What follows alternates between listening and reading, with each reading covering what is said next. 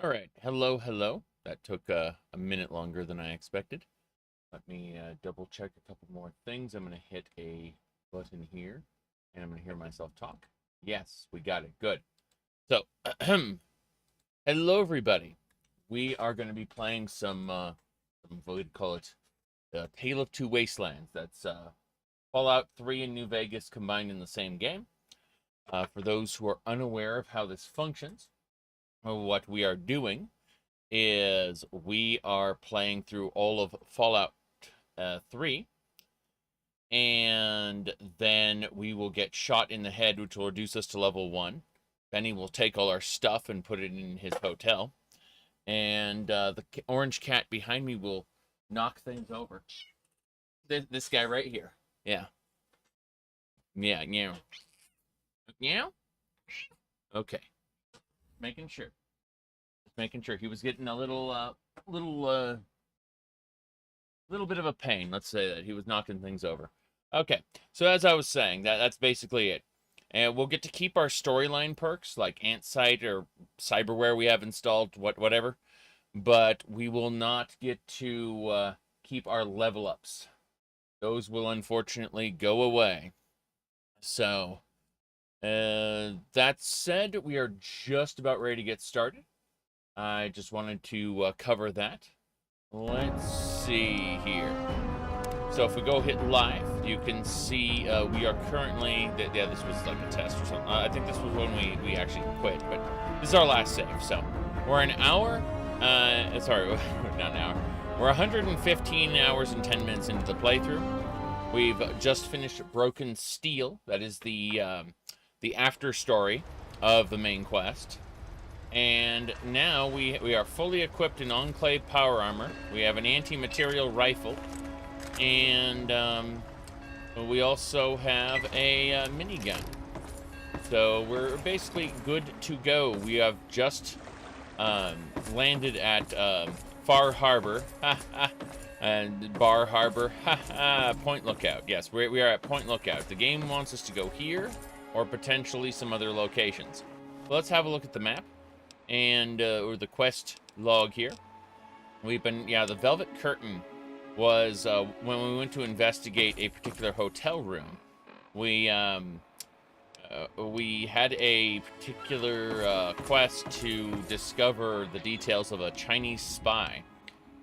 We also are told we should go check out a mansion, and that's about it for now.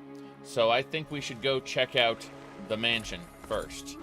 And leave the Velvet Curtain until later. The Velvet Curtain is probably one of the better quests, and I'd like to get the mansion done first while we are flush with ammunition. Oh, audio password, really? Apparently this was for the Velvet Curtain. I'm pretty sure that audio password was pretty important. Yeah. Go to the bank and use the password Xin Tian Weng.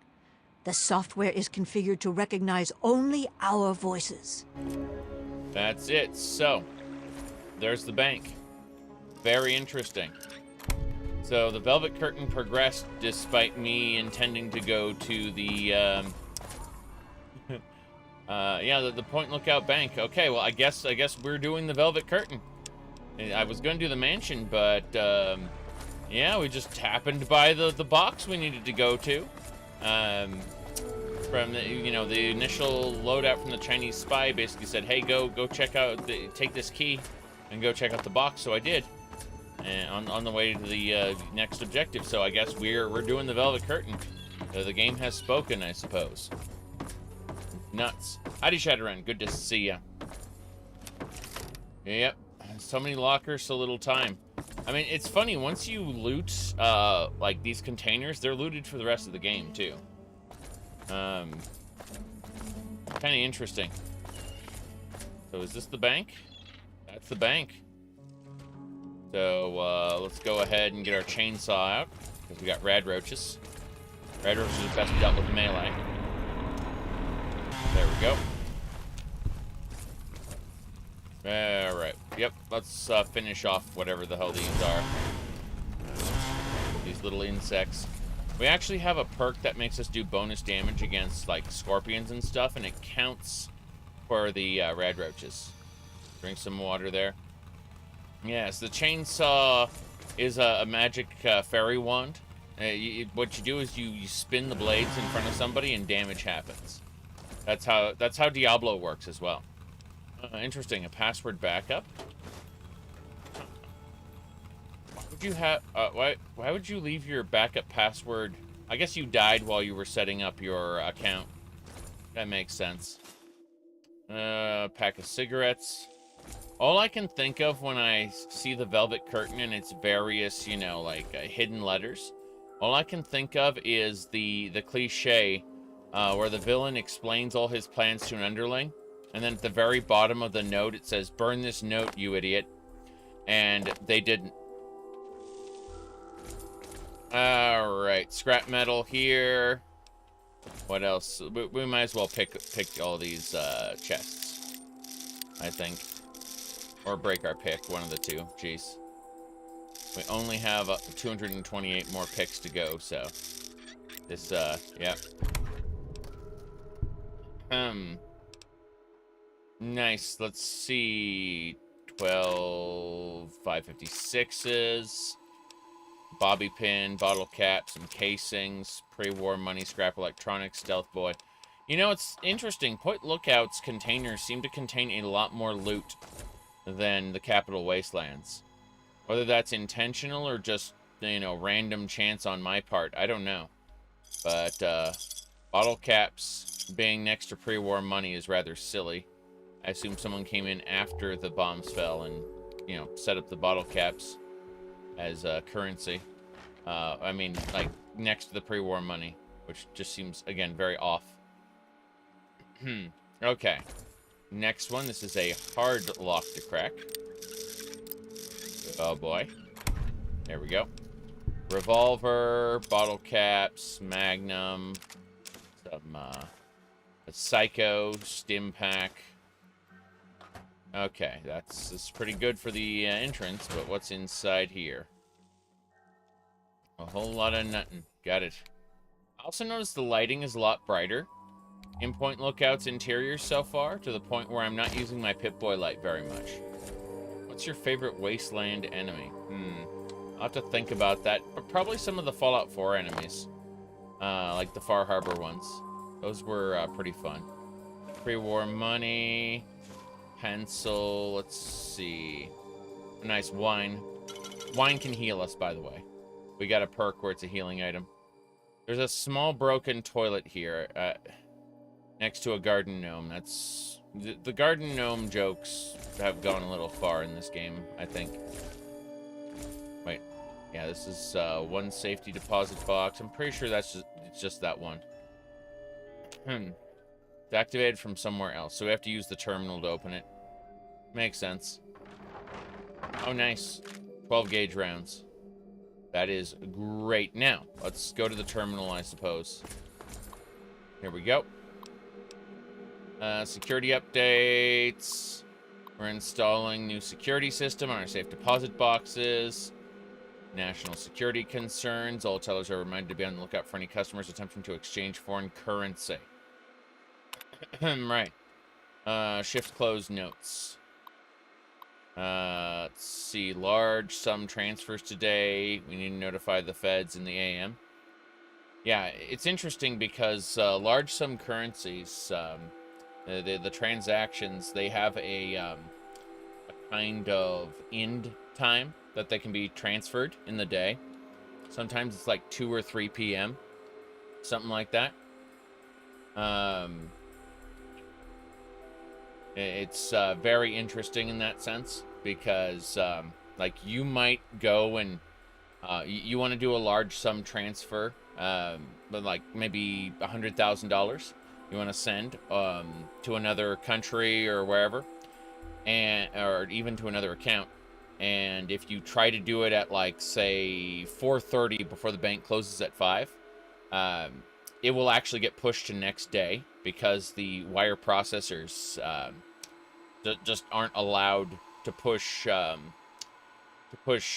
large currency past a certain time. It's true. So it depends on the bank. It depends on the actual countries that the money is going in and out of. But there are like specific times they're allowed to like push payments. Anyway, let's see here. Your 2-year long distance relationship is over. Oof. Gonna say that long distance is a pain for sure. Well, all I can say is you should probably take care of yourself first and foremost. Think about yourself for a while. If you were, I'd say if it was a healthy relationship where you're, putting energy into the other person, you need to take some time to recharge before jumping into another relationship. Anyway.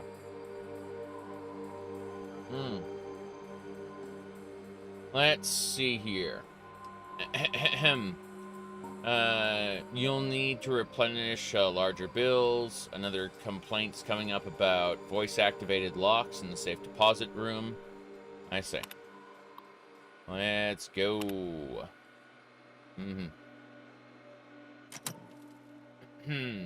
Yes.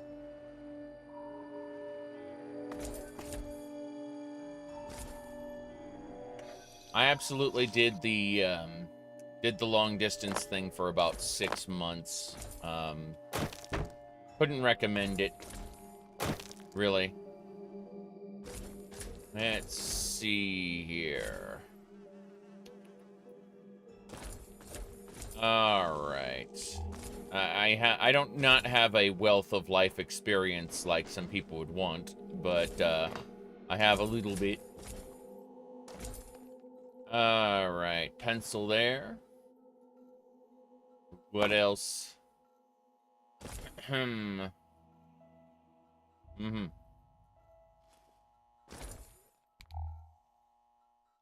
else here. Oh, wait. What's this? A gun?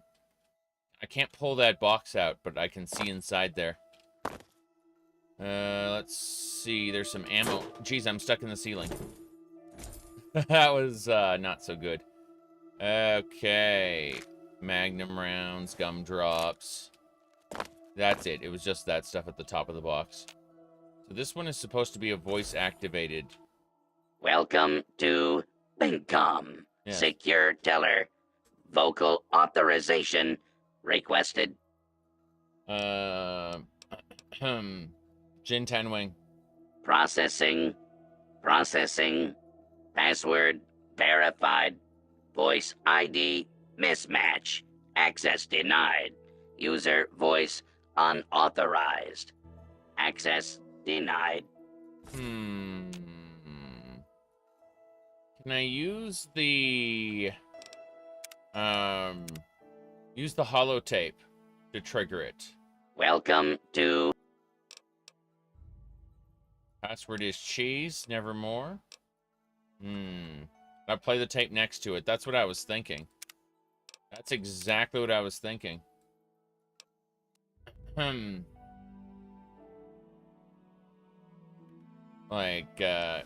I was looking at, The audio password for my box is Nevermore.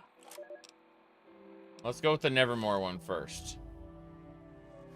Yeah. Hold on. Go to the bank and use the Processing. password Xin Processing. Chan Weng.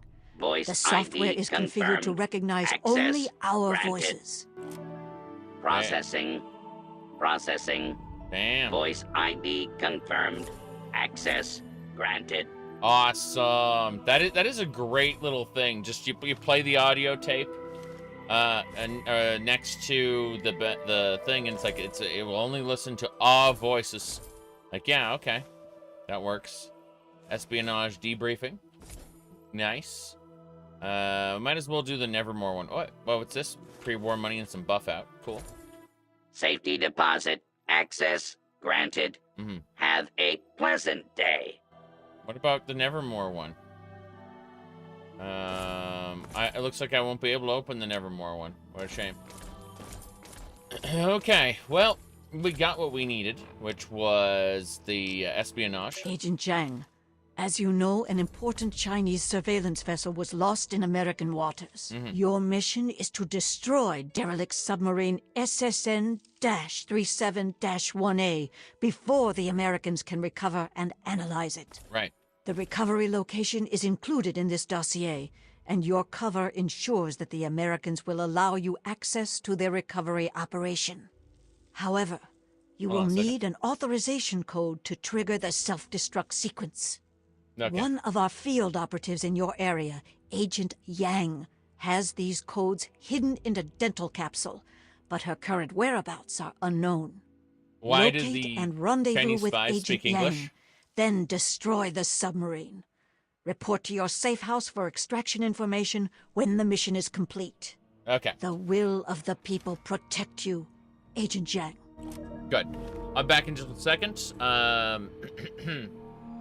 Let me pause this for just a moment, and I'll be back online, and you know, we'll go track this thing down, I guess.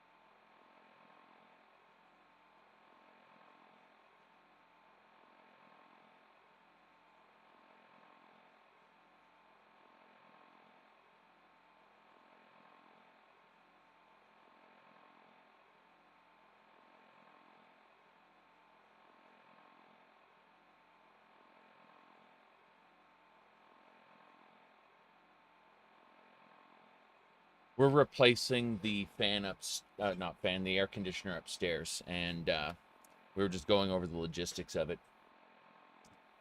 It's like, oh, hey, she needed my opinion on this, this, and that. It's like, okay.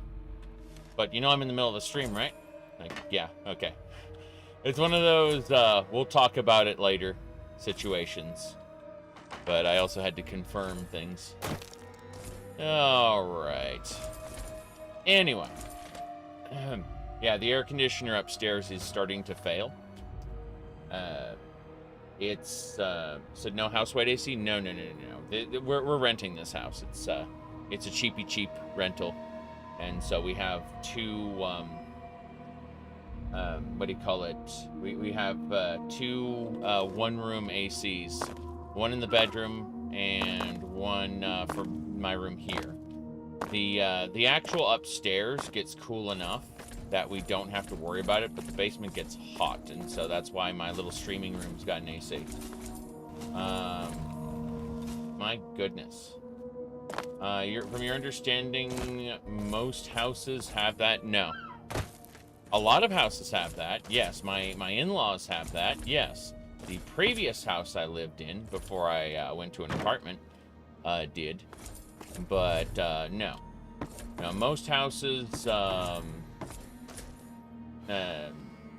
like, most houses have, what do you call it? They have an AC, but, you know, it's like, this is not most houses. This is a cheap rental. So, you know. Oh, the case of, well, you could always move the AC unit, install a portable. We have two portable ACs, and they work just fine. Yeah. It's just, well, they usually work just fine, except the first one is old, the one upstairs. So what's going to end up happening is we're just ordering a new one. It's cheaper, and what would you call it? Yeah, a pool stream. That'd be pretty funny. I'm looking at this area here. It's kind of interesting. Look at the setup there. Yes, it would take a lot of money to get me to cross-dress in real life. All right. People are like, "What do you mean you're willing to do it?" Yeah, because what is shame? I don't have that. I do have standards though. You have to pay me a lot of money to do it. All right, let's see here. Moving along, we are, let me see.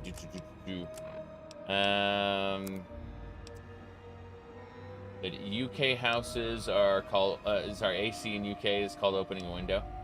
Yeah, well, here's the real issue with the EU in general is that energy prices are typically very high. And running an AC here costs me about a quarter of the amount it did in California. So, like, depending on where you live, energy prices are variable.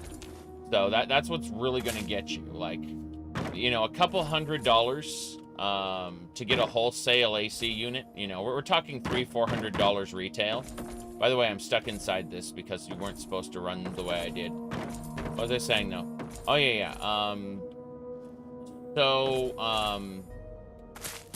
Like, yeah, basically $200 for a $300-400 retail AC system. Like, we're talking like, you know, the little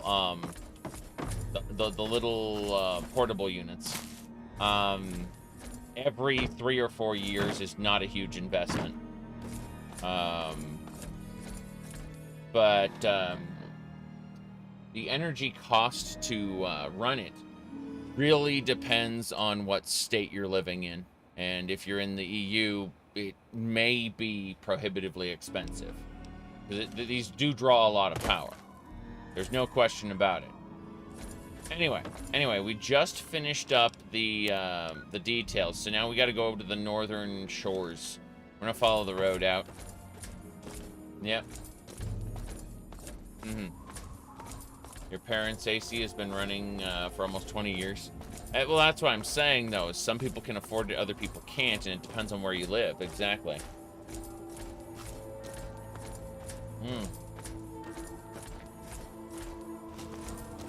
Yes, let's look up Denver.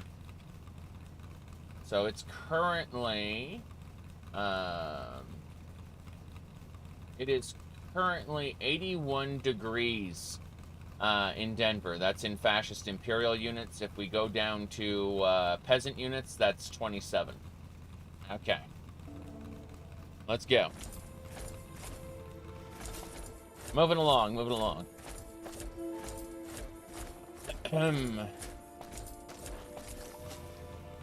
Wait, what do we got going on here?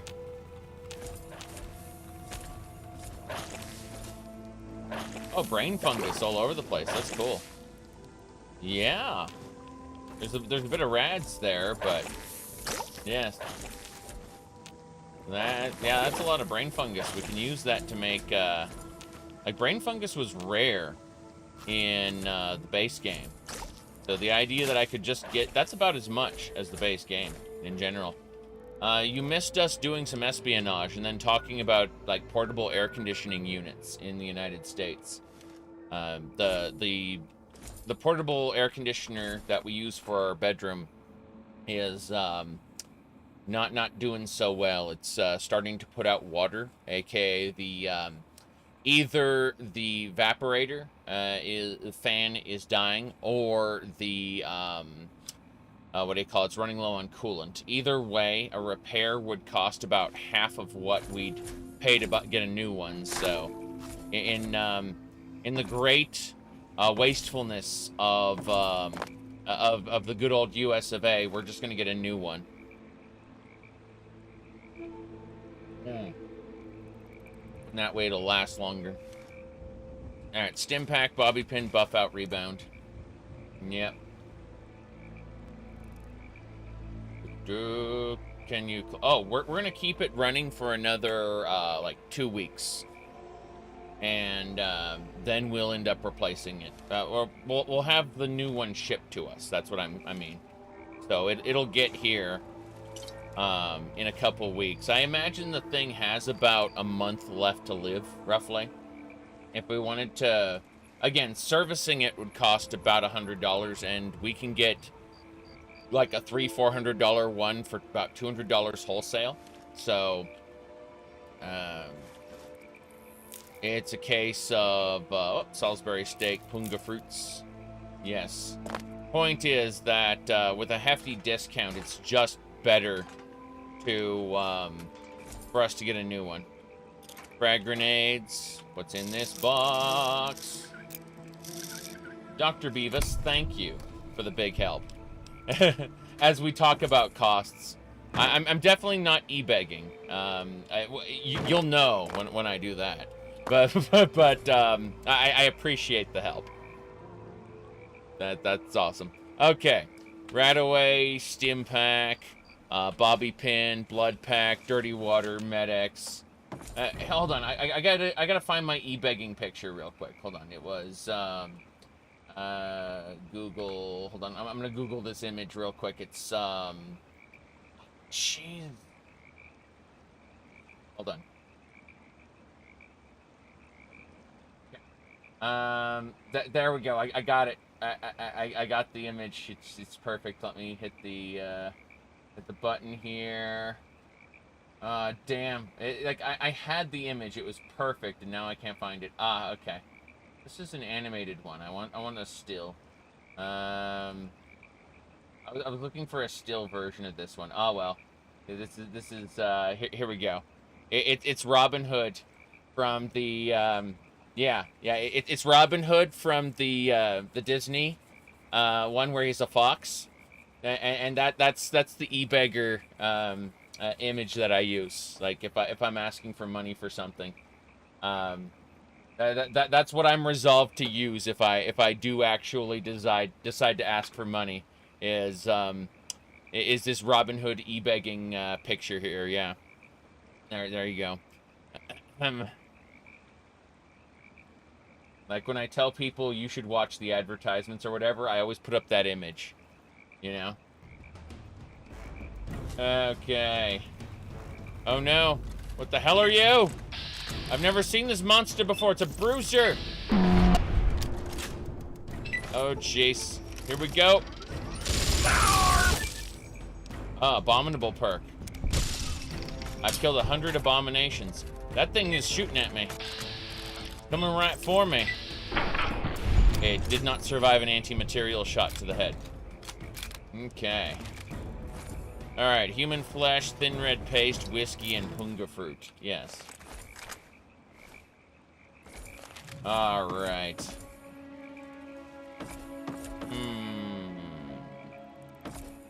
Confederate hat. My goodness. Although very unlikely, I did mention... Oh, no, Scrapper Blood Sausage, Moonshine Whiskey.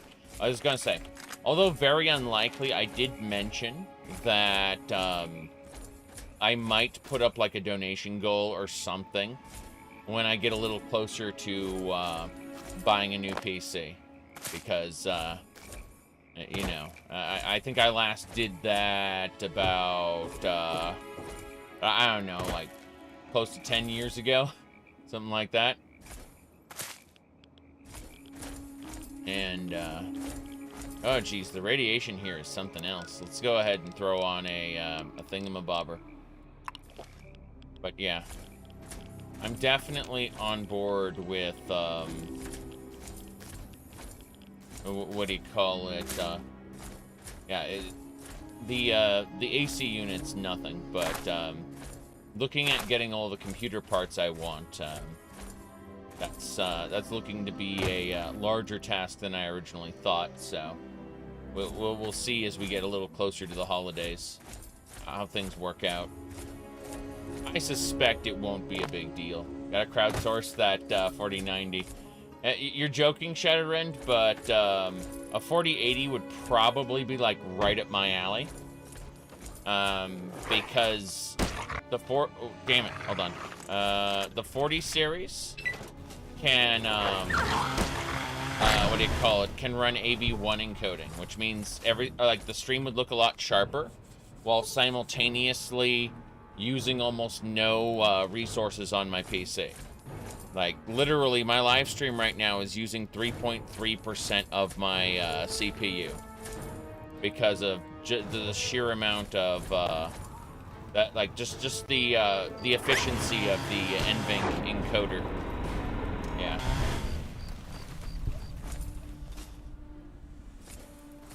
My CPU ain't that strong either, so, you know. Well, but honestly, a good CPU is not that expensive. Now that AMD, and you can do an AMD CPU with an NVIDIA GPU, and that's great. We are getting attacked constantly by these people. Damn. Hold on, we got to be careful. Who are they? Smugglers. Smugglers. Damn.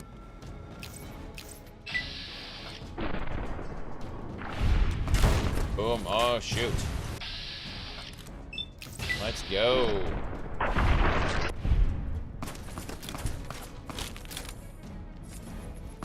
Okay. We got him. Yeah.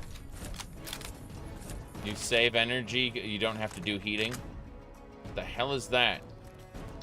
That is a swamp ghoul. These are terrifying. Okay. Oh, wow, it didn't survive. I thought we were going to be in for not so good stuff. The swamp ghouls aren't a big deal. Oh, a camera, nice. We need to collect cameras for Liberty Prime, it turns out. A double-barreled shotgun. Uh-huh. These are all double barrels. Let's combine the double barrels and see what we get. The baby gun as well. That gets us a double-barreled shotgun. That is some pretty good damage out of that. Huh. Yep, we got a lot of nonsense here. Let's go ahead and combine. There's a breathing mask, gives you 5 rad resist. We can wear the breathing mask underneath our Enclave power helmet. That is amazing. Let's go ahead and combine the 2 axes. We probably won't use we'll probably drop the axe at the end of all this, but in the meantime, we're just gonna combine all the laser pistols. It's practically junk. How'd you like your payment? Oh, too bad. That's not gonna happen. Shame. What a shame. Where's the plasma pistols? Plasma. Okay, we're no longer over encumbered, but we'll fix that in a second. Where's the combat? Swamp ghouls coming in. Okay, we're gonna headshot it with our magic double barrel. That was delightful. There y'all is. Damn. Okay, this guy is definitely getting the shot. Damn. You'd think that a power helmet would have a breather built in. I would think so too, but hey, if I can get the additional 5 rad resist just like that.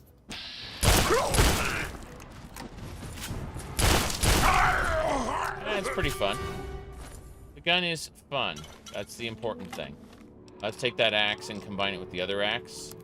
We create a fully repaired axe. Stim pack off that ghoul. And we can continue our journey north. We're gonna go figure out what happened to that thing. The submarine. Let's see. It looks like we kind of went off track. Let's go back down the road and take the other road. I'm curious, like, I will start going directly to my destinations later. but I kind of want to poke around for a bit on the roads and see how how everything looks just on the road, as it was as the founding fathers intended. What? Okay. What else? Yep. Almost done. Short barrel shotgun, 10mm pistol. We're just combining a bunch of guns because we can, not because we need to. They sell better. Oh, more brain fungus. That's great.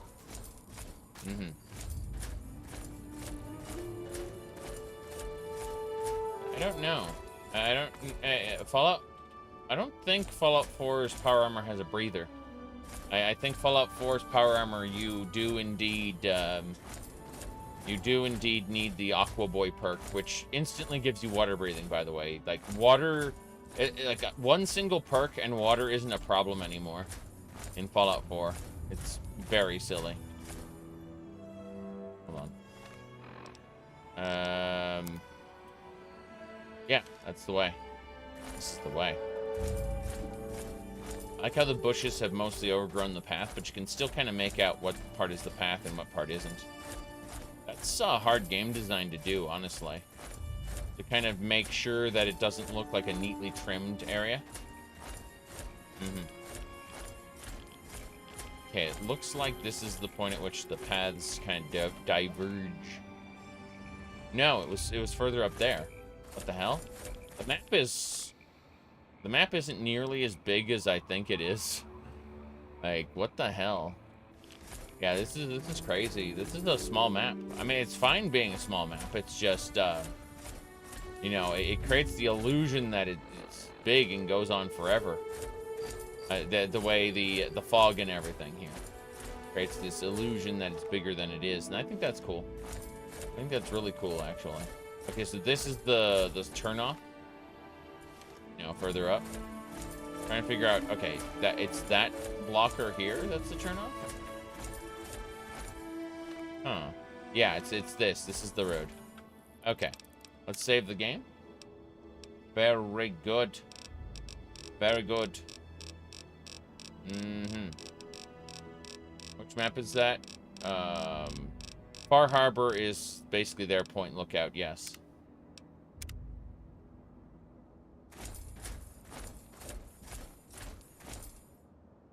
Jeez, there's a raider corpse just sitting here. Oh, those are dolls. Damn, the dolls are just hanging there. That's terrifying. Okay. A game made by Obsidian and Bethesda Game Studios? Well, I mean, old Obsidian. Keep that in mind. Current Obsidian is not the Obsidian we think about when we talk about, you know, what do you call it? Yeah, hold on. KOTOR 2 was Obsidian, I believe. Yeah, so, yeah, KOTOR 2 and, whatchamacallit, and Fallout New Vegas. The current Obsidian isn't the Obsidian we think about. There's a couple people that do overlap, but people forget that video games really are a collaborative effort, and every person counts. And some of the most influential, most important writers, they obviously didn't get across or weren't put into the proper positions for the projects. Yep. Damn, that Reaver's gonna get me. I'm gonna aim for the head and make it dead. Wait, hold on. Yeah, it'd be cool to be able to hit the bomb in its hand. Let's do that. Damn it. Yeah, I want to hit the bomb in its hand. And then I want to hit it in the head. Wow. That was an XCOM moment right there. 95% chance of hitting. Misses. Yep. Damn it. Okay, we got the JSP ready. Oh, jeez, 2 ghouls. Okay.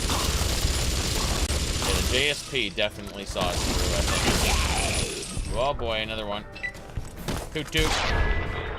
We got it. The way rifle did its job. Bottle caps and paste. Cartons of cigarettes. Some of that. Very good. Pre-war money. Anyway, let's go check out this camp really quick before we go anywhere else. Getting dark. 12 gauge rounds, 10 millimeter, 308s, 44 magnums, beer. We can drink beer or wine, and it will heal us. We also got some jet here. Cool. What can we make? The +2 strength food. That's kind of cool. It is actually great. Yeah, that requires survival 75. I should see what it's the caravan lunch. The caravan lunch requires 30. That's amazing. It's like just a lunchbox of food. Got some wine there. Yeah. Okay. So, more importantly, we need to use blood sausage with some dirty water and an ice cold Nuka-Cola with some thin red paste. And that should heal us up the rest of the way. Yep. We're good. Let's figure out where we are in relation to the road, since the road is barely visible. Alright, we gotta go this way to get back to the road. There it is. I see the fence. This is the road. This overgrown, terrible trail is, no wait, that isn't it either. Is it the tree line? Yeah, that's the road. Okay. I can see the sign up there. Nice. Okay. Yeah, old obsidian and, current Bethesda. Honestly, Fallout 76's world, like just the landscape in general, is a really fun sandbox to run around. It's just the game's systems. Honestly, they stole the fates from Final Fantasy 14 and said, okay, well, we're gonna make those events, and you're gonna do fates all the time, forever. That's what you're gonna do. I'm just like, no.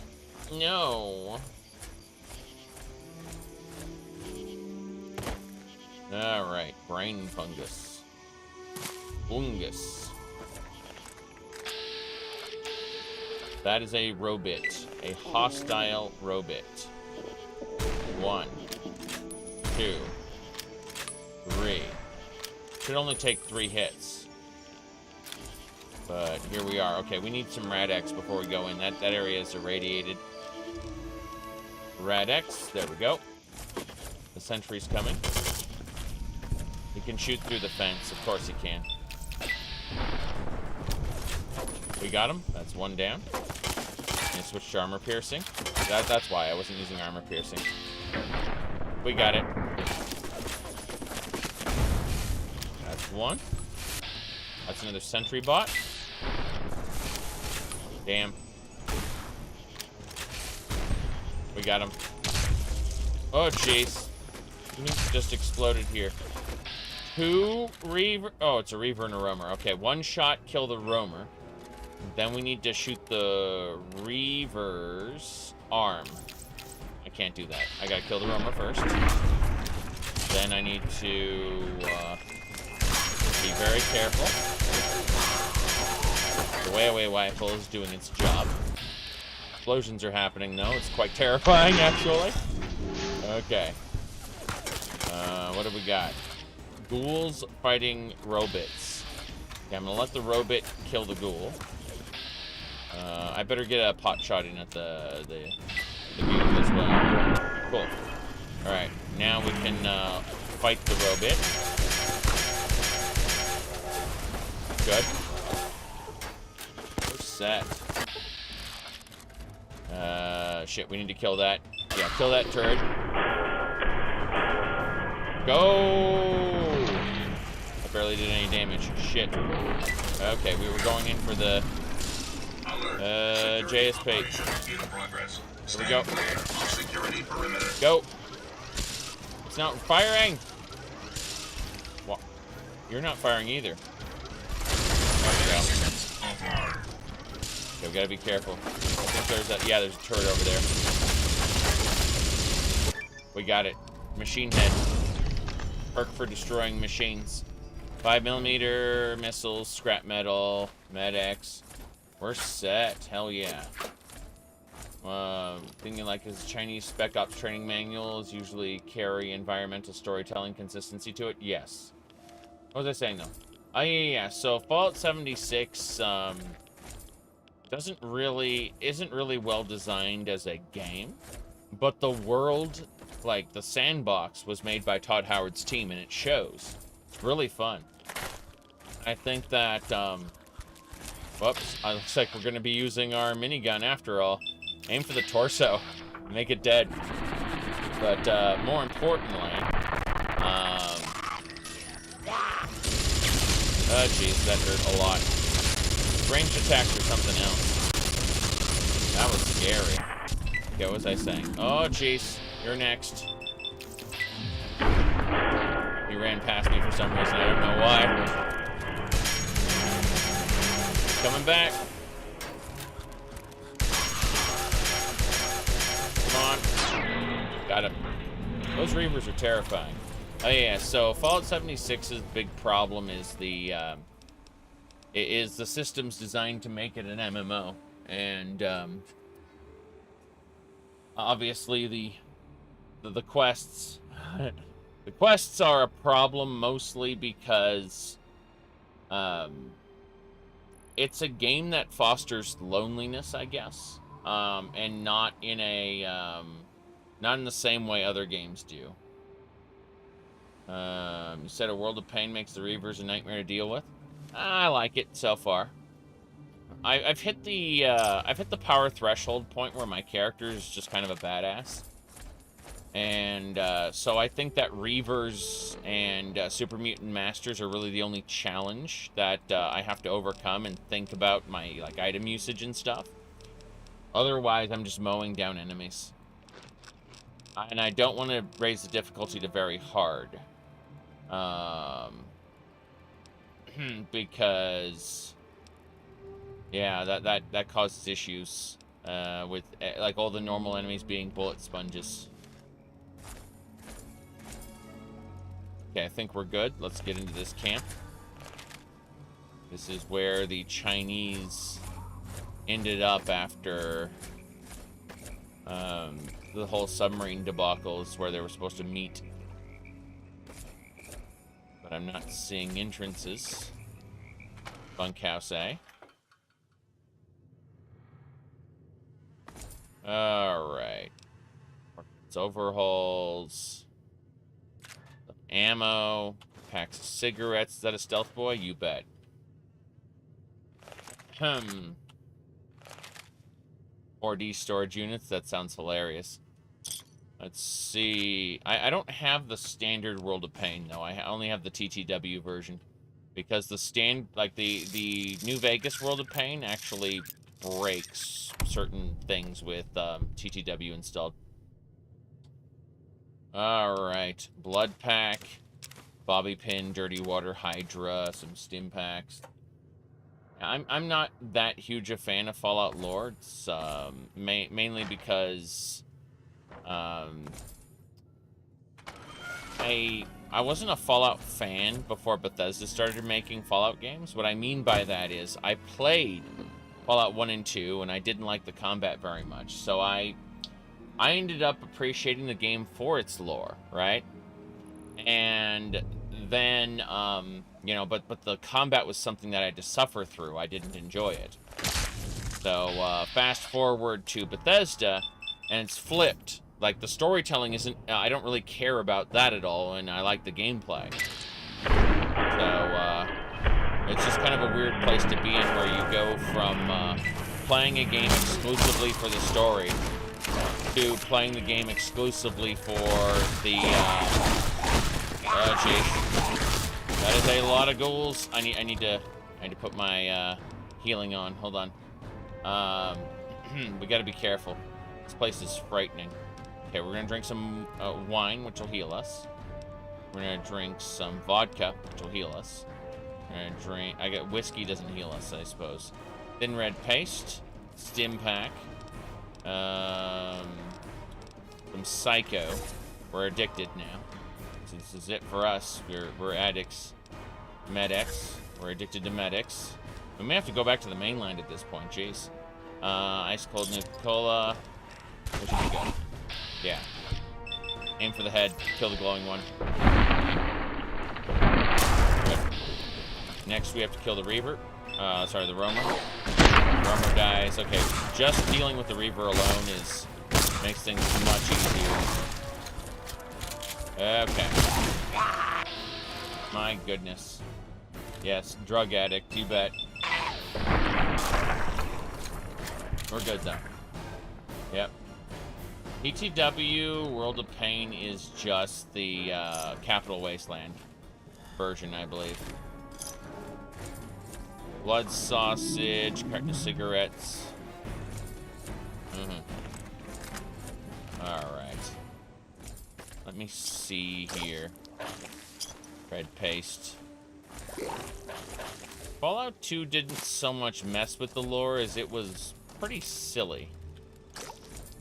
What I mentioned was interplay kind of ruined, like, people go, well, Bethesda ruined the Brotherhood of Steel. People very often say that, right? When it was actually interplay that ruined the Brotherhood of Steel beforehand with a game literally titled Fallout Brotherhood of Steel. That's where I very often talk about how like, basically the Brotherhood of Steel was pre-ruined before Bethesda got their hands on it.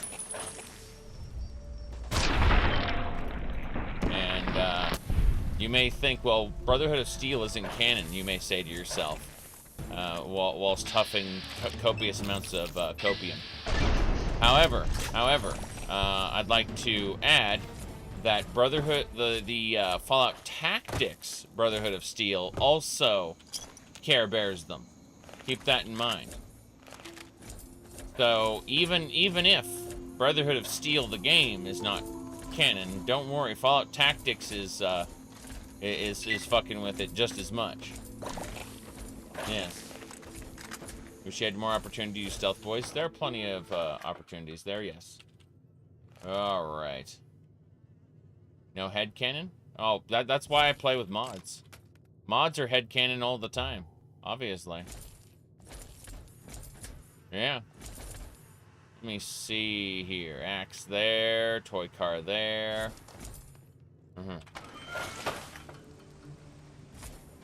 Yep.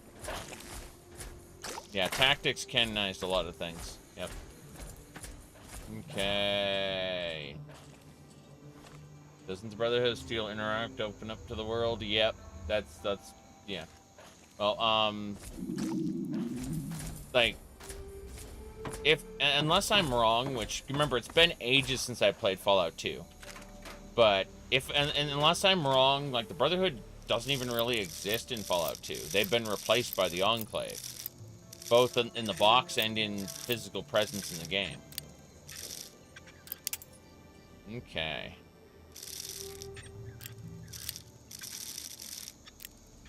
Damn.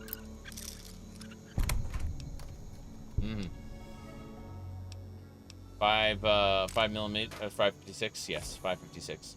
We're getting some good stuff here. We're gonna check out the different towers. Nice. Missiles and some scrap metal. That's good stuff for me. I wish I could enter all of these places, like this shack here and stuff. I understand why they kept it simple. Mostly for mechanical purposes, you know, frame rate and stuff, but... like, I see all these areas, and I want to be able to enter them. The morgue. Okay, we're gonna go in this way first. Go in the front door. Door to administration.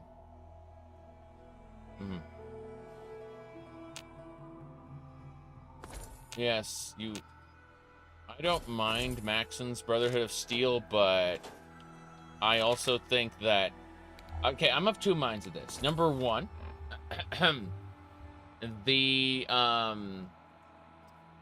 number one is the fact that, like,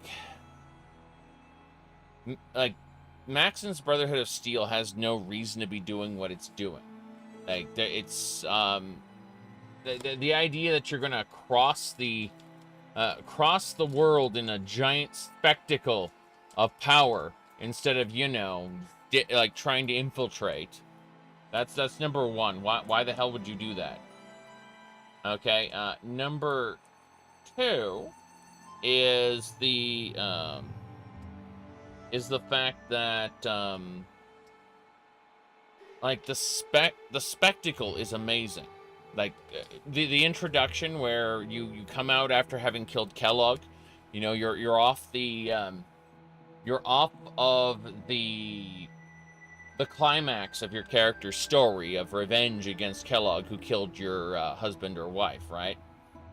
And so this is the point at which the story is supposed to, you know, more or less lead you into the next stage. Instead, there's a lull where you suddenly have this big airship coming over and it plays dramatic music. And they announce themselves as the Brotherhood of Steel. You know exactly where to go at that point. You know, that is the natural direction to travel to. Based on the, you know, the presentation of the game. I love the spectacle, but they have no reason to be there and do what they're doing. The conflict is very much manufactured by Emil Pagliarulo's writing, as far as I can tell. Like, and I don't mean, like, while every story is manufactured by the writer, yes, but it doesn't feel organic to the world. That's what I'm trying to say. It feels very forced, like it needs to be there, or like someone feels it needs to be there, and I don't know, just the actual build up to the story doesn't. Yeah, ham-fisted is a good way to put it, but I'm busy trying to figure out my whole tri-beam laser rifle situation. Tri-beam laser rifle. Good, that's better. Sniper rifle. Those.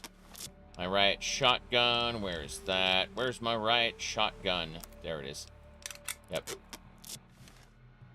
Okay. So, we can pick up the contents here. A weapon repair kit. That's awesome. Now, what's in here? Yeah. 44 Magnum rounds. We're not going to take the 44 Magnum itself due to space concerns. I mean, I like the moment-to-moment gameplay of Fallout 4, and I will probably end up playing it, not soon, but at some point. Rad-X, Steady, Stealth Boy, Whiskey. But in terms of story, it's kind of awful. The Outcast Alliance dynamic was nice to expand on. Not skip completely off screen. I agree with that assessment. I absolutely do. Let's see. Packs of cigarettes. Yeah, we're good. 9mm rounds. 10mm rounds. 556. 556. 308s. Right-away stim pack bloody water. Right-away stim pack purified water. Bloody water, yes. What kind of mods do I prefer? Horizon Survival. Yeah. Just forget about the main story. And, like, go all in on the, actual gameplay. The core gameplay loop exists in direct contradiction,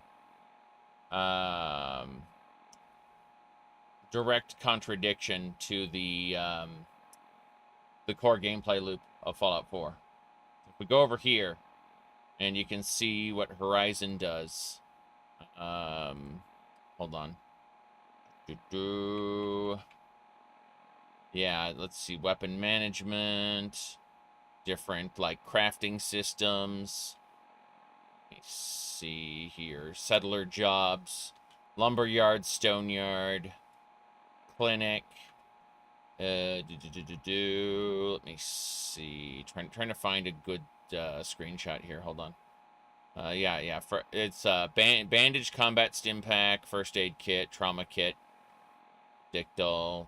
Let's see, where was it?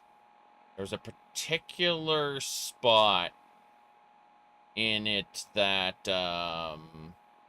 that's yeah. I was looking for a particular change here. Yeah, there you go. Skill, like settler skills. So your settler skills grants both you and them access to more crafting. So you can see how based on which settlers you train up, you will gain access to different crafting based on their particular skills, and you kind of manage it so that if the idea is if a settlement has people who are skilled in all different things, then you can do all the things by virtue of borrowing their skills, right?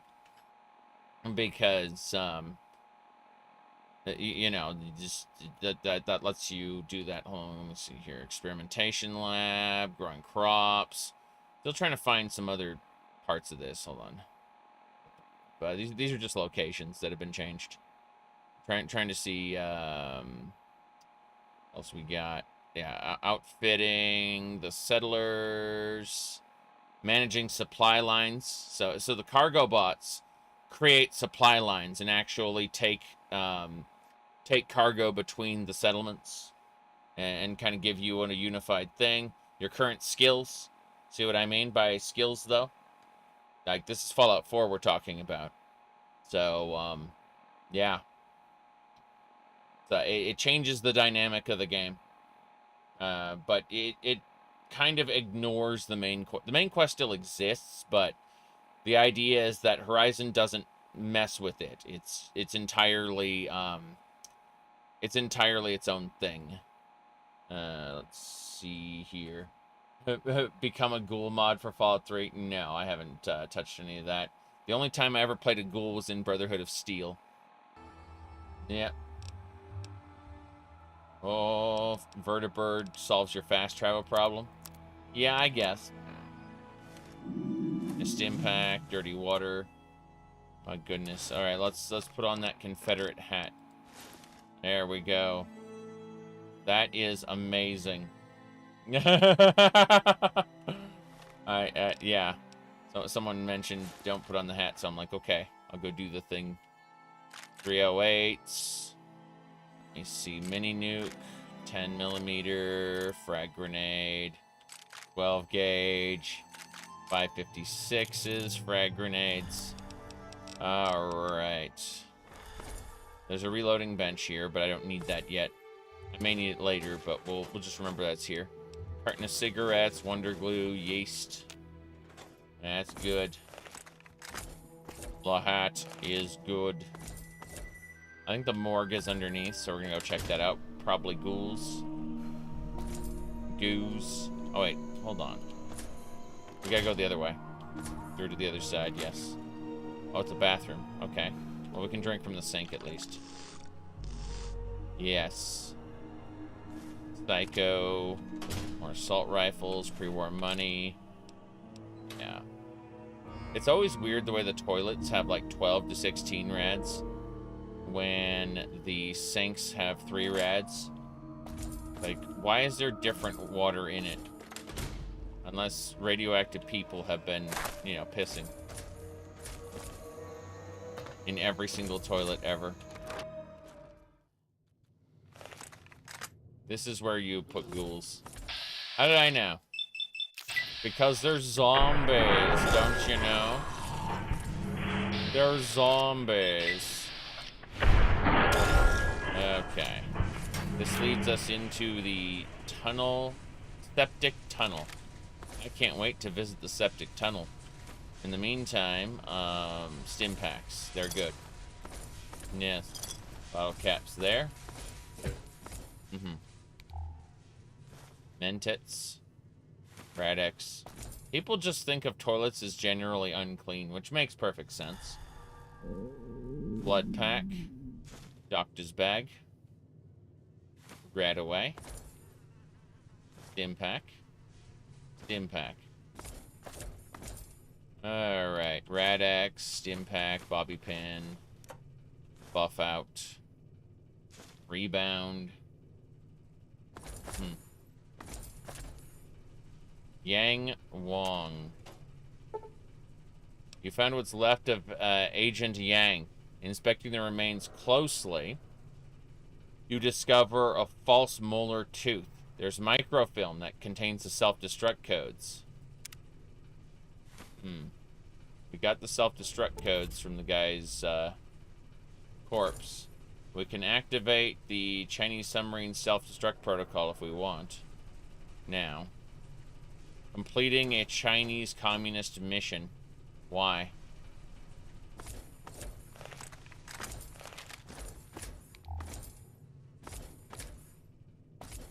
Alright.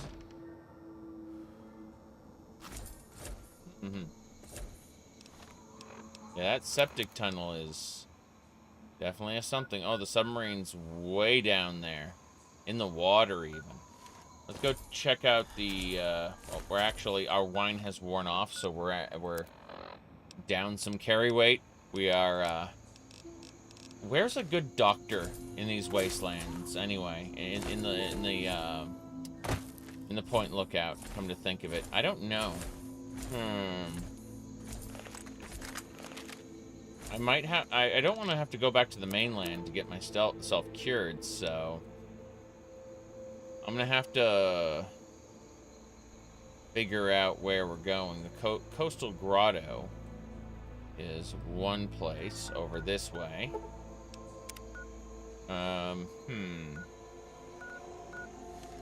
Let's see here. I'm debating where we could potentially go before we get over encumbered again. We decide to get going. Don't know where the how does the Lone Wanderer make it from DC to Vegas? There's an underground train that is completely maintained by robots, and so it's like an automated system, and it was too deep to get hit by the nukes.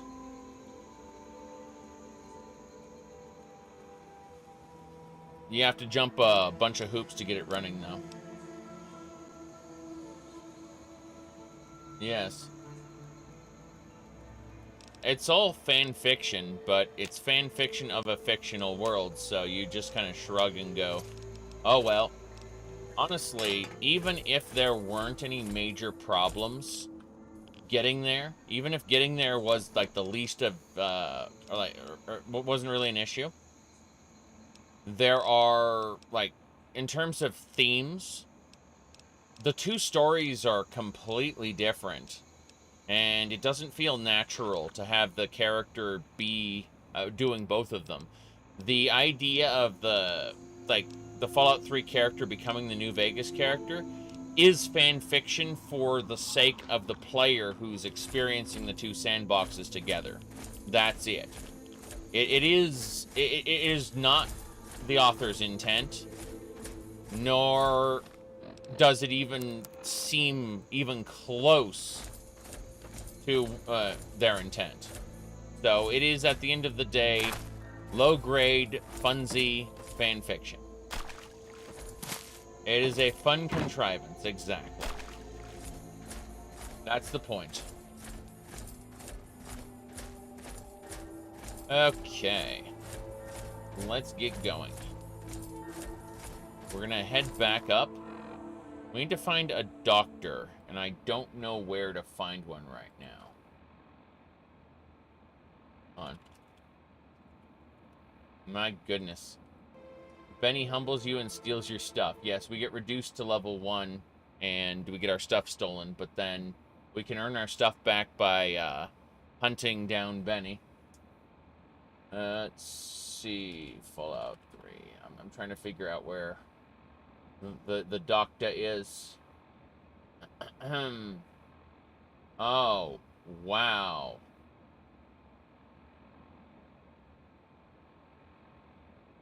Huh. Wow. There are no doctors. Is there a viable way to do a jet build in Fallout 3 or 4? Fallout 4, yes, due to how the crafting system functions, it is completely possible to be on jet 24/7.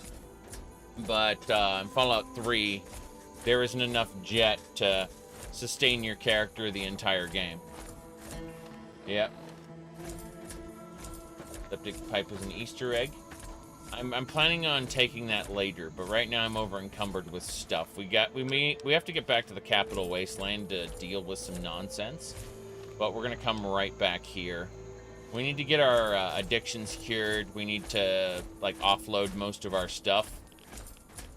It's the basic issues that need to get dealt with.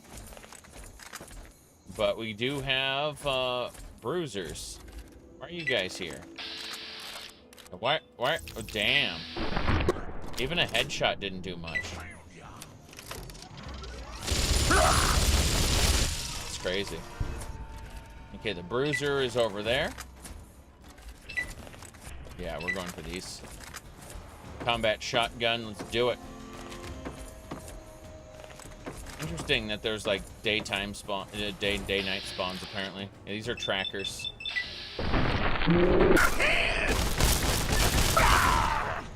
Okay, we got him. Excellent. Reskin super mutants, of course, but that doesn't matter. All right. Yeah, that's one way. That's a different way. There are no doctors, I'm told. So, any updates on the Sky Oblivion? They had backups of everything. So there's like months worth of communications that have been lost, but the actual work is intact, I'm told. Yep. So there's a lot of coordination nonsense that has to get fixed. And that's about it. Okay, so this is the room. Jeez. At least there's yeast and moonshine here. More yeast. Some wonder glue. Oh, wow. The pint-sized slasher mask. We can go back to... Remember when we didn't do the pint-sized slasher this time? Apparently, they added it in this location. That's pretty fancy. So, we can actually be the pint-sized slasher if we wanted to.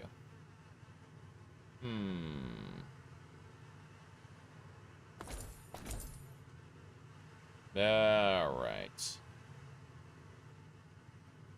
That's terrifying. This area's been locked for a long time, so that stuff had to have happened like right after the bombs fell.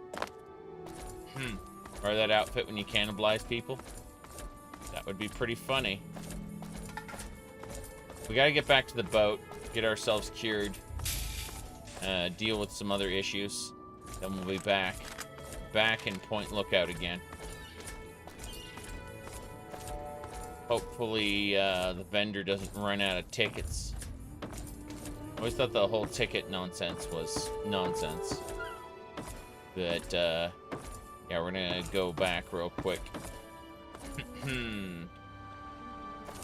Just checking this area out. It would be lovely if they like had a version of this that was open, where you could actually enter these different buildings. That would be neat. That's a dust devil, a little close-up tornado. But yeah, I'm gonna be back soon. Where's my boatman? Boatman, where are you? Probably up top.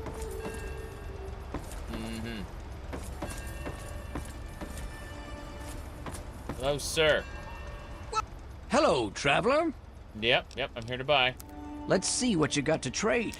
Yes, I'll take your riverboat ticket, all your super stim packs, and I will sell you all this garbage. Absolutely. Some axes as well. Anything else? I'm gonna keep the double barrel because it's fun. But the tri-beam laser rifle is practically junk. How'd you like your payment?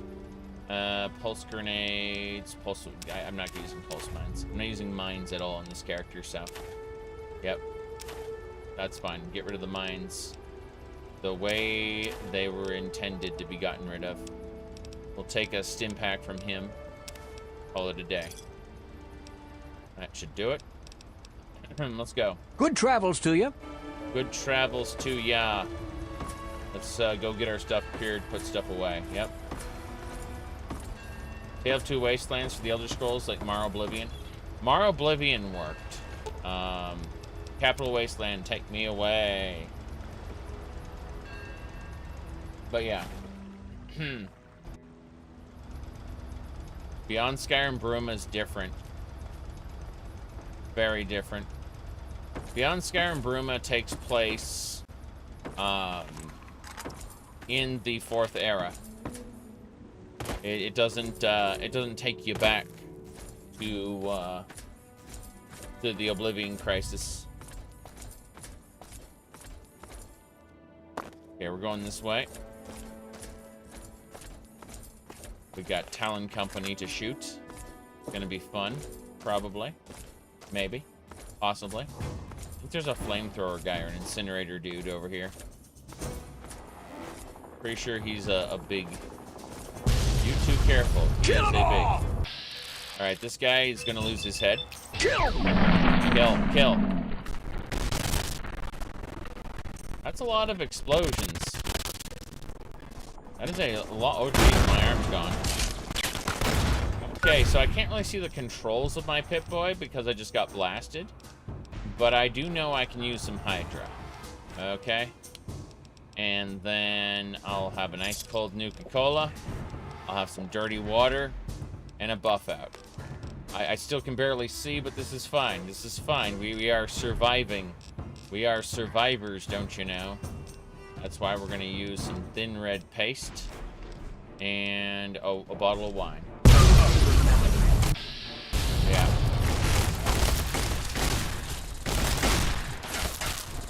Excuse me, sir. This man is very angry. He is not very happy with what I have done. He must die.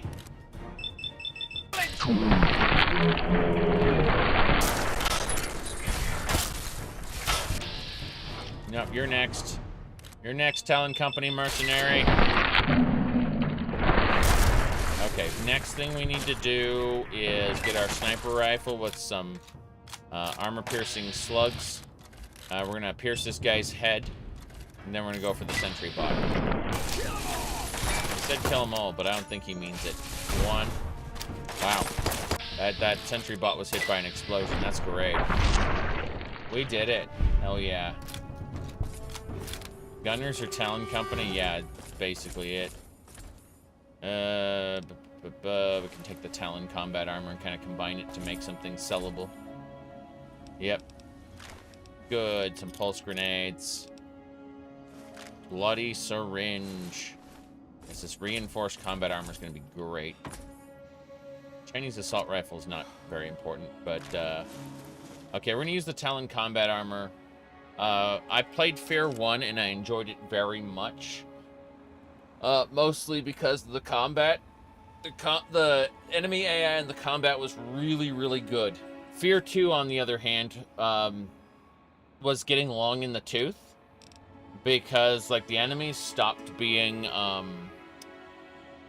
real challenges, and they started going, he's too fast, and stuff, and all of the scenes where, like, the ghost girl grabs you and shakes you and stuff, it's all very over the top, and it isn't subtle like the original game was. The original game had, you know, stuff happen and you turn around and it's already gone.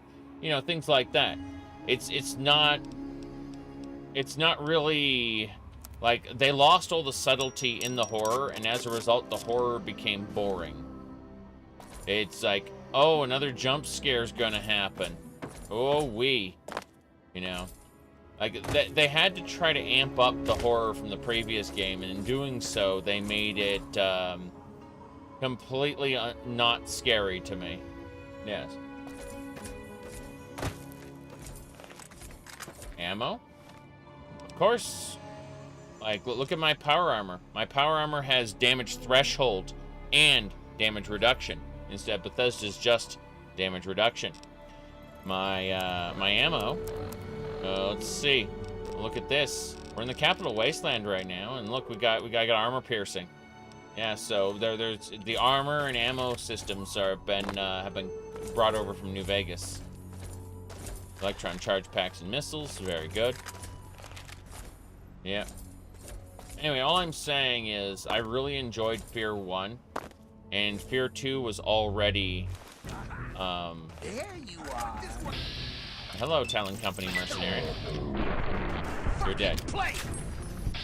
Yeah, you guys are each gonna get headshot. That's what's gonna happen to each of you. There's Talon Company guys on both sides of me. It's unfortunate. I'm gonna drink another bottle of wine. More importantly, this power armor, I'm gonna use the Brotherhood power armor to repair my own. Yes. My Enclave power armor is now fully repaired using the Brotherhood armor. This guy's already dead. Oh, he's not. Good on him. Good on him. Hey, stop it. Incinerator. You know what? Let's introduce him to a close and personal relationship here. Yeah. Chainsaw. Good. We don't need the heavy incinerator. It's not worth taking, but the packs of cigarettes are. And as for the Talon armor, we'll pick that up and we'll, like, force upgrade our... Yeah, we're gonna sell this Talon armor. The helmet's barely worth taking. What a shame. There's another member of the Brotherhood. I'm gonna take his holotag at the very least. Damn shame the Talon Company had to ambush these Aquacura merchants. Aquapura. Sorry, Aquacura was the other guy. Frag grenade there. Cigarettes. We're all good. Yeah, we gotta get back. We're gonna travel back to Megaton. Deal with everything. We're gonna do that right now. So, we're gonna go to Megaton and get this stuff dealt with. So, what do you call it? Remember, yeah, there it is.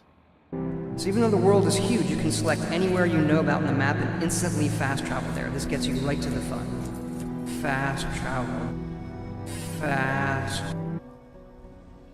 Okay, so now that we've done that, we are going to head on back. By the way, this Deathclaw that still kills everyone, I've turned his AI off, but he fast traveled with me one time, and now he's stuck in Megaton and he kills everybody.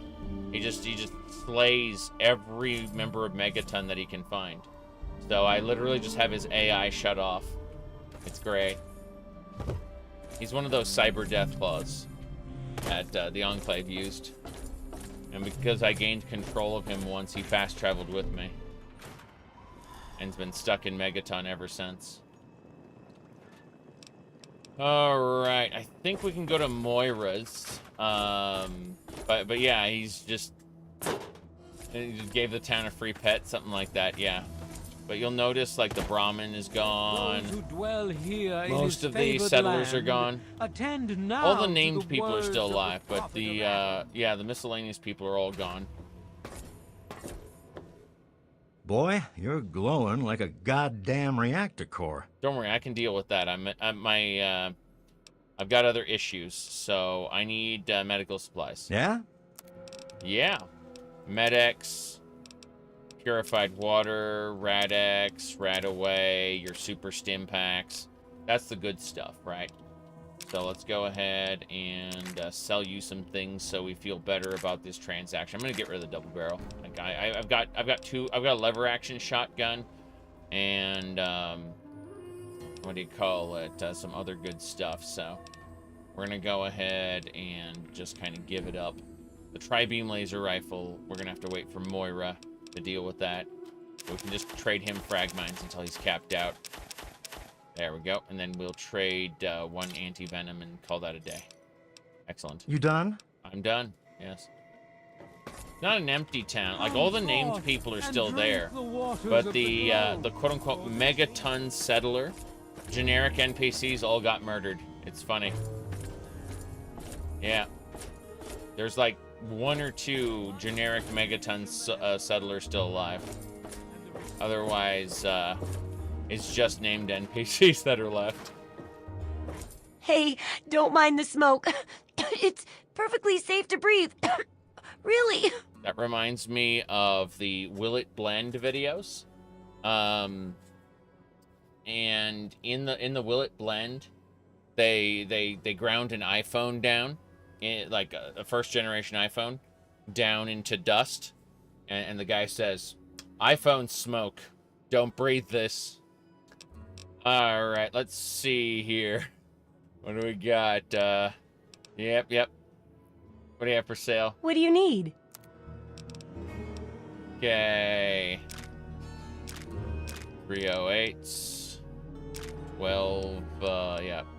Dragon's Breath, Pulse Slugs, 556s, 5mm. And then we need to see about the miscellaneous items. Specifically, well, we can take our super stim packs, those are good. But more importantly, ammo boxes. 5mm surplus. That's what we actually want. Cybernetic surgery for losers. Sorry, yeah, casings. I think that's about it. Okay, we just need to trade her the tri-beam. She still can't afford it. Jeez, okay. Well, in that case, can we get a pre-war book by chance? No, cannot. Cartons of cigarettes. You know, the ammo boxes aren't really that important. Wonder glue. Okay, now let's look at ammo specifically and figure out how we want to deal with this. No, I guess not. It's just stim packs, isn't it? That's what we're gonna do. We're gonna do Med-X. Locksmith. We don't need a locksmith reader, but actually, fancy lad cakes, mac and cheese, whiskey, Bentits, some stim packs. We can't really trade her anything, can we?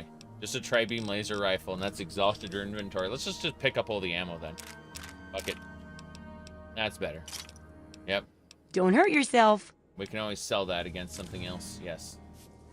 Have you ever considered playing a game like this, but with coin weight?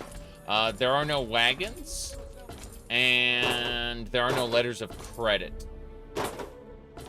Like, remember that Daggerfall had tons of systems to mitigate the coin weight, and Skyrim had followers that you could use as pack mules, right? But there isn't anything like that in this, to my knowledge. Okay, we gotta go over to 10 penny, I believe. Let me see.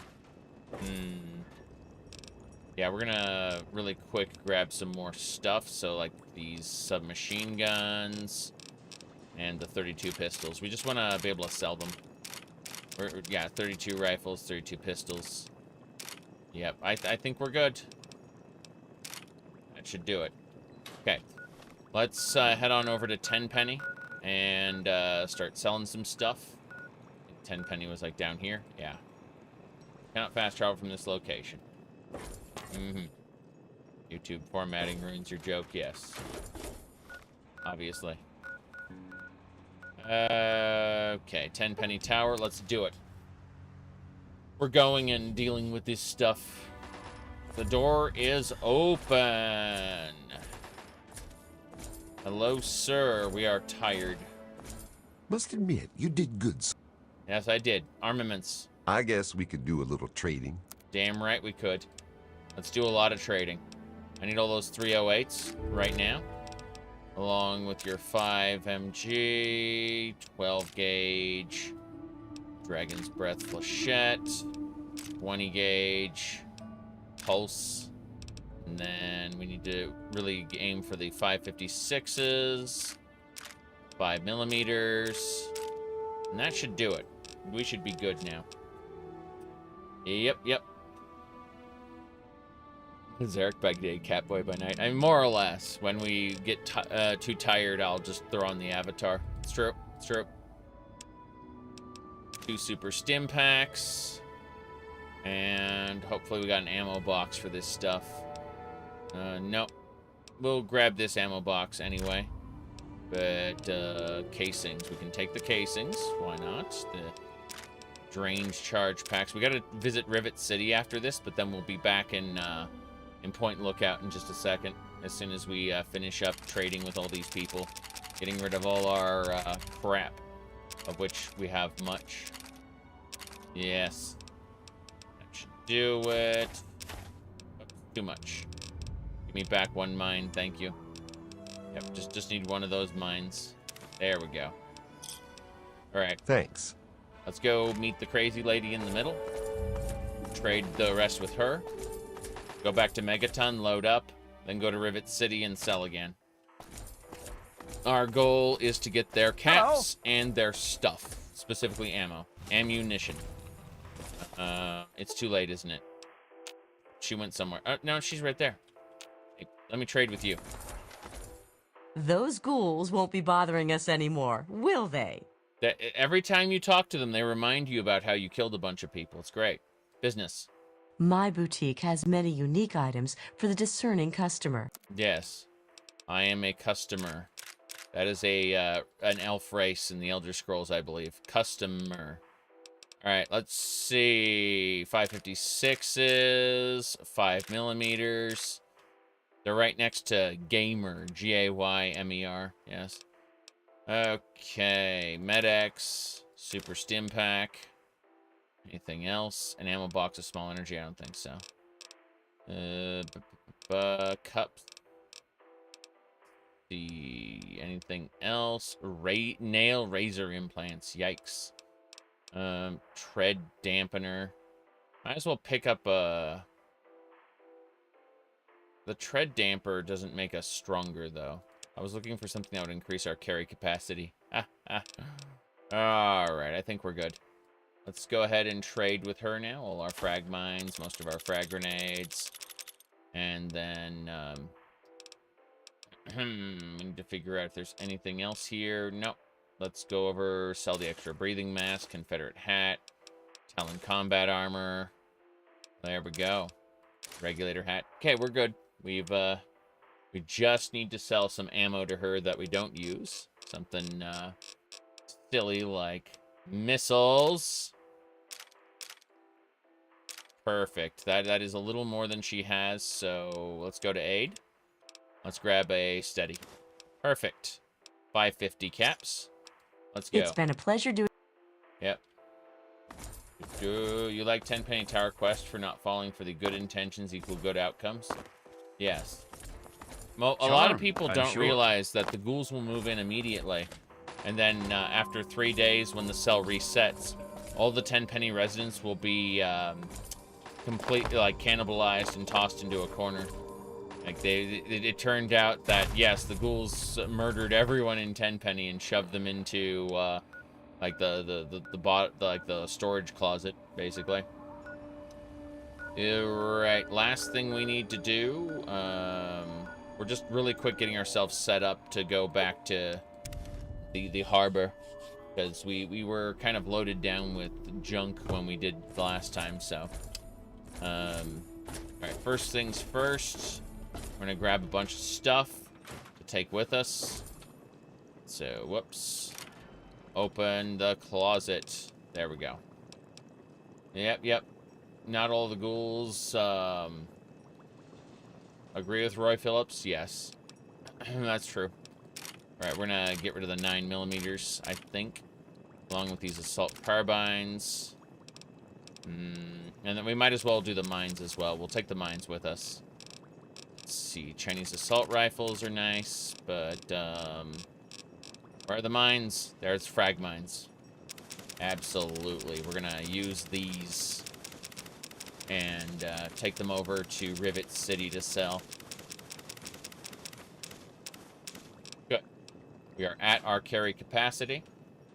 Yep. Just because there were victims in the Wasteland doesn't mean they are incapable of making new ones. Jeez. Hold on. Let's go to the riverboat. Not riverboat. Where the hell is Rivet City? Rivet City's over here in the corner. Okay. We're almost done. a vicious power cycle. I mean, that is life. Like, I've discussed this before, but most often, this especially hit with the tale of Saint Monica, right? That those who are abused very often become abusers themselves. It's just it's usually a cycle of some sort. Okay, let's see here. I guess we'll sleep in the Weatherly tonight. Yes.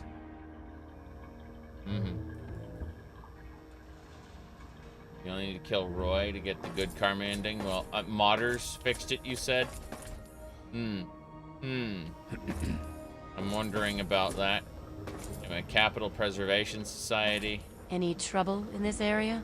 Yeah, there's a lot of trouble. St. Monica, Science Lab, Marketplace. I was looking for the Weatherly Hotel. I think I'm on the wrong deck. Yes. Alright. Ugly equals bad. Oh no. This guy's gonna get wasted. Okay, Science Lab there. You get wasted. Or you get wasted trying. That's a Science Lab. That's a Capital Preservation Society, so I gotta go this way. Never mind. You should never mind. That's St. Monica's Church. If you donate to the church, you get positive karma. Yeah, I'm on the wrong deck, and I don't know how to get out of here. This room is great. I should be able to turn it into my own personal quarters. You like 10? You don't like 10 pennies a player home? I like 10 pennies a player home a lot. The thing is, I only like it mechanically. Any trouble in this area? There are some pretty major issues with 10 penny as a just in terms of like fitting your character. Let's blow up a plate. Let's blow up Megaton, and now that we're evil, we get to stay with the evil people. It's great.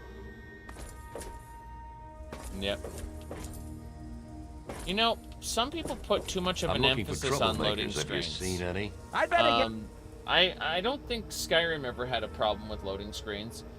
I think that we might see an issue with the I was about to call it the Outer Worlds, but Starfield. We might see a problem with Starfield as far as loading screens go. Possibly not, but who really knows there? Let me see. Okay. Anyway, let's get this trading done. Hey, Weatherly, I need to talk to you. Welcome to the Weatherly. Yes, I will stay here for the night. Thank you. Yes. Excellent. Simply venture into the hallway, turn left, first door on your left. Good, thank you. Okay. We did what we needed to do. Let's sleep until morning. And that should get us to the shops being open. Absolute. Excuse me. Oh, the market opens at 9? Okay. The market opens at 9. Let's do it. Okay, first things first, we need to go and get some, it's not the science lab, it's the way in. Peace. Okay. Where's the staircase? I need to get to the staircase. I am fun. Maybe. Definitely insane, though. Okay. We gotta go down here. Gotta take a drink from the sink. We're good. So we took a drink from the sink. Why should peace always be an option? Uh-oh. SpaghettiOs. That's very true. I think the only way to truly achieve peace is to kill everybody.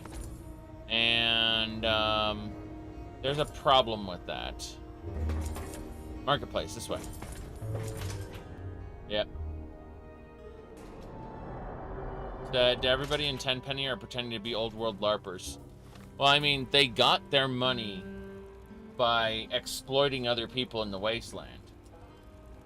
They aren't old world money, they're new world money, and that's you know, in the Capital Wasteland at least, where there's no government to say, you know, to actually start rebuilding. Let me see. I think shenanigans are going on here.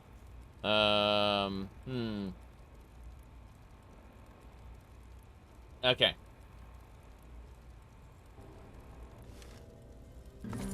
Yep.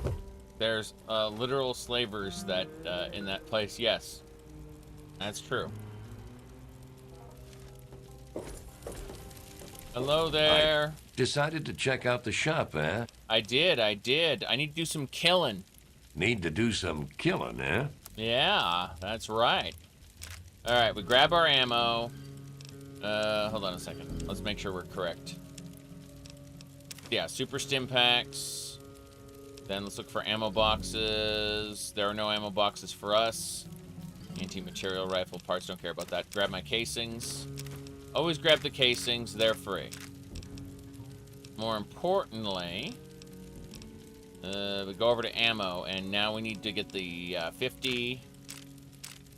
Yes. The 12 gauge. Dragon's Breath and Flechette. Then, yes. That should do it. 5.56s. No 5mm here. This sucks. I was hoping for more. And I found nothing. At least the assault carbines can be sold. Chinese assault rifles can be sold. Not so many. We're gonna go get some drugs, I guess. That's gonna be the way to do it. Just need to get these junk out of our inventory. That's good. Hello. Another satisfied customer. Yeah. If you need more ammo, this is where to get it. Hello there. Hey, nice to see you again. Okay. Yeah, I was gonna say, what do you have for sale? We've got all kinds of chems. Yep. Pre-war money is kindling and toilet paper. Alright, Cat's Eye, Fixer, Hydra, Jet, Mentant, Psycho, Super Stim Packs, Turbo, Wine, Whiskey, Wine. We're just taking Corolla in. We're literally like, what do you have for sale? I will buy all of it. She's like, excuse me? All of it! And that's how things work. We just come in with a whole load of, you know, what's called, with a whole load of post-war loot off everything, and just say, I want your everything. Give me a shout if you need anything else. I won't be able to sell to other customers. It doesn't matter. I'm buying all of it. Hey. Hey. Yeah? What do you want? There you go. I was gonna say, you don't have to be such a bitch. Oh, really? My husband ran off and got himself killed, and left me to raise his little brat. So don't you tell me how I should or shouldn't be. Okay, fair enough. Hello. Yes, sir? Yeah, I was watching your animations. Did the ant pheromone work? Oh my god, it was so romantic. Diego has left the church. We're going to get married. Mm-hmm. When are you getting married? Oh, we forgot to invite you. You should come. Be at the church by 3 o'clock tomorrow. Damn. So we're going to be there. We're going to be there at their wedding. Don't mind me, mister. We used ant pheromones to seduce, she used ant pheromones to seduce a guy. And convince him to leave the church. Yes. I heard that a bunch of former slaves from Paradise Falls set up a free town in the Lincoln Memorial. I wonder if there's anything else. That. Oh, we should probably trade. They're trying to help others. We'll be sticking Welcome around to here Gary's until Galley. tomorrow. And then we'll be doing some more point lookout after we attend the wedding. So what do you have? Okay. Let's grab those Brahmin steaks. Those are glorious. And I guess that's it. I don't need the refined punga fruit. I like how they reduce rads. That's kind of nice. But my Salisbury steak awaits. No, we need... yeah, I'm looking at most of this stuff. I guess your super stim packs. Yeah, the actual, like, and the Yum Yum deviled eggs. Those are used for stuff. But that should do it. So let's just sell her some mines. You like mines, right? That's fine. Good. Give me a shout if you need anything else. Slaves escaped too. Good for them. Said when you're doing all the content, you weren't kidding. Yeah. We're gonna stick around for the wedding. It'll be, what, 4 o'clock tomorrow, she said? I don't fucking remember. Auto-inject stim pack. Weapon repair kit. Yes. Very good. Does Bethesda hate kids? I don't know. That's a very good question. I have no idea. Recycling microfusion. I can't say how they feel about children. All I can say is that it's quite sad. Overcharge. Now we don't need to worry about any of that. Yeah. What happens when they wear off? Will she keep drugging him? That's a very good question. Morning. Another wanderer here to lick my father's boots. Good job.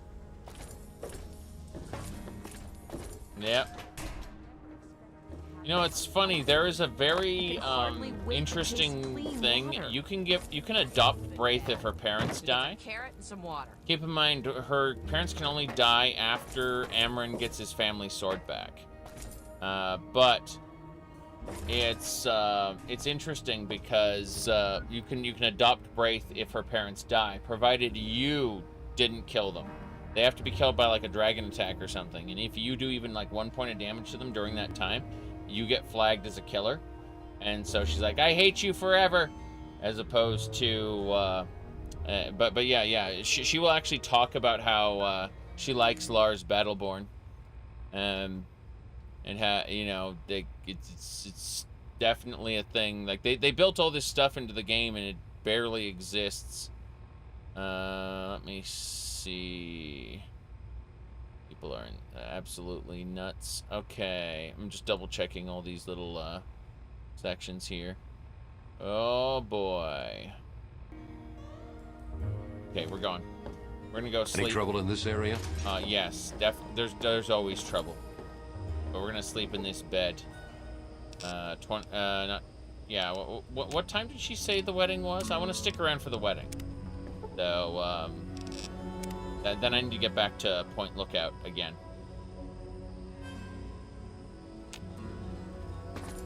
So it was like 4, right? 4 p.m. I think it was like 4 p.m.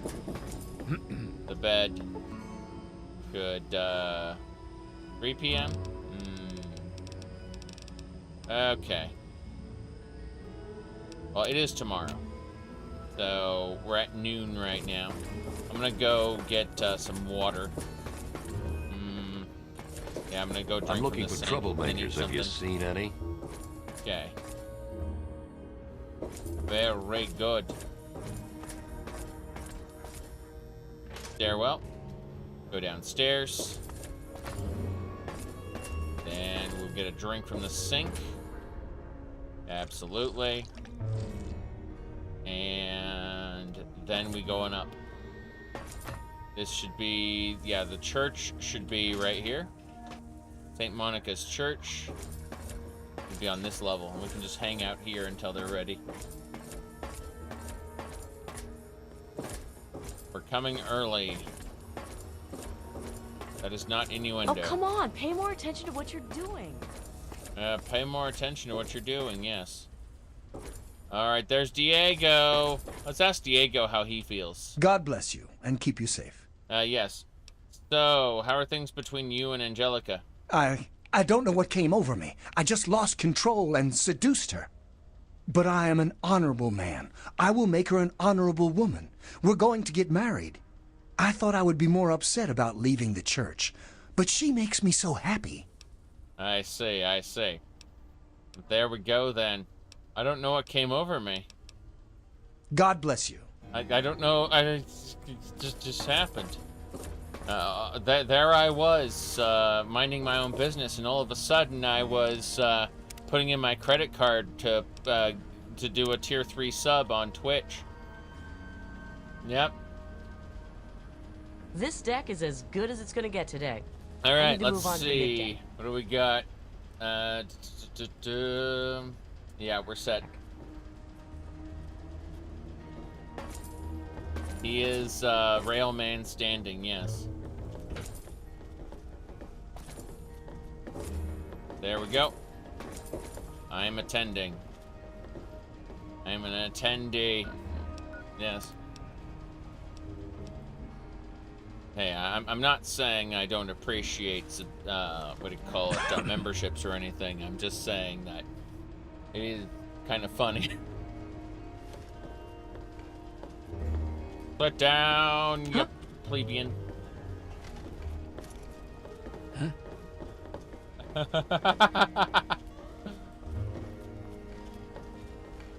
You didn't know what came over you. You watched the trailer for the new Genshin Impact character, and suddenly you were you were buying $100 worth of primo gems. Yes. Let me see here. I think it was. What was the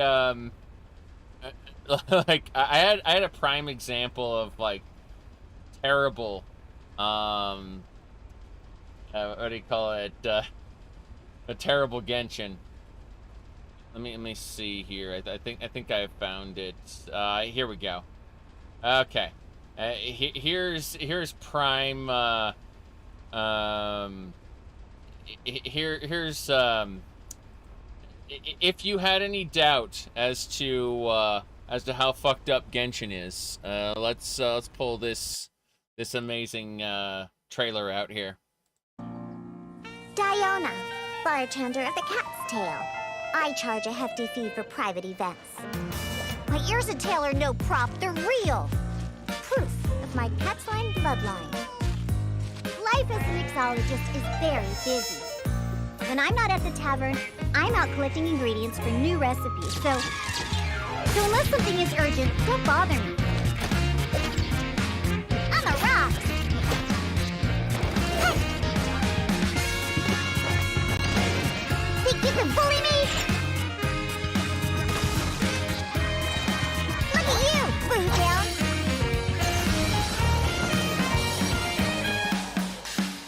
I wasn't waiting for you. I just happened to be resting. There you go. We did. That's that's all you need to know about Genshin Impact there. Yes. That's yeah, exactly. That's enough for today, meme. That's what I'm saying is anytime I have to point out just how screwed up Genshin is, like that's my go-to clip because it's their marketing material. This is what they're like. They used that trailer to sell gambling for that character. People actively spent money on gems so that they could pull like slot machine pulls for that character. Okay? Yeah, we're not talking about that.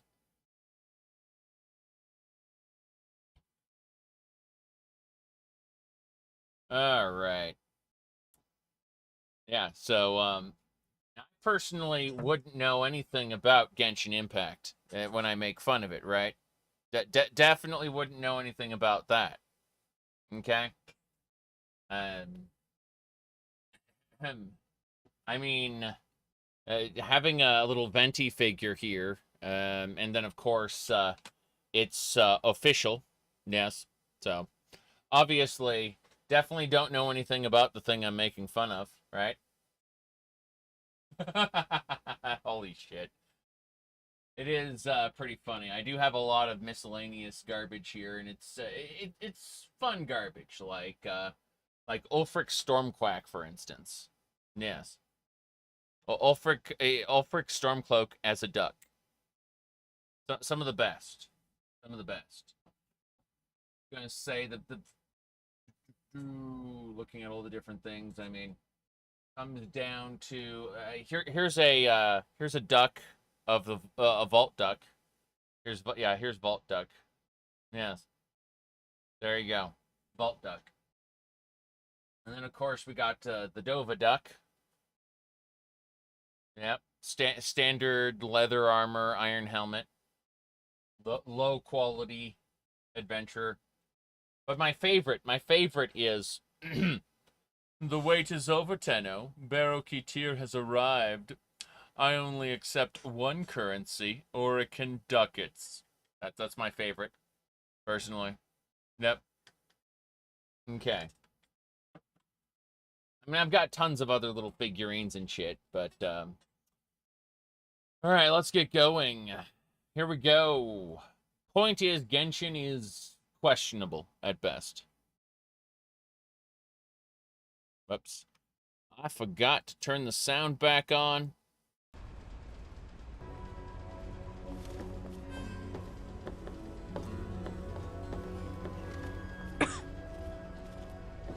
Huh?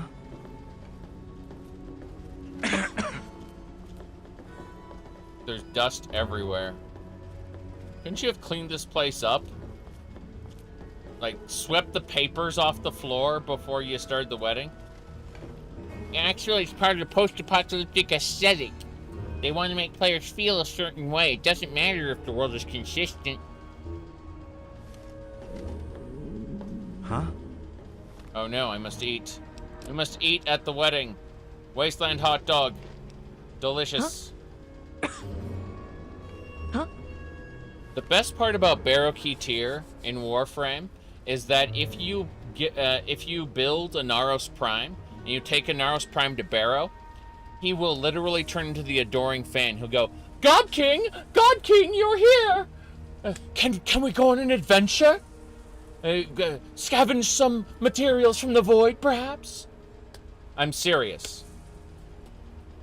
Yeah. That actually happens. If you pick a Naros Prime and you go talk to Barrow, he goes all adoring fan on you.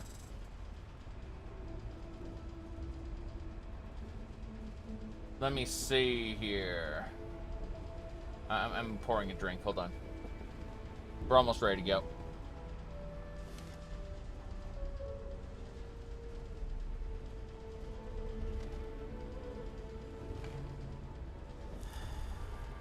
Anyway, you can buy an item from Barrow that starts the Void Raider mission, and you get some stuff from that.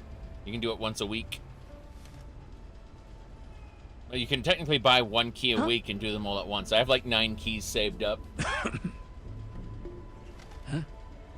All right.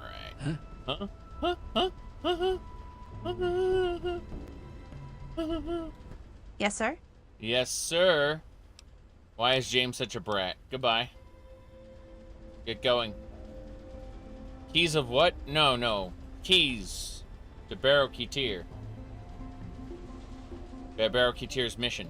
They're world map keys that you use to start a mission.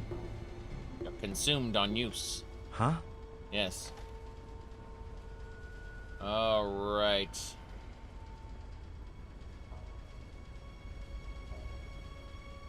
We're still waiting. What time is it? Huh? It's an hour until this starts. Got it. So we just gotta chill out here for an hour. Huh? Should have had pre-war attire. Yeah, that's true. My goodness.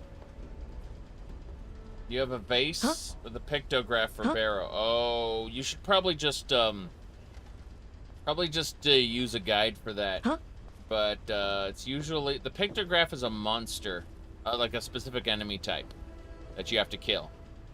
You have to kill those creatures in order to fill up the urn or whatever, the vase. Yeah. Mm-hmm.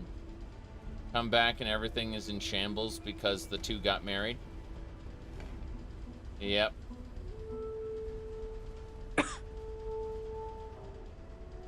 The people who marry out of obligation.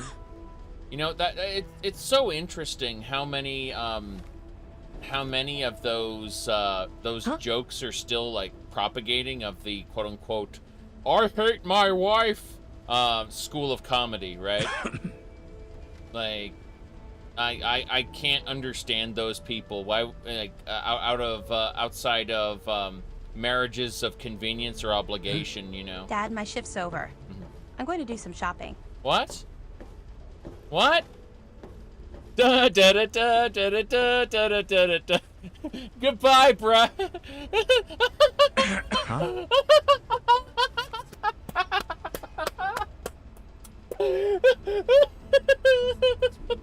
She literally said her shift's over. She's gonna do some shopping, and she did a little like stood up, did some kick walk, and then walked away.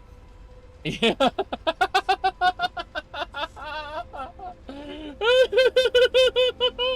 Huh? Wait, what? Oh no.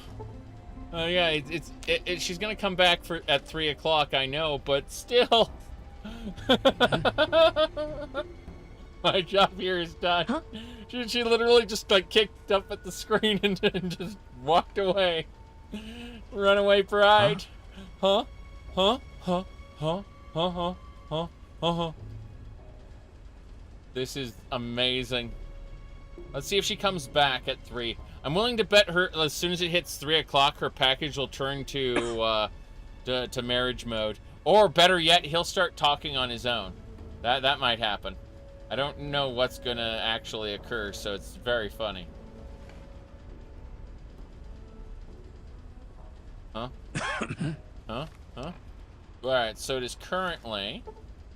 it's 3 o'clock right now. I'm not supposed to talk to strangers. Okay, goodbye. So long.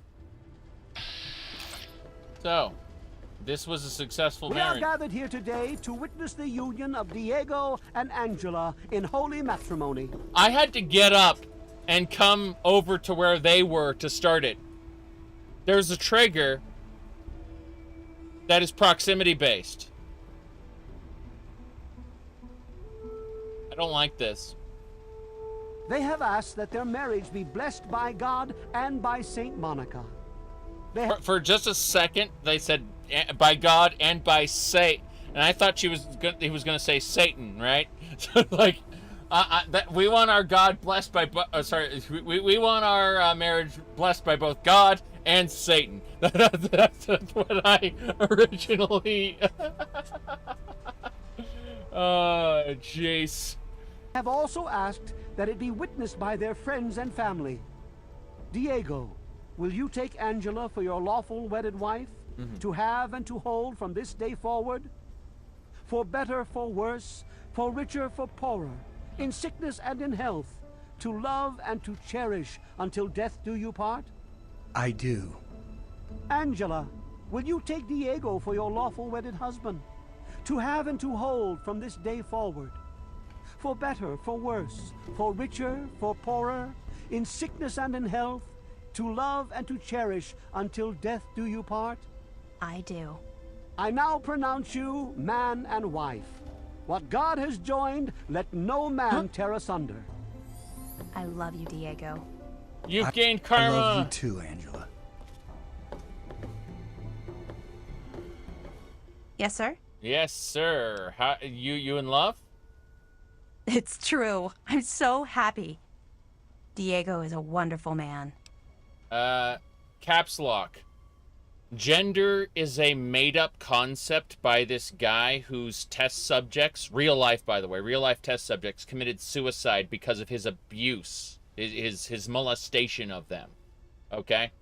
So, no, abolish gender, please. Thanks. Okay, let's go. Later. Later. God bless you and keep you safe. Yes. All right, you two married? Oh, yes. I had to give up being a priest, but it was worth it. Yes. No, the person who coined the term and like all the science is based on the fruit of a poison tree. It is the very concept itself is born of bad people. Bad people. Yes. Bad person, I should say. Yeah. Let people do whatever the hell they want. I don't give a shit about societal norms. Yes. That's it. Okay. There you go. Said, what was I talking about? No, someone said 2 genders, and I reminded them that the concept of gender itself was invented, and the people who are, yeah, like the person who coined the term was a very evil person. Lives were sacrificed in the name of his science. Put it like that. Okay. Goodbye, Diego. God bless you. Yes. Okie dokie. People ringing in the comments? Yes. People ringing in the comments. It's gonna happen.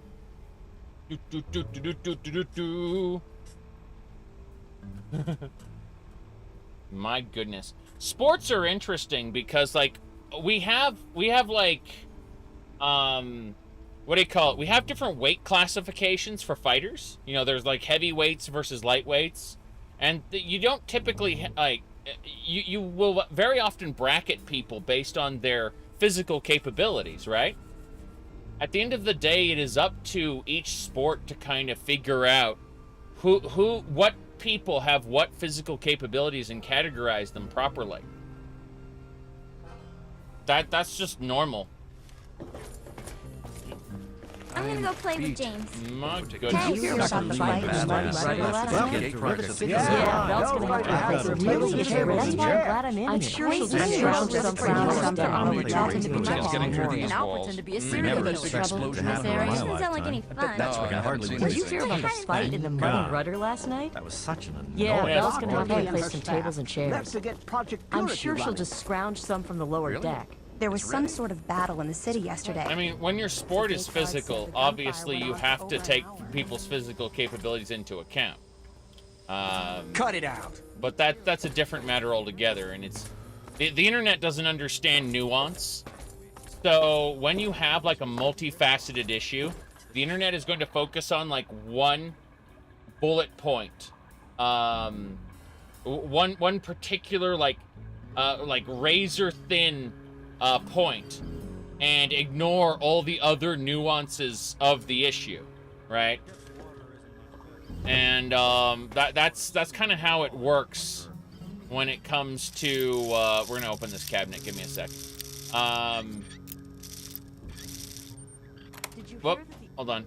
Rebound. One of the new immigrants died of radiation. Yeah, Alchemist. I'm not going to get into those kind of specifics because that is again a nuanced issue. Yeah, I heard she was drinking. I'm just going to say that there are a lot of yeah, you like pancakes, you must hate waffles. Yes. Well, again, I'm not getting into the specifics of it. That's all I'm saying. Is see, when you see you have a figure, ask for a yes/no answer to very complicated questions. Yeah. Yes, exactly. Oh boy. Anyway, I'm here to graze the issue in a way that ruffles feathers, and then immediately deny in-depth discussions about those things. In other words, I'm gonna make you think unpleasant thoughts, and then I'm going to curtail the discussion, causing you to be unhappy. That's exactly what I'm doing. It is designed intentionally to make you dissatisfied. All right, let's go this way. All right, we are done. Do. Yes. Okay. So, what was I saying? Yes. The Dunwich building was my favorite dungeon in the base game. Yeah, by far. Speaking of far, we're heading to the riverboat landing very soon. Let's go ahead and just drop off all our stuff that's going back to Megaton. We'll. Oh wait, no. I have to go back to Megaton and I have to do ammo. Then we can go to. I was about to call it Far Harbor.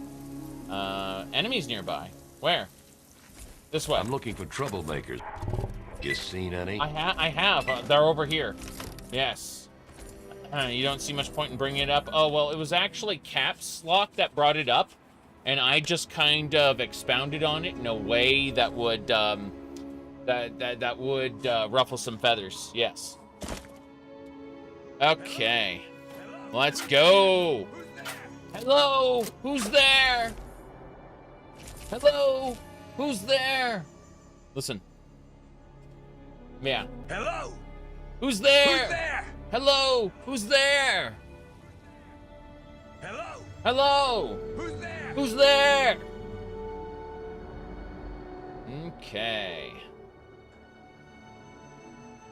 Hello? Hello? Who's there? Who's there? Yes. Hello? Hello? Who's there? Who's there? Who's there? Hello? Who's there? Hello? Who's there? Who's there? Hello? Who's there? Who's there? Aha!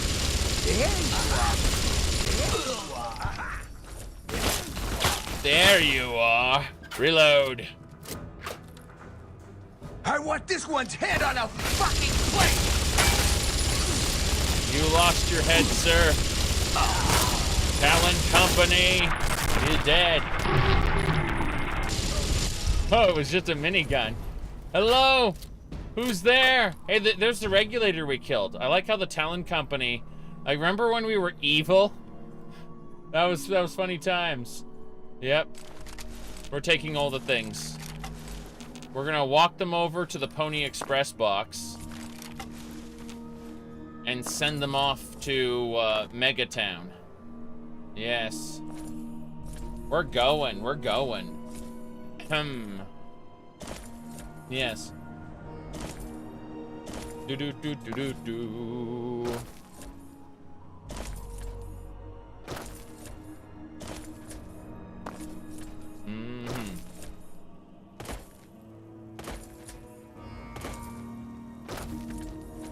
Minigun video game miniguns deal little damage. Yeah, yes they do. They definitely do tiny amounts of damage. It's funny.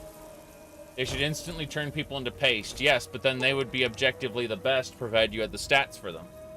That's the real problem. We're gonna start shipping stuff to Megatown. So that's what we're doing. We're just shipping everything off. We're not going back to Megaton, by the way. We're just we're getting everything set up to make our departure back to Point Lookout. And so what we'll be doing is just shipping everything off with this Pony Express box. Very good. Yes, but Fallout 1 is very obscure for a lot of people. It's just because you... Whoops. I need that Enclave helmet. Hold on. Yeah, for a lot of people, Fallout 1 is a very obscure thing to talk about. Okay, we're grabbing absinthe, ant nectar. We can keep one ant nectar, but we're putting like most of the meat and stuff away. Multiple beers, all the blood packs, like most of the blood sausage. Oh, we don't need that many Brahmin steaks. We'll bring 6. All the brain fungus away, cram. This is all getting shipped back to Megaton, so we're kind of being careful about what we take with us because there's just way too much to be taking with us at this point. Fancy lead cakes. Get your weapons today. Human flesh. Yeah, some of this stuff has no weight, so we can just take it with us, no problem. Other stuff has weight, so we need to be careful about it and just kind of go. Mole rat meat, noodles, Nuka-Cola can go away. Keep the quantum. It's single quantum is fine. But yeah, we're looking at this going, oh wow, our carry capacity is definitely shaping up. So yeah, all this stuff is going to go into the Pony Express box. Ridiculous. So, miniguns eat ammo, which is supposed to make them undesirable. that the wasteland is loaded with ammo. It's true. It's true. Trigger bombs. Sorry, stim packs. Oh shit, that's a lot of red paste. It's not that much, but it's, yeah. There we go. Put the punga fruit away. Most of the wine. Yum yum deviled eggs. We'll keep the kits on us, but yeah. We're looking at this yeast, wrench, wonder glue, whetstone, sensor modules, scrap metal, scrap electronics, cartons of cigarettes. We're almost there. We're in a much better spot than we were before. Fishing poles, I accidentally picked up. Cigarettes. What else? Carton of cigarettes, cameras. Okay, these holo tags don't weigh anything. I think we're good. We're good. So, my goodness. Alrighty then. Okay. I think that's it. I think we've officially got ourselves into a good situation. That should do it. Okay, Pony Express box is good. We're traveling to the riverboat landing, and we're going to be, yeah. The lady got married. We attended the wedding and everything. We got ourselves all set up. The only thing we need to do now is convert some ammo to an ammo bench. But I'm pretty sure we'll find an ammo bench in what do you call it? In our destination. So we just need to head on over to the riverboat landing. Yes. Very good, very good, very good.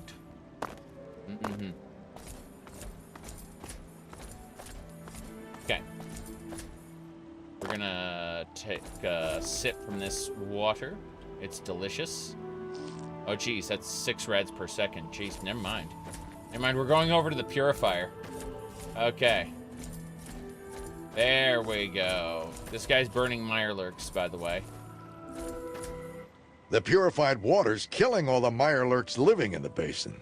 Lucky me. I get to pull out the floaters and roast them. You may want to stand back, unless you've got a strong stomach. Wow. Okay, the purified water. So this is all purified water in this basin. So we're gonna drink from it until our health is full. Damn. That heals us something quick. Awesome. Awesome. God, what a stink. Aqua Pura should give you negative rads. Nano machines inside the water removing your rads? I don't think so. It is pretty funny, though. Wait, where's the riverboat landing? This way. So we gotta go down. Yeah, we gotta follow the purifier around. Hold on a second. So the orange cat wants to get out. I'm gonna help him.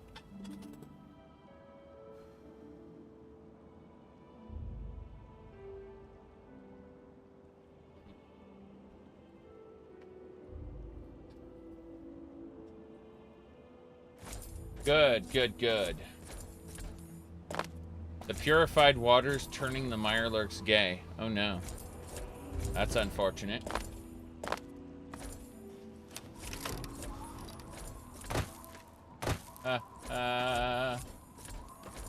When I saw the new Adoring fan, I rolled my eyes a bit and went, okay. I accepted it. Just, you know, it's like, this is some cynical fucking marketing. That's what I saw, unfortunately. Like, I understand it's, like, it's a reference that, like, oh, they wanted to... Todd Howard keeps talking about legacy. And how Starfield's probably going to be it. And I don't know... Like, I think it's going to be fun. I suspect it, because they haven't made a single sandbox yet that isn't fun for me. Including Fallout 76. Right? So, we'll see. We'll see. Got a lot of rads. We're going to take a rad away and a rad X. And just get this dealt with. We're going into the water. Member berries, yes. I mean, it's nostalgic for the people working on Starfield, though, because they didn't work on any what do you call it? They didn't work on like not all of them worked on Morrowind, right? So like the big names, the people who are really responsible for the project, that was their start at Bethesda. I'm just saying, like, it makes perfect sense. I've not done Zeta yet. I'm gonna do Zeta. I actually have a mod that takes all my equipment and distributes it around the Zeta ship instead of putting it in one place. So we're gonna have to comb the ship looking for our stuff, and we won't get it all back at once. Mirelurk mate. Glorious. It's a shame you can't manually land on planets. Well, I mean, you can mark a location for landing, but no. Is the KOTOR remake even still going? I thought that thing got canceled. I know the lady who was going to make storyline changes got canceled, but that's a different matter altogether. Let's see here. All right, hello. Oh, I hope you can find my Nadine. Maybe I can, maybe I can't. We gotta go up.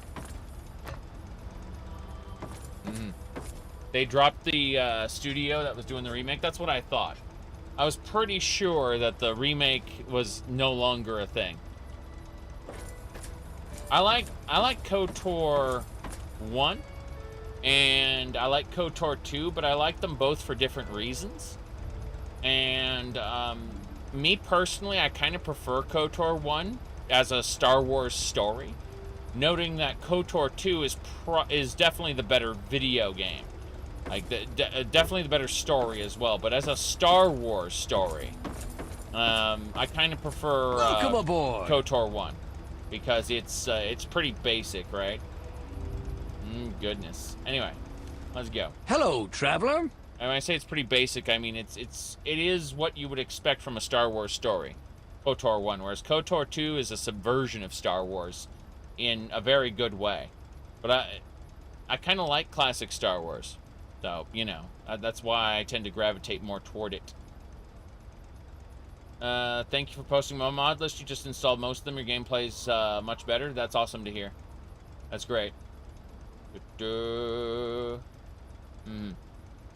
Fairly basic Bioware game. I mean, that's just it, though. Like, Neverwinter Nights is kind of one of my favorite games, period. So, you know, when you throw other people's content into it, like, you know, Shadows of Undertide, Hordes of the Underdark, I need to play Darkness over Daggerford. I haven't done that yet. Yeah, BioWare has always been kind of basic, to be honest. I'm here to buy. Happy to oblige. Give me a riverboat ticket. Let's go. Jeez. Let's go ahead and sell him some ammo just to offset that riverboat ticket. I think microfusion cells? Yeah, let's sell him some microfusion cells until we get to a happy point where let's just go with maybe 88. Damn, it's too many. Give them back. There we go. 306. Bam. Goodbye. Mass Effect? Mass Effect 1 was like an interesting point. It's a shame that Mass Effect 2 and 3 ruined what I liked about 1. Okay.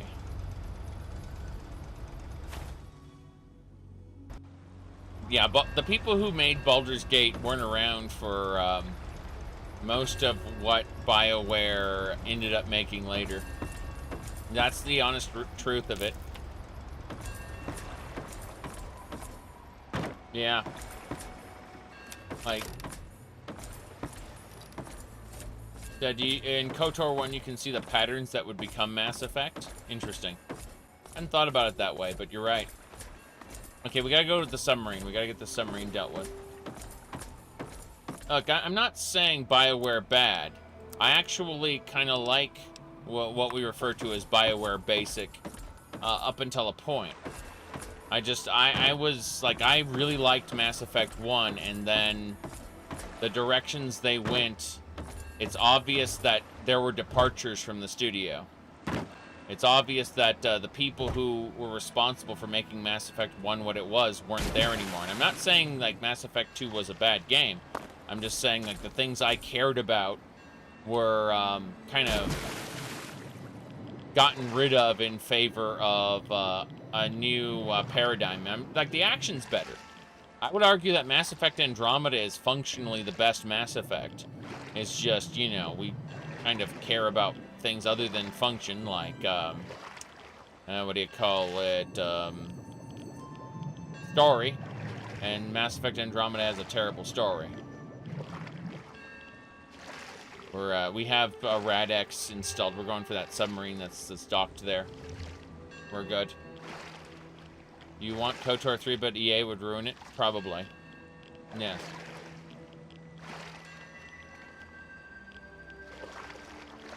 Alright.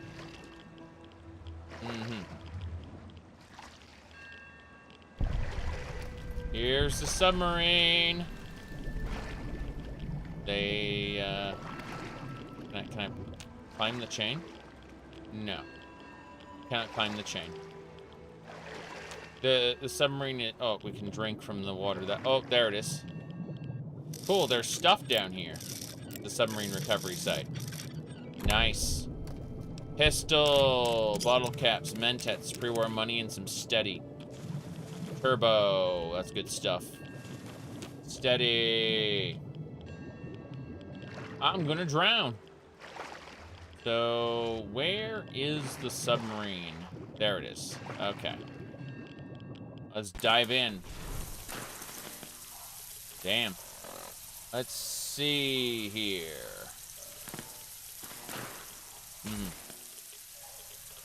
Looking around. There's a Chinese pistol, another stealth boy. We can drink from the water. There's an operations terminal here. Let's see, mission parameters. They be spying. They be spying. Self-destruct protocol. We can do the self-destruct if we want to. It's illogical that you can open and close the hatch while underwater. Yes. Yes, it is.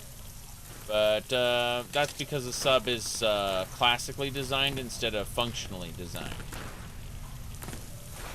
That's the best way I can explain it. Classically designed instead of functionally designed. Alright, well, let's blow the thing up, I guess, unless we spot something else around here. Which I'm not spotting anything else. So I think we should just kind of blow it up as per the Chinese mission for some reason. I guess. Like, this is what the quest wants. Oh, personal footlocker. There we go. I freaking knew it. Bottle caps, doctor's bag, leather armor, some power fists. Yeah, whatever. I'm taking anything that's here. I'm just taking all the loot on this because it's going to go explode. Classical generator, and then a big ol' engine.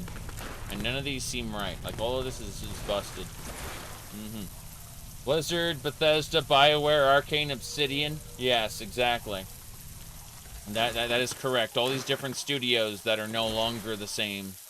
It's interesting because, like, Obsidian has a lot of the classical people. They just aren't in the same positions. Some of them have been promoted out of usefulness. Like, yep, duct tape, absolutely. But, whoops. Leave the Switch alone.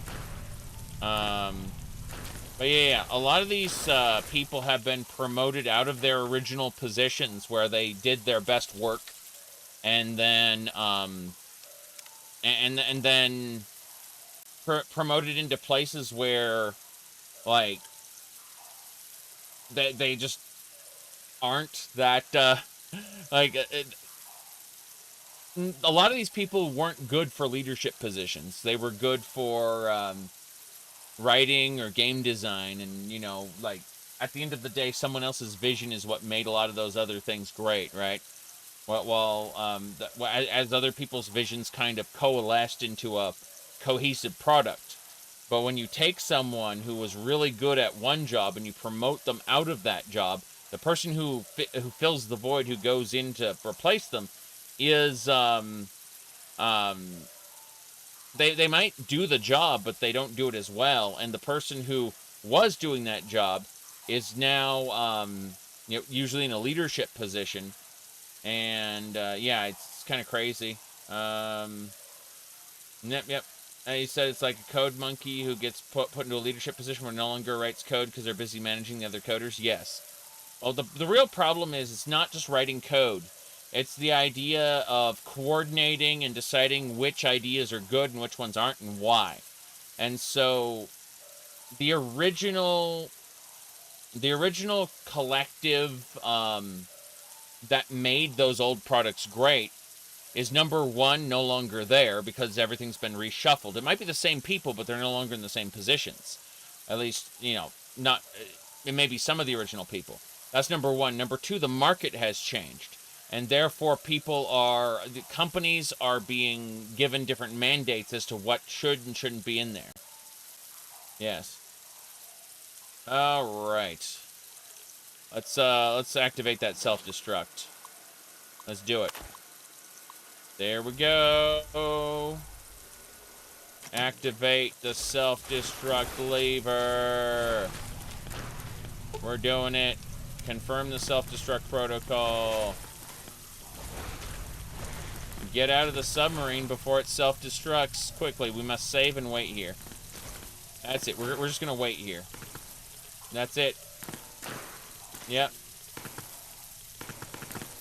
That's right.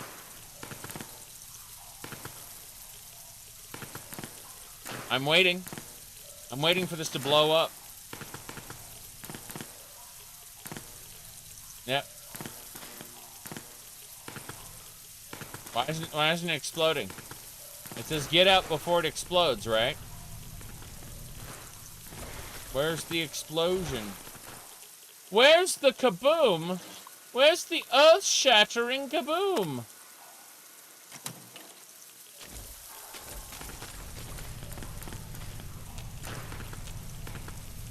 There's no boom. Yes. I mean... Okay, let's go. We're out. We're leaving. We're going. We gotta go this way.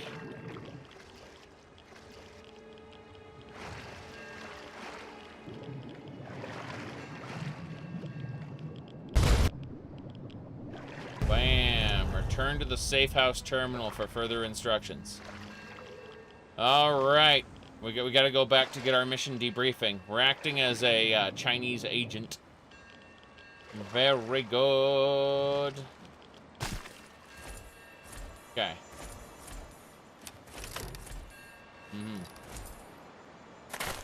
Like with the wedding, there's a hidden line you need to cross. Correct. It's a proximity trigger. It's great. Yep. Anyway. I'm not saying bad game good. I'm not saying old game good and new game bad. However, I am saying that a lot of the talent that made these games what they are is reshuffled. And so I'm looking forward to someday, you know, playing some new games I'm super passionate about. But so far, that they've been coming from the indie space. And what has to happen is the indie space has to create something, has to basically create a Minecraft, right? Or something like that, and then those ideas propagate through the industry after the fact. That's kind of how it works. So right now, BattleBit is currently getting a lot of attention. But whether that'll fizzle out or become a new goalpost for like AAA multiplayer shooters is currently up to for debate. You know, whether it's going to happen or not. You said Microsoft owning everything. Yes, there's a problem with Microsoft owning everything, and it's that they don't have proper competition. Microsoft is trying to crush its competition, you know, and if that happens, the free market ceases. Like, everyone kind of dotes on the free market in the United States, about how it, like, breeds innovation and shit. But when, like, the free market also, at the end of the day, the main problem is if competition gets eliminated or, like, utterly crushed underneath a monopoly, that's when the free market stops to function properly. It stops, innovation stops and profit optimization chokes out what good things the free market can create. That's the main issue. People act like the free market is a force of nature, but in reality it is a human construct, no different from all our other social constructs that we've created. It is not natural. It is the creation of humans.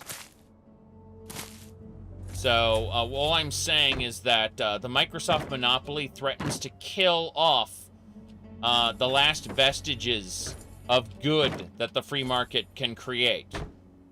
It's, this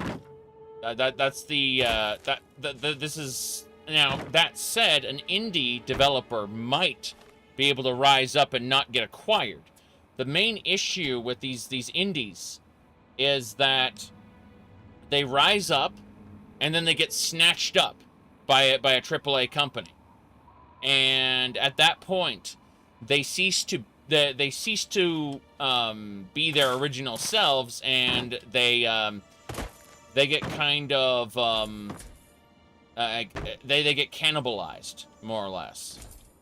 So that's the big issue with these. The indies rarely are able to rise up to a point where they can compete. Rather, the moment they start to compete, they get taken. Yes. So, unfortunately, AAA has a tendency to look at games as products first and artistic projects second. Of course, the reverse is true.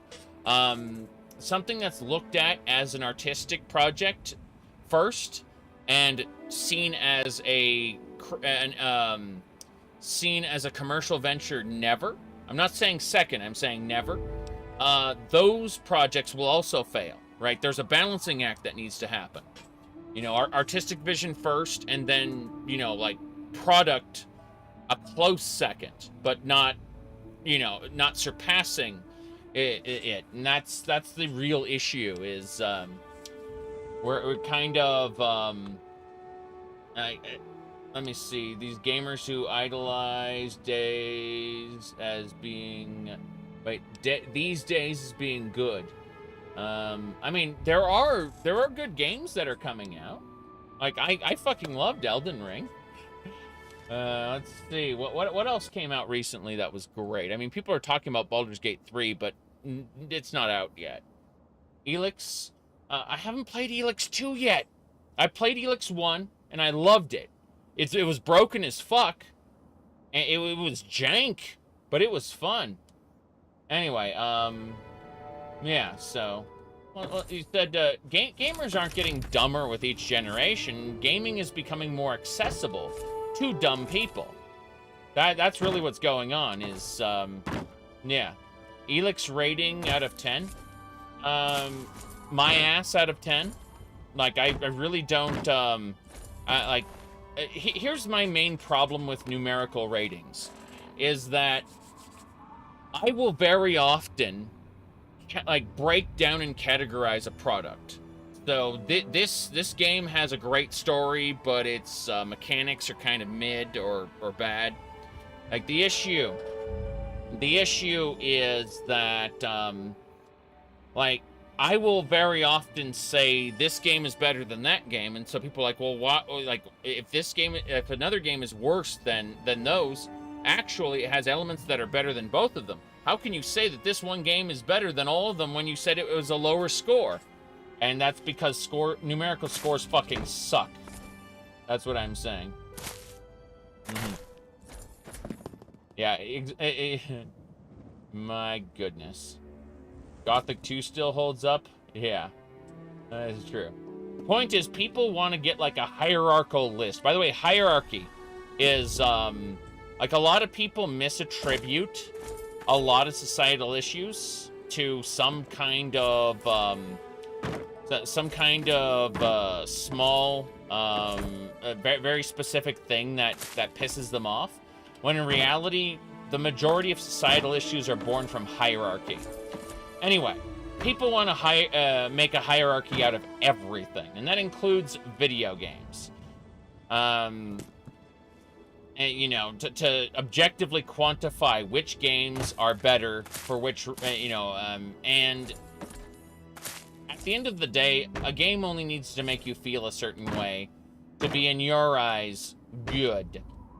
Even if it isn't necessarily a high quality game. Like, the problem is, like, we may reach for an artistic vision, right? And that game that has that said artistic vision may be functionally terrible, like Pathologic. I love Pathologic, and I recommend it to absolutely nobody.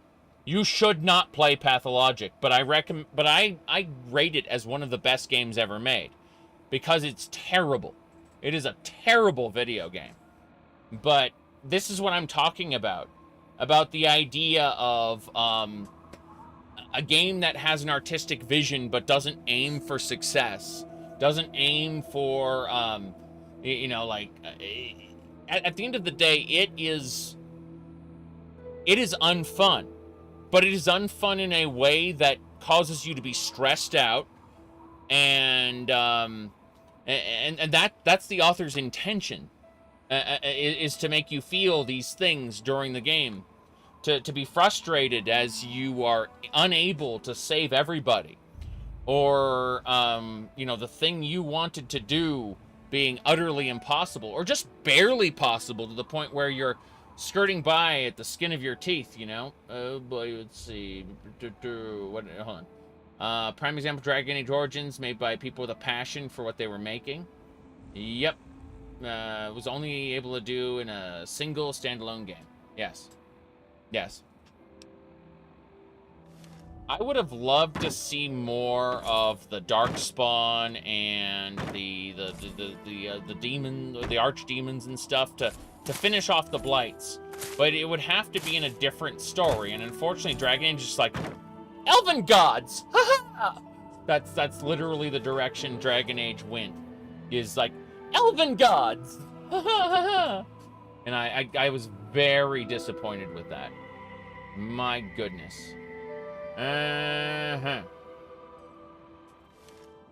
Okay, so all I'm saying is there is value in the stupid little Nintendo Super Mario Kart game, just the same as there is value in big AAA productions. However, I personally find more value in something in between, made by an independent studio these days. Not saying like big production can't do it, but my concern is that with the Microsoft acquisition, we end up getting less and less innovation because people are driving investors are driving more and more towards profit optimization, right? Yeah, shaving off the edges, exactly. Remember that games are being made for Dark Side Phil, and that's not a joke. That is lowest common denominator being real. It was whatchamacallit. Just a reminder for anyone who missed it. Most importantly, we can actually use that motivation to prioritize exploration. This is the Game Developer Conference. Here we go. Example. I want you to watch what the player does here as he boats around. Okay. This is the Game Developer Conference. Look in the corner here where I'm moving my mouse. Look at it. Okay? Listen to the voice. This is the Game Developer Conference. We're back. Levels of depravity. Look where we are. We're back. Okay. So in this example, the player is exploring the hub. They've been correctly taught the shock arrow mechanic.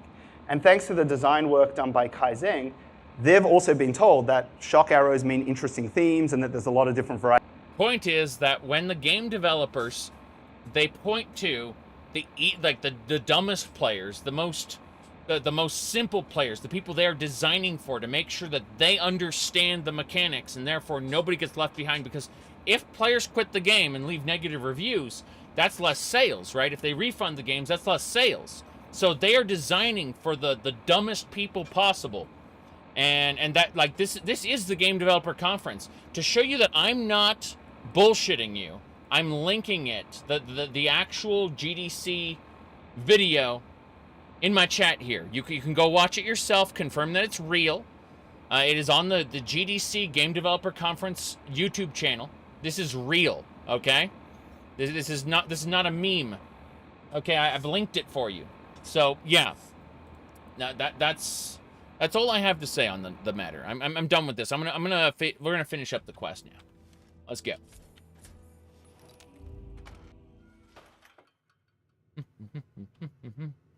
Chinese pistol. All right, what do we got?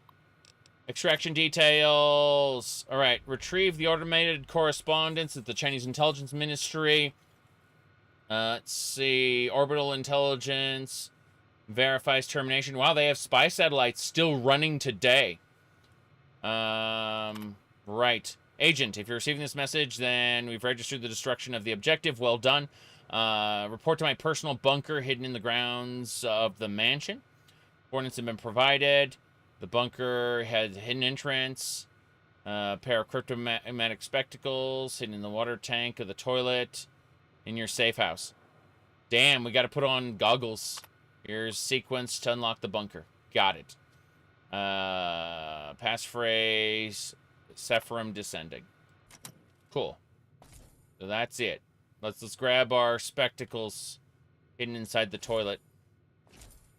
They're not in the toilet. The toilet's broken. I'm sad now. The cryptomatic spectacles are not here. I think that's a joke to get you to look in the toilet. I think some developer's going, he, that guy's looking in the toilet right now. Alright, let's go. Pre-war money. Oh boy. It's in the water. It's in the fucking water tank. Yes. We got the cryptomatic spectacles. Yeah, I'm just being stupid. Okay, we gotta go to the spy bunker now. We're heading to the mansion. We're doing it. We're doing it. Yeah. Damn, bam. Okay. What's next? What is that? What is that? It's in the sky. Flying high. Dragon. That's a piece of the submarine that got locked onto the skybox for some reason. The explosion was truly massive. I had no idea. Do do do do do do. Didn't even leave a bullet hole in it. Hello there. Oh, it is good to see you well, young traveler. And what brings you to Madame Panada's? How much you have for sale? I knew that's why you came to me. Damn right. I'm here for your ammo. Let's see. What else we got? Med-X. Rad-X. Today's Physician. No Stealth Boy. Buff out's good.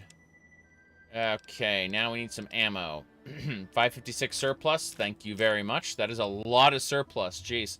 Surplus ammo is great because you can break it down and turn it into better ammo. But yeah, I think that's good. Yeah, I'm gonna take a bobby pin and all the casings.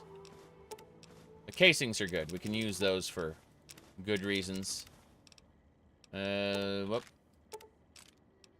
Should do it. Empty whiskey bottle, spoon, rake, toaster, turpentine. Yep, we're just giving her a good amount of caps. Let's sell the Chinese pistols we picked up, as well as the combat knives. Those are mostly unnecessary. Power fist.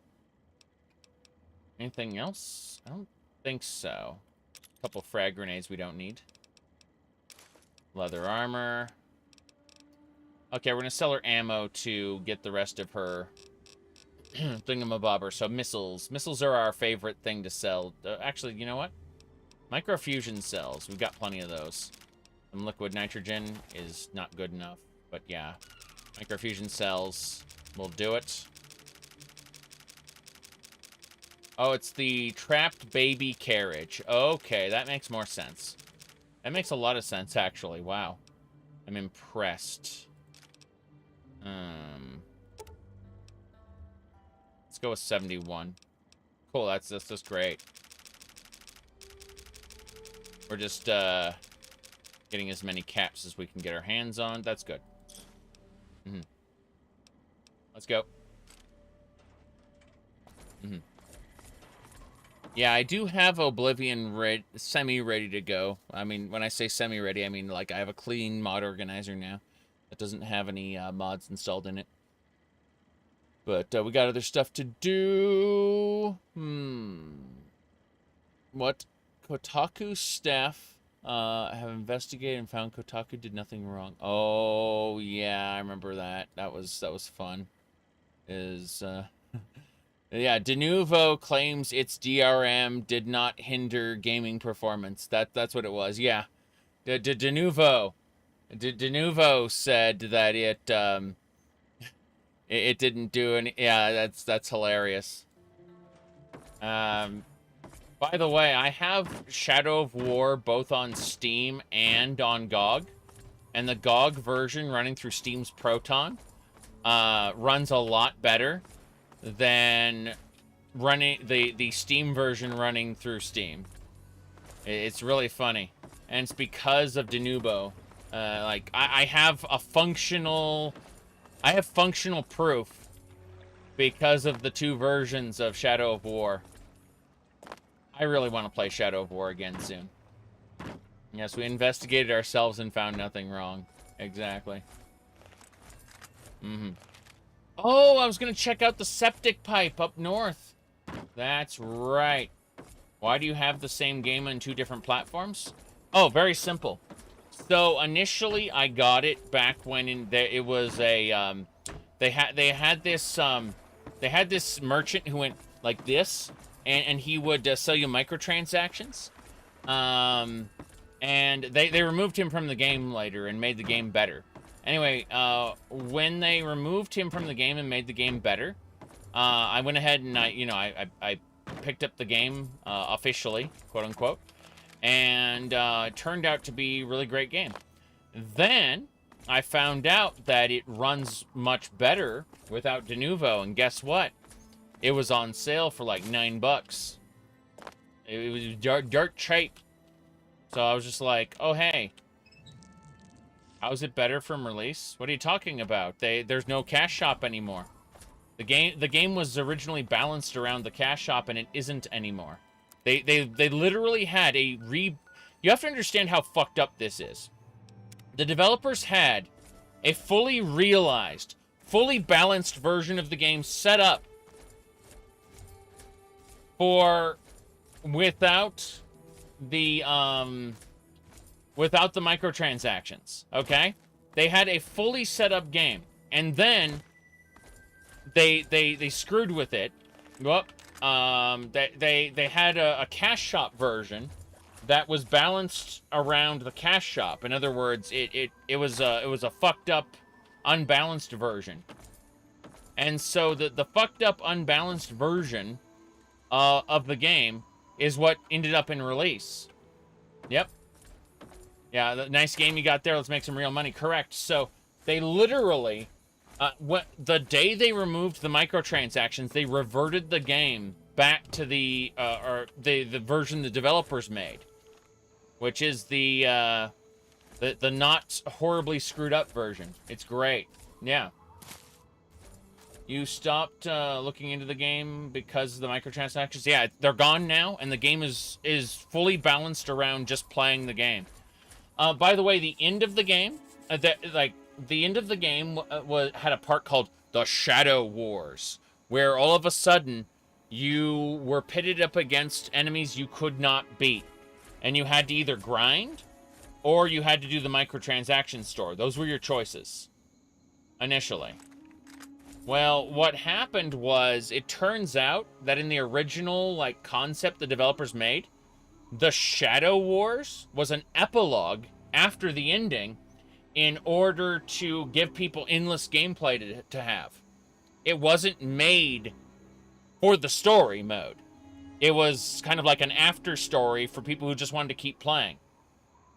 And so what happened was, to force people to buy microtransactions, they had moved the Shadow Wars up to before the ending. They gated the ending behind all the grinding.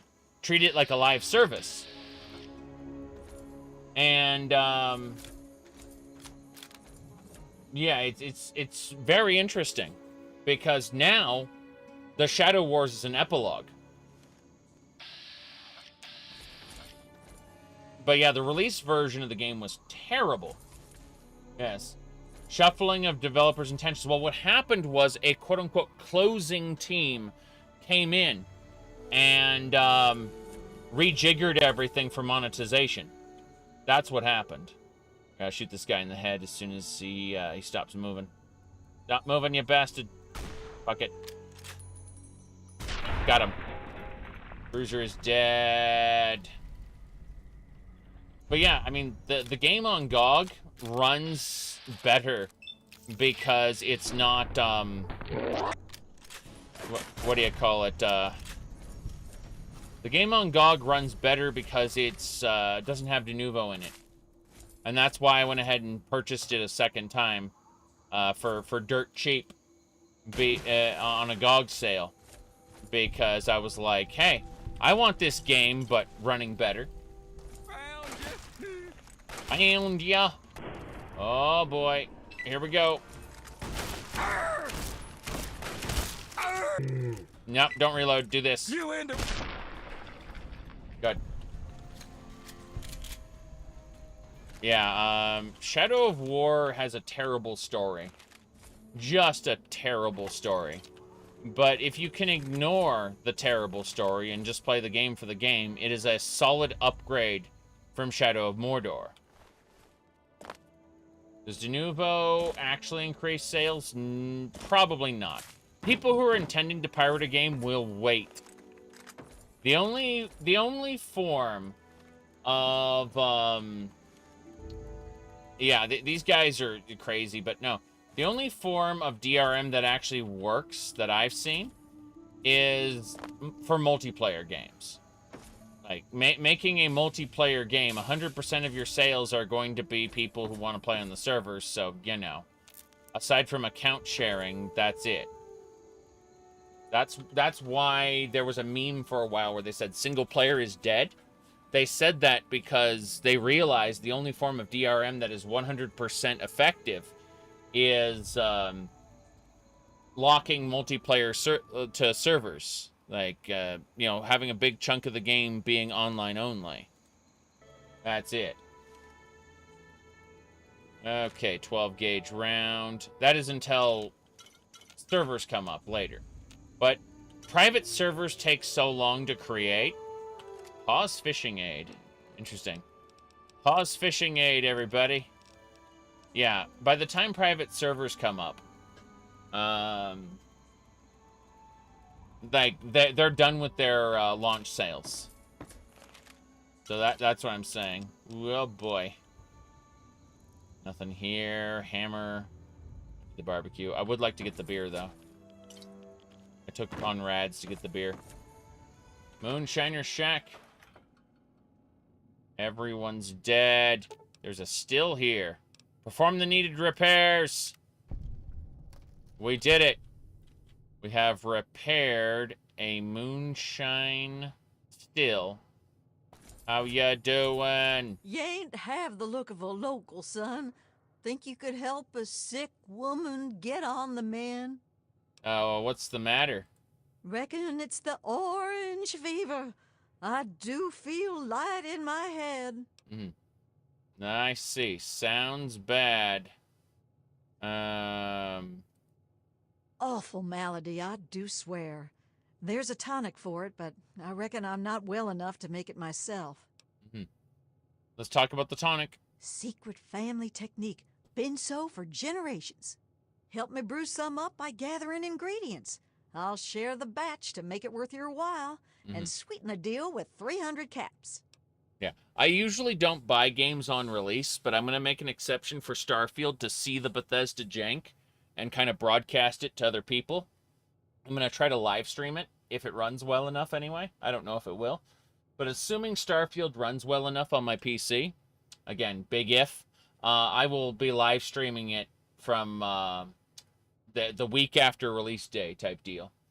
But normally, if I wasn't intending to stream or make videos of it, I would not buy it early at all. Won't upgrade the PC. I will. I will eventually upgrade the PC. Yes, absolutely. That's going to happen. Yep. Oh, boy. You skipping the 40 series cards? I need at least a 40 series card. I'm at a 2060 Super right now. And that is just good enough to live stream the game. I don't know if my processor's up to the task. That's a whole different matter. Because remember, we're not just playing the game. We're live streaming it, and we have other windows up. Like, I do this whole 4-monitor setup, which I fucking love. But it's also expensive in terms of resources. So, it's not just being able to play the game. It's also streaming the game. So, I was going to say, I will need, in order to upgrade my streaming setup, I will need at least a 40 series. And the reason is because there's an NVIDIA encoder known as a, it's NVENC, but then they have an AV1 preset for it. There's no NV1 preset for older cards, unfortunately. But the idea is that AV1 is more efficient and looks better than the old H.264 NVENC. So the idea is that I will definitely be running at least a 40 series card when I upgrade. But I don't know exactly how we're going to finagle all of this because... you know, I'm going to be building a new computer at the end of the year, and I don't know if I want to buy the graphics card early, stuff it in here. Don't know about the power requirements, how my power supply will cope. You know, like I have to look at all the concepts. You know, oh boy, because yeah, I've got you know, there's a lot of issues there. You said. What, 4070 Ti? Well, it's, let me say. Yeah, how much watts do you have? I don't know if I can remember. I have documents that I can look at later, where I'll have all that information. But I built this computer a couple years ago, 3 years ago here. 4070. Let's see. Let's go shopping for a 4070 here. Yeah. I don't, my memory sucks, so it'd be like, I'd have to look at documentation. So what about, I'm going to have an AMD CPU just because it's going to be faster. Let's see here. Don't buy the 8 gigabyte, get the 12. I see. Well, I mean, the ones I'm looking at are like $800 now. So if we can just get them to crash in price, that would be best. That would just be ideal. But please crash in price. Thank you very much. Yeah. Let me see here, because 4070 Ti would probably handle everything I would need, and I'd be able to play like X4. I'd be able to stream X4 on high settings and stuff. But yeah. Yeah. We got a great bow tie going on right here. It's true. It's absolutely true. Let me see. What do we got? So, yeah. I'm currently using a 2060 Super. Make a PC upgrade donation goal. Jeez. I mean, I'm thinking about that, definitely. Yeah, what was I saying? No. So, yeah. Don't do the 8 GB. No. It would definitely have to be a 12. My goodness. Can't wait for the Cat Boy in 4K. We're not streaming 4K. I will definitely see about,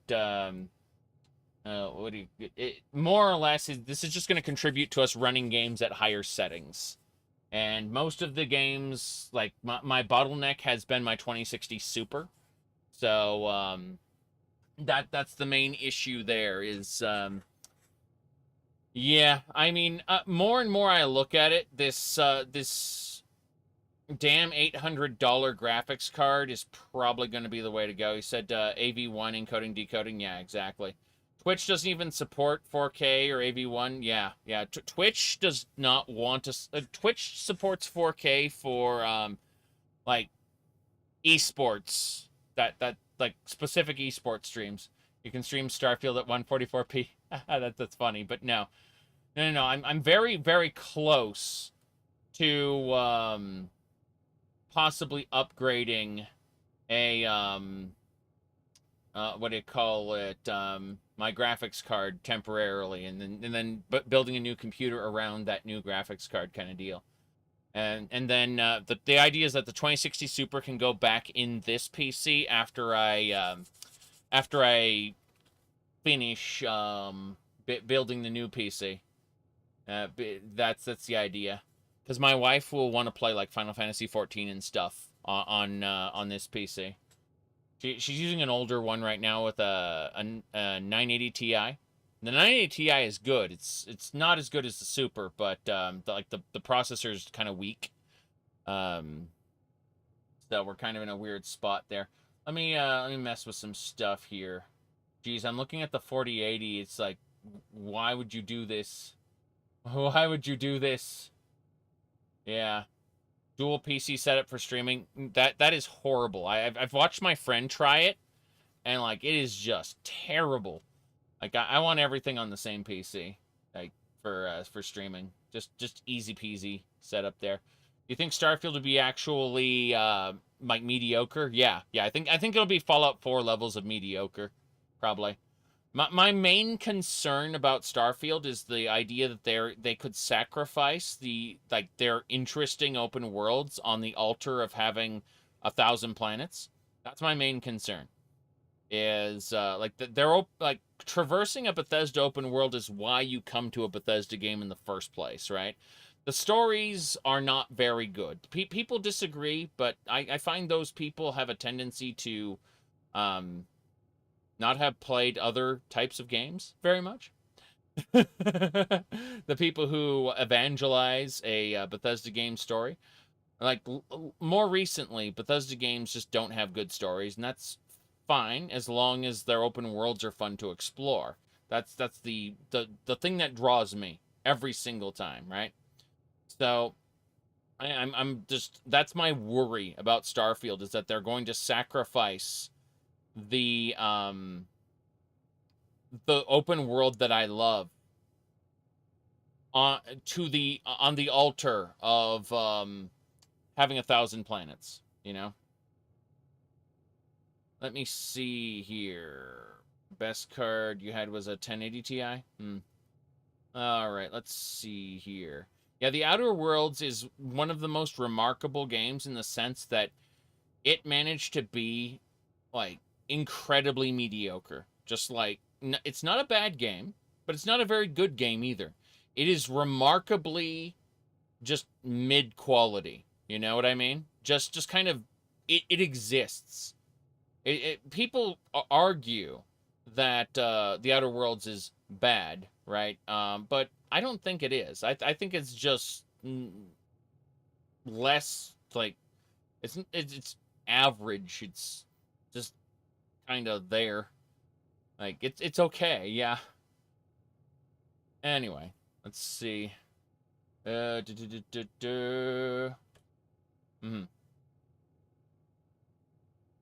Okay. You expect copy-pasted stuff in the Bethesda game? Yep.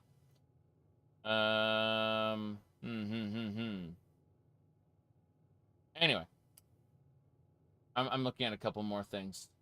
Don't you know the 4090 is the way to go? Ho ho ho. No, definitely not. Let me see here. I want to do a comparison on something.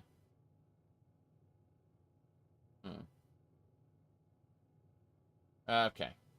People sending me things. Hold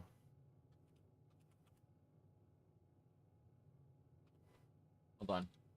I'm looking at a benchmark test. Benchmark, tell me what's going on. Alrighty then. Benchmark says that's what I expected. Speed, overclock. I don't need overclocks. Yep.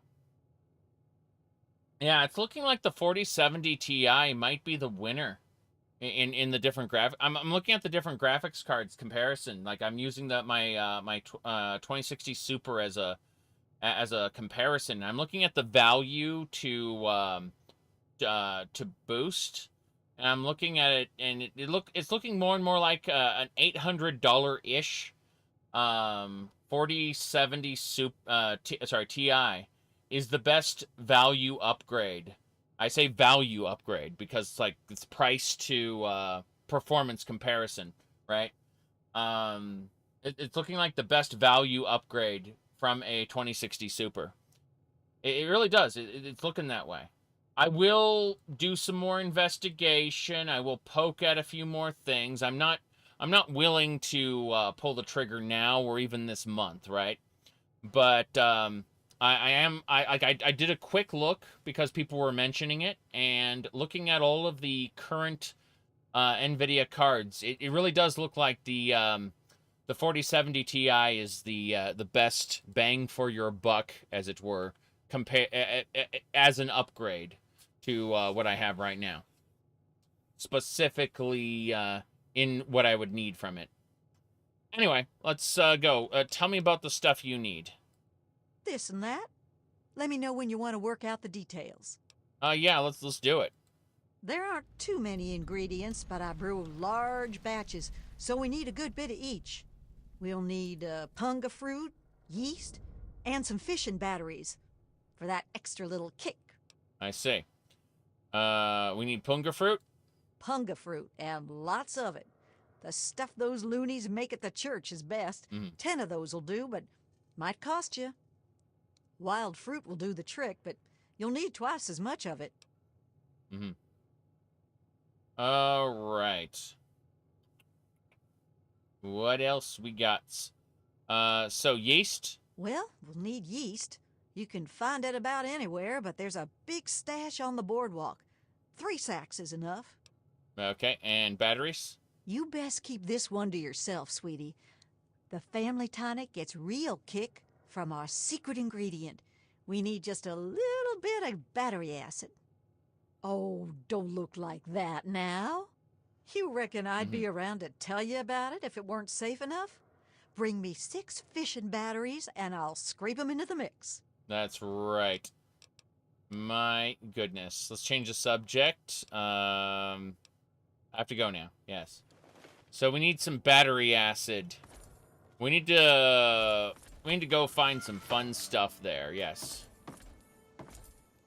Yeah, I doubt very much that Starfield's gonna come with what do you call it? I doubt very much it's gonna come with the creation kit. I expect the mod tools will come later. Oh no, you need a shovel to dig. It's time to rob some graves, everybody. Glorious. Incredible. We just robbed 2 graves using this shovel. So they've literally told us, you need shovels to rob graves. We are committing crimes here. Great. Okay. Respect the dead. Human flesh, lore accurate. Yes. Something like that. There's a lot of brain fungus around here. Jeez. This is an island called Point Lookout. We're still kind of poking around the everything. There looks like there's an enemy around. Yay-ha. Looking at those daggy tails, thinking those might be good. Let me see. Yeah, just a Hoover, yeah. When it comes to looting that, I may not have the shovel later, so I just took everything. There's some Revis. Revis! That's a roamer, never mind. Roamer, not a Reaver. They're everywhere! Oh, this is bad. This is very bad.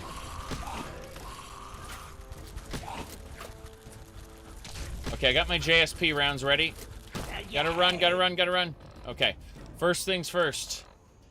Thick red paste. Some turbo. Wasteland hot dog. Some wine. Some, what do you call it?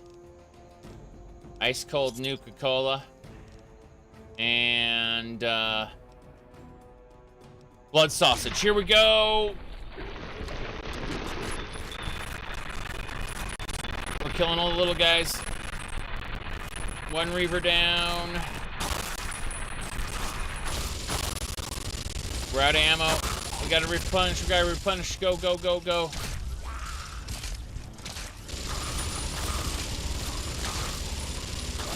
Go, go.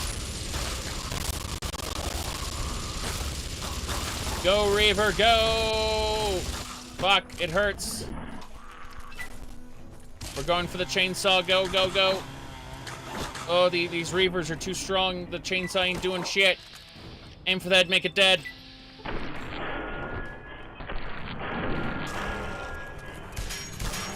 I'm about to die. Oh, jeez, blood sausage. Yep.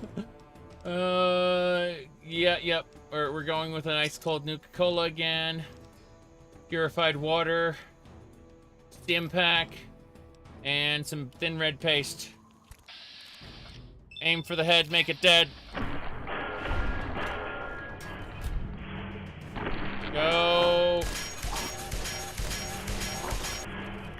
Shotgun time. Oh, bottle caps. We're good. We're good. Level up. We're still in combat. When the combat ends, we will get a level up menu. Don't know when that'll happen, but yeah, we're in a weird spot right now. Possibly when the effects wear off. Roamers, Reavers. Oh, geez, another Reaver. We got it. Ow, it hurts. Make it die.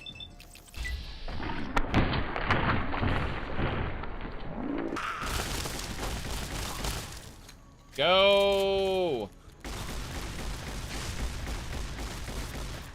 We almost got him. I like how he's backing up and throwing stuff at me.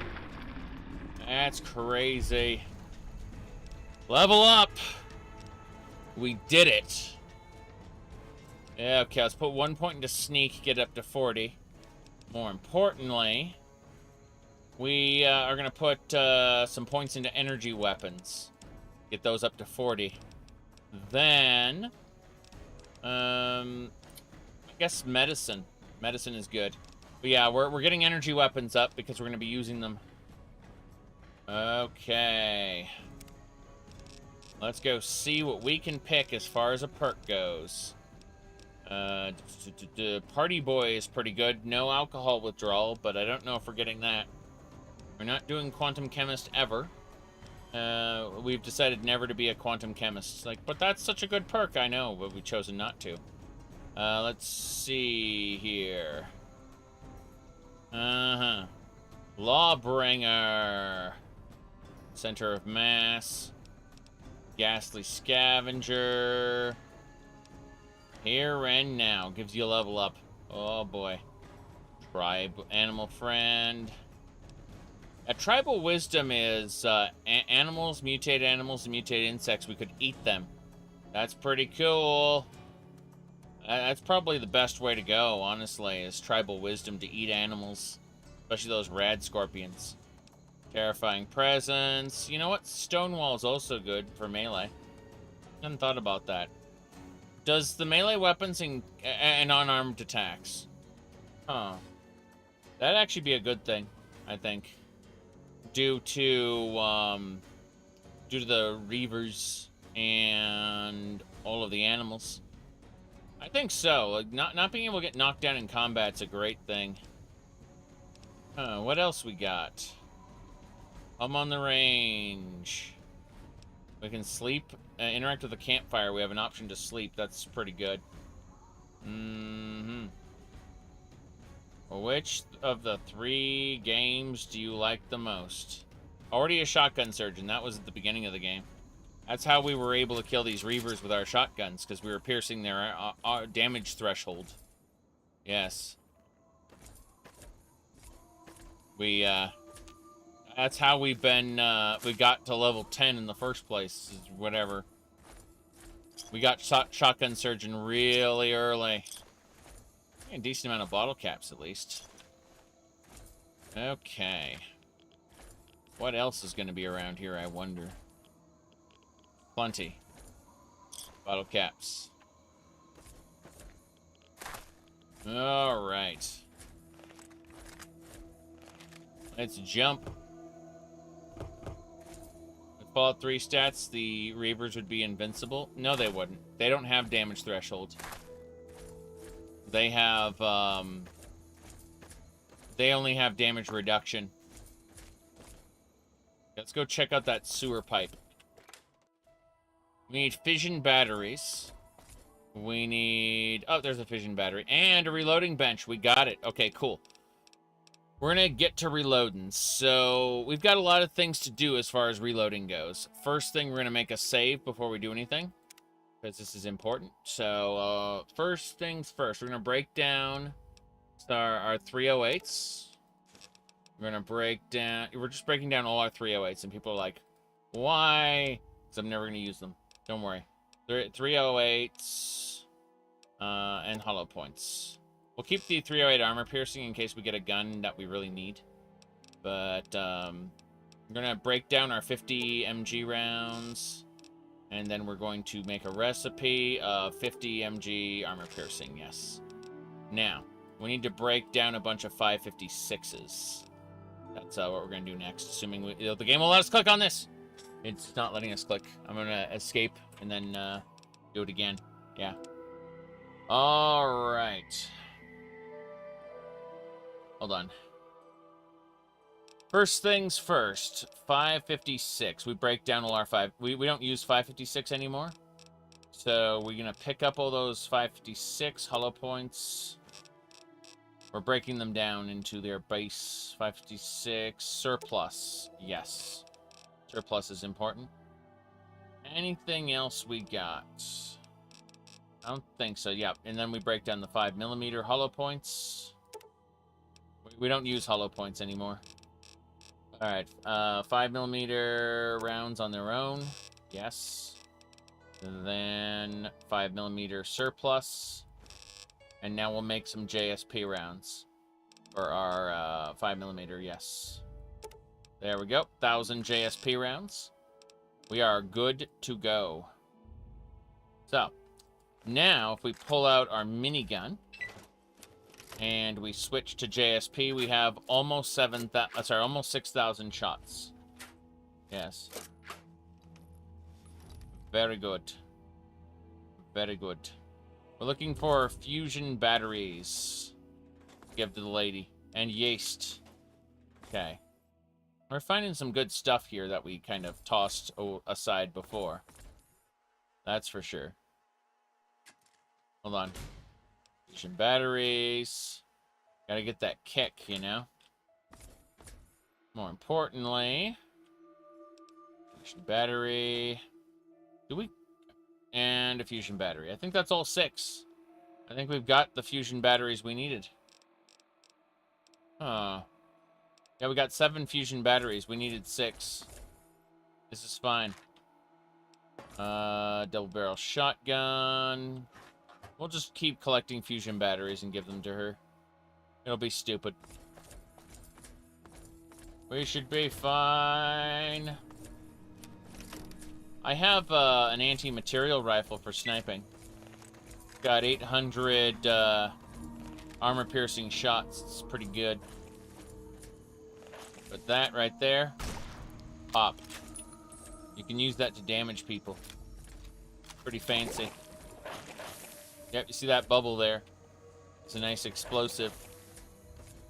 If you learn how to use. Okay, let's go back to the lady and give her those batteries so they aren't clogging up our inventory anymore. Let's make sure we got this right. Data, and then home. Yeah, there's her shack. We're going to her shack. Turning it in. You bet. I don't see anything else around here that we have to worry about. I see those rocks, and I think they're something. For a second, I'm like, oh no. What we got here? And the answer is not a whole lot of anything. Ugh. Gonna keep going. Up. Brahmin steak. Cherry bomb. Why is there a garden gnome here in the middle of nowhere? I don't know. Very strange. Like, why there's a freaking stove in the middle of nowhere. There's no evidence that this is a ruin of a shack. Someone had to have brought the stove over, which is very silly. Okay, yeah. A lot of beer. Beer can heal you. We have a perk for that. No, we don't need anything at that campfire. We're going back to the house. We should be fine. Okay. Yeah, the JSP rounds for the minigun are great, but they damage the minigun a lot. It's why we have weapon repair kits on us to make sure that the weapon gets thoroughly repaired, because the JSP rounds damage the minigun more than normal shots do. Which is kind of silly, but expected. What is the functional difference between a wild punga fruit and a regular punga fruit, I wonder? Aside from the fact that they were grown in a specific location. Aren't plants just wild or normal regardless? Or is there something I don't understand about them, which is distinctly possible? Well, if it ain't my favorite out-of-towner. Yes, let's see. You could still stand to be fixed up. Could it now? I suppose you'd know how to see to that, wouldn't you? You're still? Yeah, I've already taken care of it. Well, I'll be. Here, let me give you something for your trouble. Now your tonic. We need to gather up the ingredients. Okay, here's your batteries. I thought so. Those things do carry a smell, don't they? They do. Let me take them off your hands then. Yes. Okay, I believe that the batteries can be used, I believe that you can, like, make her compound later. Free running plants, yeah. That's what I'm saying, is there's no functional difference as far as I know. Yep. Selectively, bred punga fruit. Yeah, exactly. It is very silly. They're just named differently, and they're a different item depending on where you get them from. Which just ensures that you've purchased them or stolen them from certain locations. Fruits tend to be smaller in the wild. I see. That makes a lot of sense. But again, that's not so much domesticating them as selectively breeding a new type. Like giant pumpkins. Oh boy. Dog fruits there. Bigger and less seeds, yes. I always thought seedless fruit was absolutely ridiculous. Okay. We gotta go up to the shack now. Yep. We gotta go to the Coastal Grotto. We're heading up there. I'm sure there's nothing wrong with the coastal grotto. There is a use of efficient battery in an underground area. Lowers the repair skill check. Interesting. But mostly irrelevant. I remember, doesn't this house explode? Or maybe it's that house. No, I think this house explodes. Like, I see, yeah, it's the other one. Okay. All right.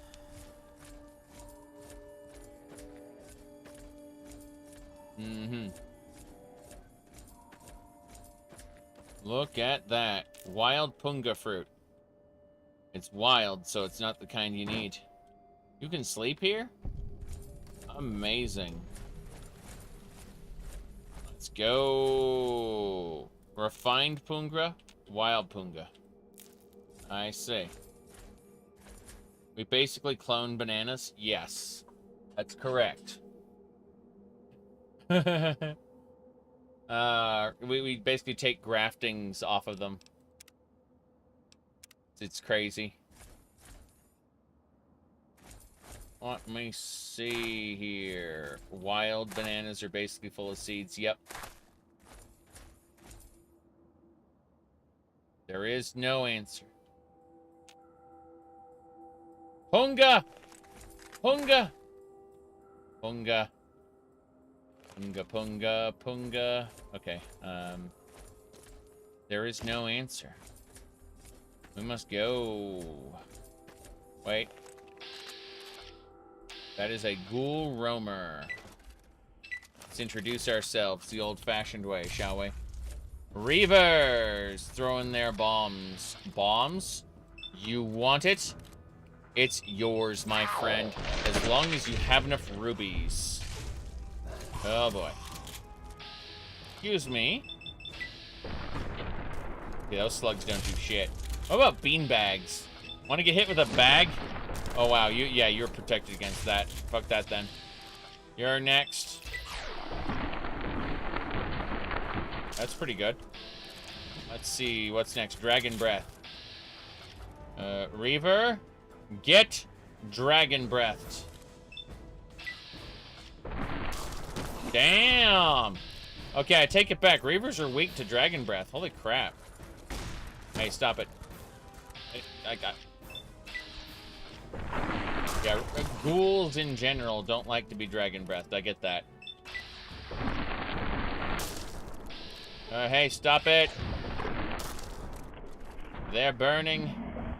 I'm about to die. I'm seriously on the verge of death. This is bad. We need a super stim pack, regular stim pack, paste, a turbo so we slow down time, and some rushing water, along with ice cold Nuka-Cola, and a blood sausage should do it. Oh my goodness. Yes. Go JSP, do your job.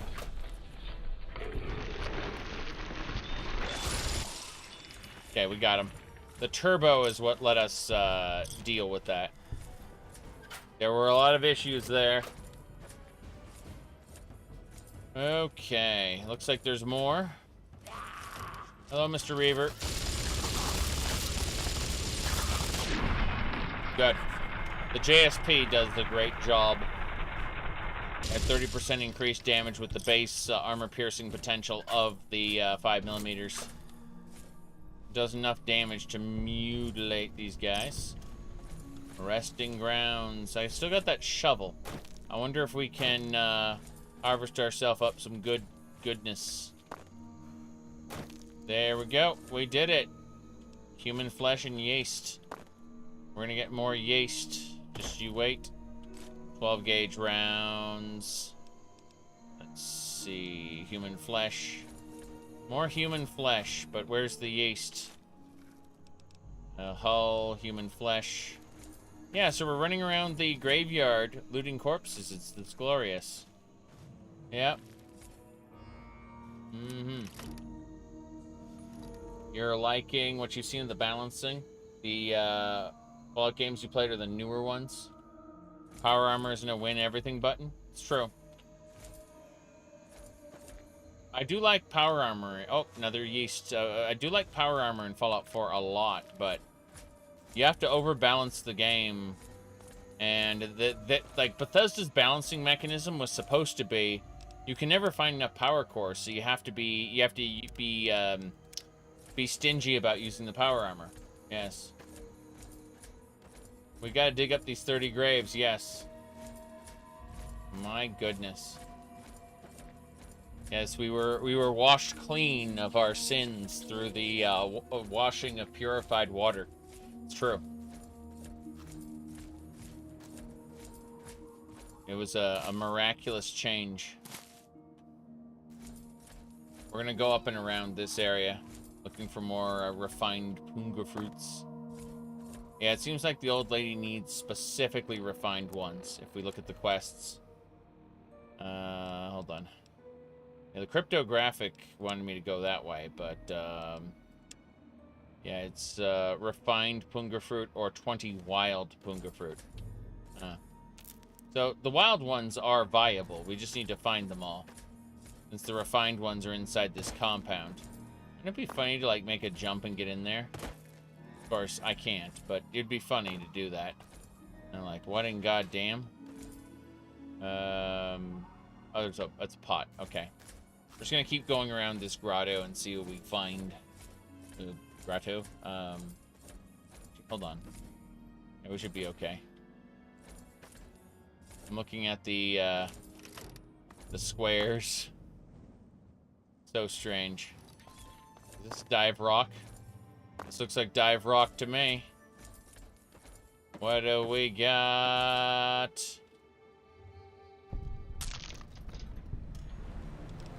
What a shame. What a shame. There's a reason I quick saved it before we did that, but still. It is pretty funny. Oh, wow, it auto-saved. That's glorious. When we discovered it, it auto-saved. We can just load back here, though. That is amazing, though. Seeing an in-air autosave. Uh-oh, SpaghettiOs. Okay, it looks like we got the yeast we need to bring her. Yes, we got. I know we have at least 2 yeast already, so we got to go down this way. Yeah, we're good. Jippity jump. Always like the ammo backpack, yeah. Technically the battery that powers the gun, because the gun is electrically charged. Oh. We found a mine. Interesting. What are we getting shot at? Mirelurk Kings? Mirelurk Kings. Oh, wow. That thing's spitting. It's not doing the mind blasts it normally does. It's a swamp lurk that Queen? That's a swamp. That's a yeah. Remember when they changed Mirelurk Queens to be like mini boss battles? Yeah, that's what this is. This is the swamp lurk queen. They took Mirelurk Kings and they said, hey.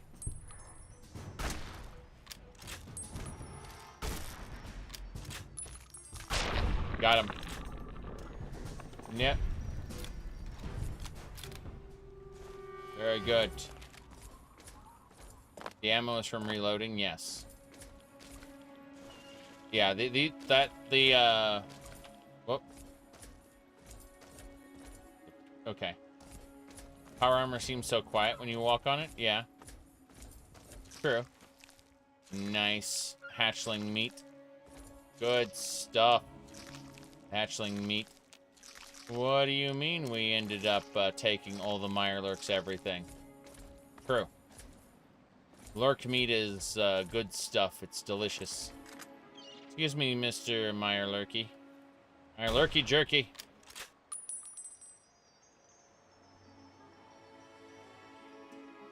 Come on. That. Not quite. Whatever. I killed its torso. Mirelurks. Yes. Let's see what's over here. This boat looks interesting. Oh, cool. There's a whole lot of nothing in it. That is a swamp lurk queen. Looks like she's trying to run away. Face me, you coward! There we go. Wait, hold on. Stop it. I tried to do shotgun. Better. What's the difficulty New Vega should be played at? I've been playing it on hard. I started on normal and it was too easy. I switched to very hard and it was too bullet spongy. So hard seems to hit the right spot for me personally. I'm sure there are other people who will insist on playing only very hard, and to them I salute. Go do your thing. Jet. Mentets. Mentets. Buff out, jet. Buff out, jet. Wow. We just found a whole lot of drugs. More jet. Yeah, so someone tried to come here in a boat, and they brought drugs. That's it. Mm-hmm. We're gonna go check out the next boat. What you got, boats? I'm on the verge of hitting minor radiation sickness. USS Osmanius? Oh no. What do we got? Nothing. Oz Mechanical. Oh, nice. More fission batteries, scrap electronics. Don't need the paint gun. But would like the packs of cigarettes, you bet. That's all 3 yeasts. We got it. We can take the yeasts back now. I like how many fusion batteries there are everywhere in the Wasteland. Like, they knew that you'd be collecting batteries. Yes. Yep. Asmodeus. Yes. Trollololololol. Okay. We're gonna head on back and turn those in. Well, actually, we would, but I think there's wild punga fruit around. How many wild punga fruits do we have right now? Because if we can get 20, then we don't need the refined ones basically at all. In fact, you know what? I can just go back and purchase some to kind of offset. Let's see. Okay, wild punga fruit, we got 12 of them. Yeah, getting 20 shouldn't be a problem. R for refined. We only have 1 refined punga fruit. So let's go over to the, whoops. Hold on. We got fights. This swamp lurk is hurt, so it's no big deal. My shotgun surgeon pierces its armor. Hello there. Hold on. Excuse me, Mr. Swamp Lurk. Miss Swamp Lurk Queen. Damn. That didn't do very much damage. Okay, I was concerned for a second, but no, we're not in a bad situation at all. I think I'm gonna ignore the eggs this time and just keep going. Oh, they were damaged from this tracker. Okay, that makes sense. Remember the trappers in Far Harbor? It's a reference to the trackers. All right. Mammoty surdity. Mammoty surdity. Yes. Okay.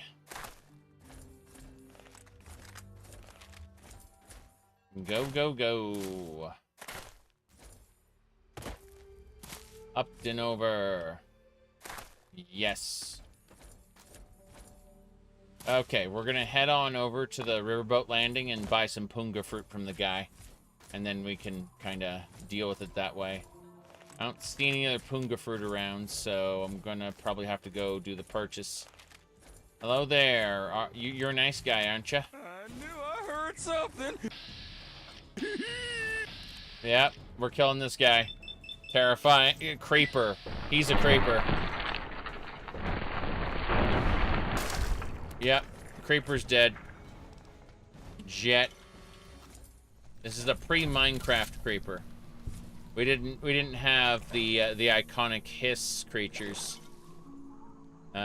Creepers were just kind of creepers, you know.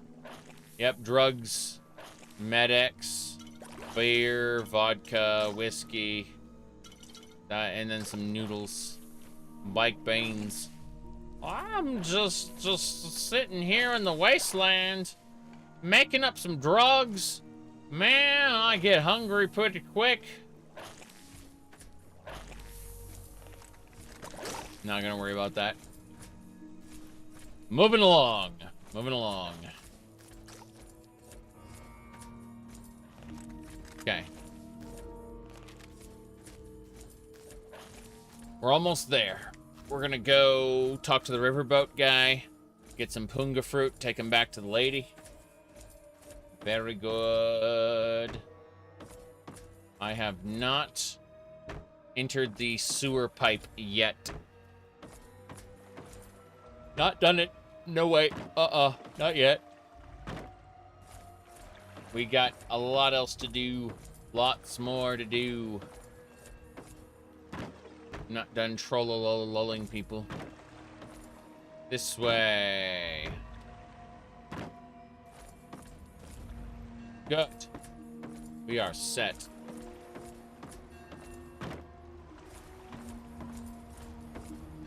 Hey. Hello, traveler. I am a traveler. I'm here to buy. Let's see what you got to trade. Yeah, give me all your punga fruit. All of it. And I guess your casings. Let's see. I will sell you the rifles. The axe. I'm gonna keep Paw's fishing aid because it looks funny as hell. But the short barrel shotgun can go. We'll keep the shovel because we need to do things with it. But hey, everything else can go, go, go. Now, as far as getting the rest of your caps go, this might be a little bit of an issue. I sell you a pilot light. You're over balance, so I need to take one of your refined punga fruit. And now I'm paying you again. But we sell another pilot light and then packs of cigarettes. And we're almost there. We'll go ahead and sell you some metro tickets until we have all 3 of your caps. That's it. Yes, we're fine. Good. We have all his cap. We have all his punga fruit. All we need to do is go talk to the lady now. And we'll be able to get her recipe. It uses fishing batteries and punga fruit and what was the other? And yeast. And I'm sure we've gotten all 3 now. Almost certain of it. So let's go.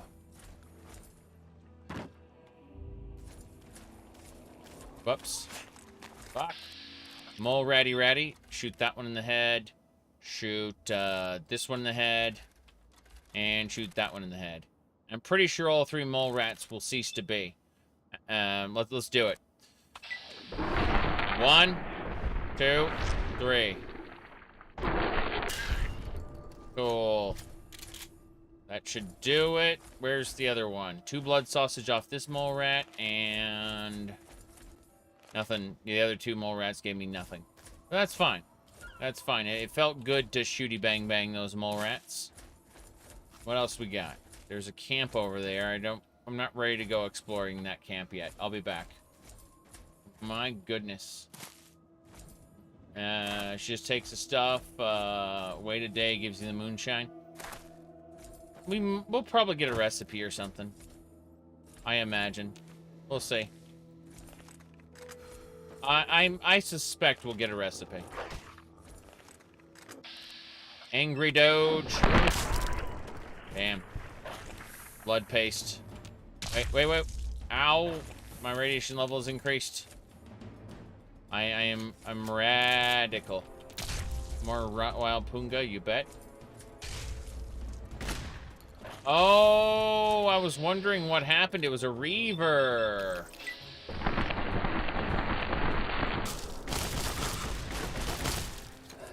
Gotta be careful. Gotta be careful.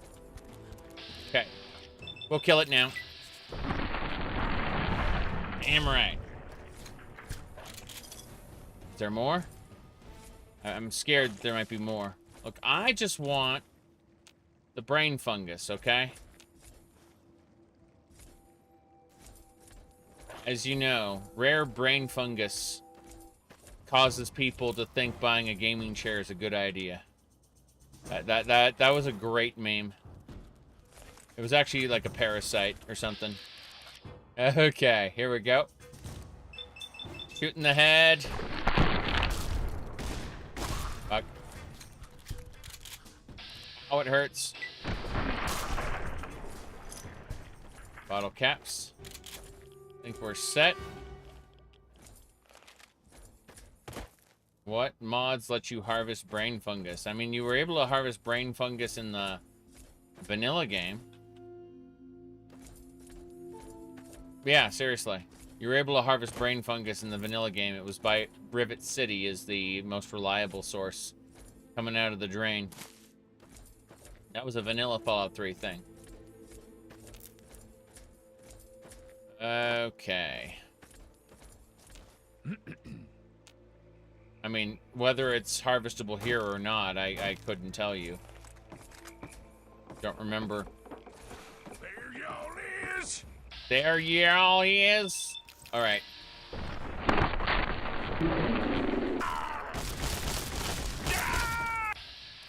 We got him.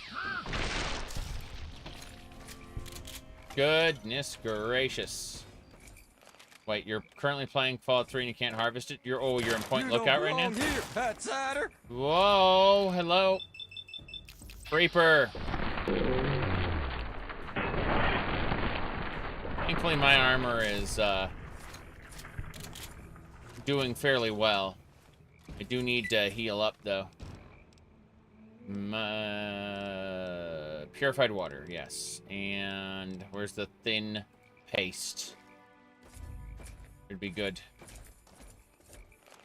Yep, these enemies genuinely creep you out. That's funny.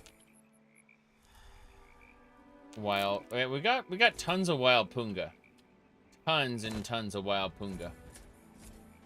Okay, we're gonna sprint. Grab some more brain fungus. Okay.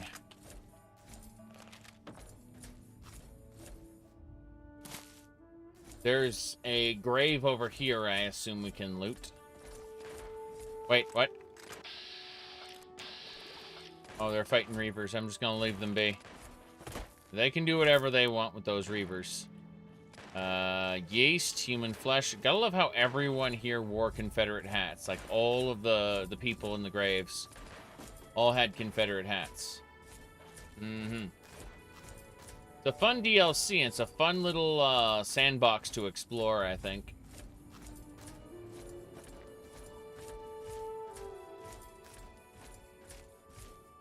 Ahem.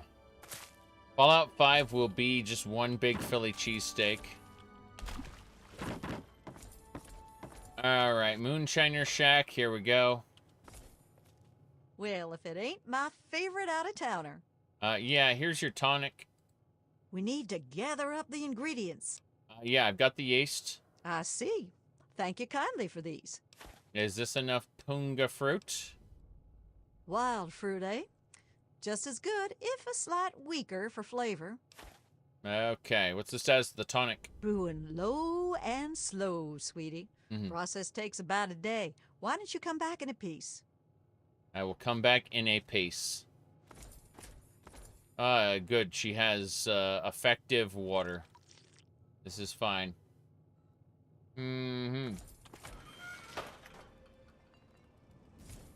Yeah, I'm pretty sure that brain fungus is just a normal thing in New Vegas, at least. I can't remember Fallout 3 unmodded very well, to be honest, and I have no desire to go back to it, so... Kind of one of those situations where I just kind of shrug. Storm door. Oh. It's just the backside. I wish I could, like, no. I was gonna say I'd like to be able to sleep on her couch or something, but, no go for that, I suppose. Yeehaw. Alright, let's go. Yeah, a day. That's record brewing. Gotta use some of that magic radiation stuff. We'll head on back to the motel and sleep there for the night. No romancing the brewer. It's true. It's not like The Witcher 1 where you just give a girl some flowers and a sex card pops up. Oh, nice. We can sleep here on this bed in the middle of nowhere where it's really safe. Static decoration, Fallout 3, and it's harvestable in 4. Okay, cool. So it's a New Vegas-ism. That's nice.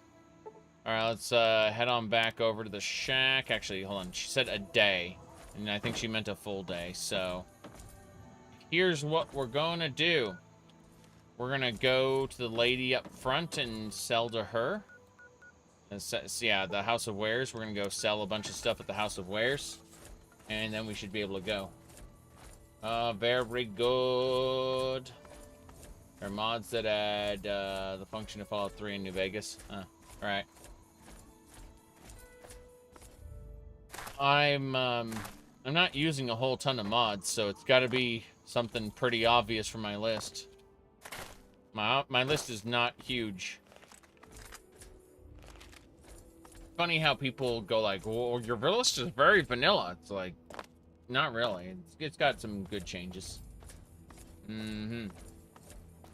Luck for harvest chance in Oblivion. Yeah, that'd be great. I don't like the harvest chance in vanilla Oblivion basically at all.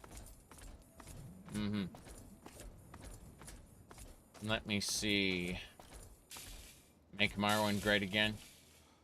Yeah, the Ashland will unite all Dunmer House Ashlander alike and make Morrowind great again. Okay. The return Nerevar will be known as the Nerevarine. Oh, hold on a second. There we go.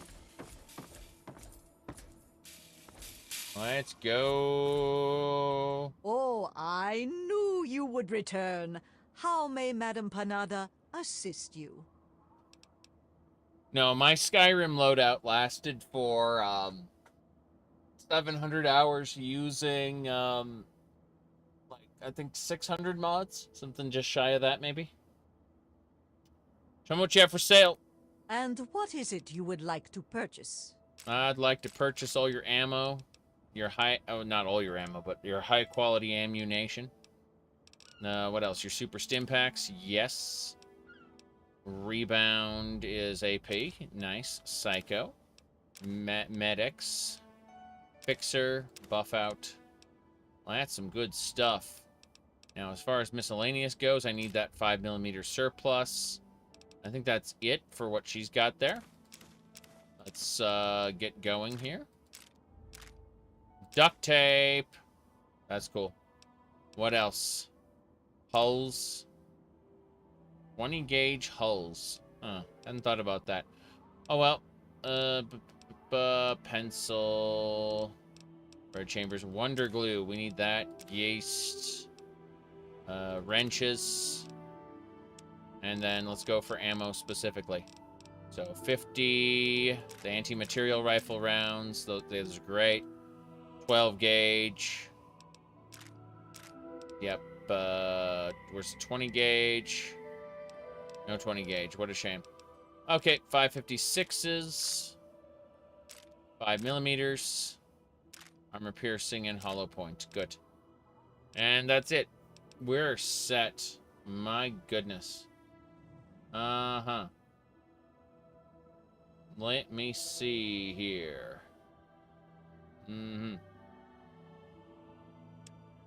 That should do it.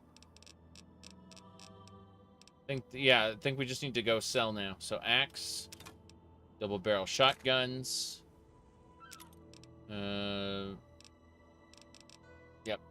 I think we just need to go and trade to her some good old fancy, what do you call it? Ammunition. Yes. So let's start off with the missiles. Trade her a bunch of missiles. Okay, what about energy cells?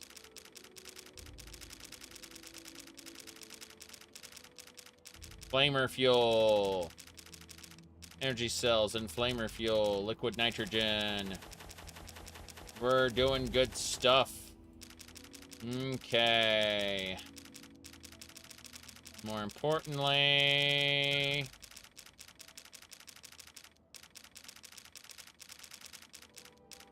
Damn. I should just probably do a standard trade. I need to be careful, though. I don't want to overdo it.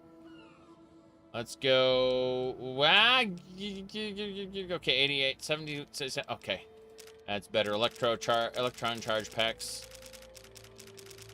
We're just trying to get our caps. Why? The moment I try to do, like, a specified number, it's always way too many, and I'm freaking out. And so... Damn. That's good enough. Yes. Alright.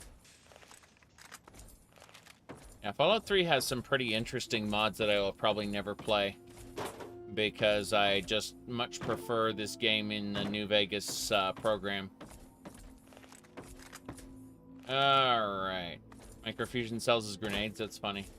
Yeah, we're not doing Mad Bomber, though. Alright, let's spend the night in the hotel. We'll just spend a whole day in the hotel and then come out tomorrow to go do more stuff. Should be able to spend the night in one of these rooms. This one is better than most, for sure. Not great, but it's better than most, so let's sleep for a full day and then head on out. We're gonna have to sip some water, take a rad away to get rid of our rads from drinking. We're fine. Yeah, we got minor radiation sickness, but that doesn't matter a whole lot. We need to eat something. Pretty sure we got some, yeah, steamed Mirelurk. And, sure we got something else that's good. A Mirelurk special. Mole rat steak. There we go. That should do it. We are no longer hungry. And we'll just take a rad away to deal with our, radiation. And we should be A-okay. Yep, we are no longer status effect at all. We are ready to go. Irradiated bed bugs? Probably. That sounds frightening. Okay. Kicking the cart around. Kicking the cart. Kicking the cart. Okay. Yeah, we're just gonna kick the cart to her house, I think. Kick the can. There we go. We're set. Physics interactions like this are so silly. But, you know, we're using power armor, so I expect the cart to just fly away. Well, it's sitting there. We're going on through. Let's go. You get thirsty more quickly, by the way, for sprinting. Yes. This way, through the water. What do you mean we get radiation sickness? Okay. Hello there. How you doing? My. Good thing, sweetie. Tonics brewed and bottled. Here's your pay and a cut of the batch. Enjoy it. Yeah. I was gonna say, can we make another batch? You're an eager one, ain't you? I have to let the still air out a few days between brews. Check back with me later. I see, I see. Well, I want to know more about you. Why, I'm just folk. What more is there? What do you think of Point Lookout? Things aren't wonderful, but I reckon it's hard all around. My family's lived hereabouts since, well before the war, and I reckon we'll be here a long time yet. How bad is the orange fever? Nothing you can catch, if that's what you're wondering. Marsh folk catch it all the time. Lucky my family has a special still pot for tonic making. You built that still yourself? That old thing's been in my family for years and years. Well before the bombs, there was a time folks couldn't get no tonic by law. And my family did okay, helping them get what they needed. You have a family history that dates back over 200 years then. It's always crazy the way people talk about their families before the war, because it means that they had to have passed on that information for 200 years. Over 200 years. Like, that's crazy.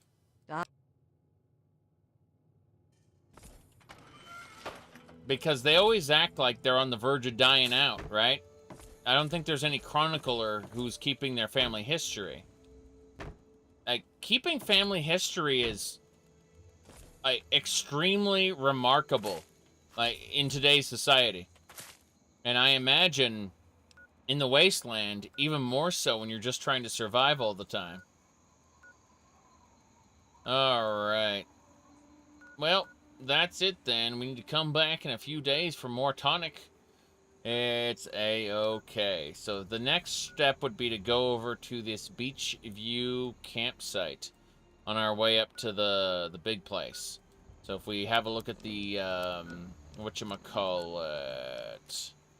I guess the Velvet Curtain, where is that located? Hold on. Yeah. Delete that.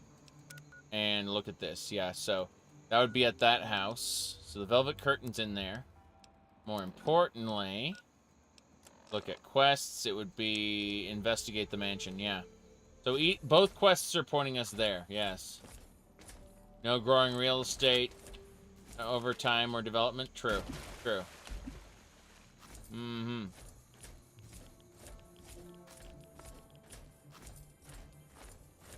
Yep. I have no idea how they would accomplish that. Kind of nuts. We're gonna get more rads, but we got plenty of rad away in rad X, so it's not a big deal. We'll end up using more rad away. Uh-huh. Wait, you can use the console to place the moonshine still in your player home in Fallout 3, but you can't, interesting. Oh, there's a hardware store here. Liquid nitrogen. Wow. Duct tape. Railway spikes for my railway rifle. Very good, very good. Lots of wonder glue. That's glorious. Pilot lights don't really weigh anything, so it's good grab. And those fission batteries could probably make up another batch of the crazy stuff. Alright. What's this? Buff out? Yep. Scrap electronics are good. Don't see anything else that is important, so we're going to go ahead and grab the bottle caps there. Holotape note. What is it? Couldn't raise you on the phone this morning, so I'm having Jenny bring you this note. Your delivery got turned around on those new roads by accident. He's run off the road by Cathedral. I say. What a shame. What a shame. Well, hello there. Welcome to Haley's Hardware. Well, we have hardware. Something wrong? No, not at all. I'm just not used to people all the way out here. My usual customers, well, I usually smell them before I see them. Right. Usual customers? The swamp folk, mostly. I guess they don't bother me none because I was born here. They mostly trade meat and fruit, never any cash or goods. Them mercs are good for some trade and real hardware. So if you need ammo or anything like that, I can help you out. I see. How long have you had this store? Oh, you're thinking... No. It's not a family thing. I took the name of the store when I found this place a couple of years ago. Truth is, I don't even remember much before that. I woke up here with a headache a couple of years ago with the shop already set up. People came in and started trading. I didn't complain. It just became a job. Oh, shit. He woke up with a headache. He had brain surgery. He had brain... Oh, no. No. Where do you get your stock set up from? I found some of it. Some was here when I got here. I got some from the mercs. And every once in a while, that weirdo with the boat comes up here and trades a few good things. Makes sense to me. Let's talk about something else. Sure thing. Are you here to buy something? Yeah. That's just crazy. So, yeah. Haley. Oh, my goodness. What do you have for trade? Look around. It's all here. Okay. It's all here, everybody. We're gonna grab ourselves some super stim pack. Yep, 10 super stim packs. That's 500 already. Some turbo. The steady's good. Steady's a great drug. Purified water. Patriot's cookbook. Medics. Jet. I guess that's good for aid. Let's keep looking. So, yes, 556 surplus boxes. We're going to be able to break that ammo down into some good stuff. Hell yeah. Looking at some of these other ones, and it's like, not so great. Camera's good. Bobby pins are good. Take all the casings he doesn't want. What else? Coffee pot.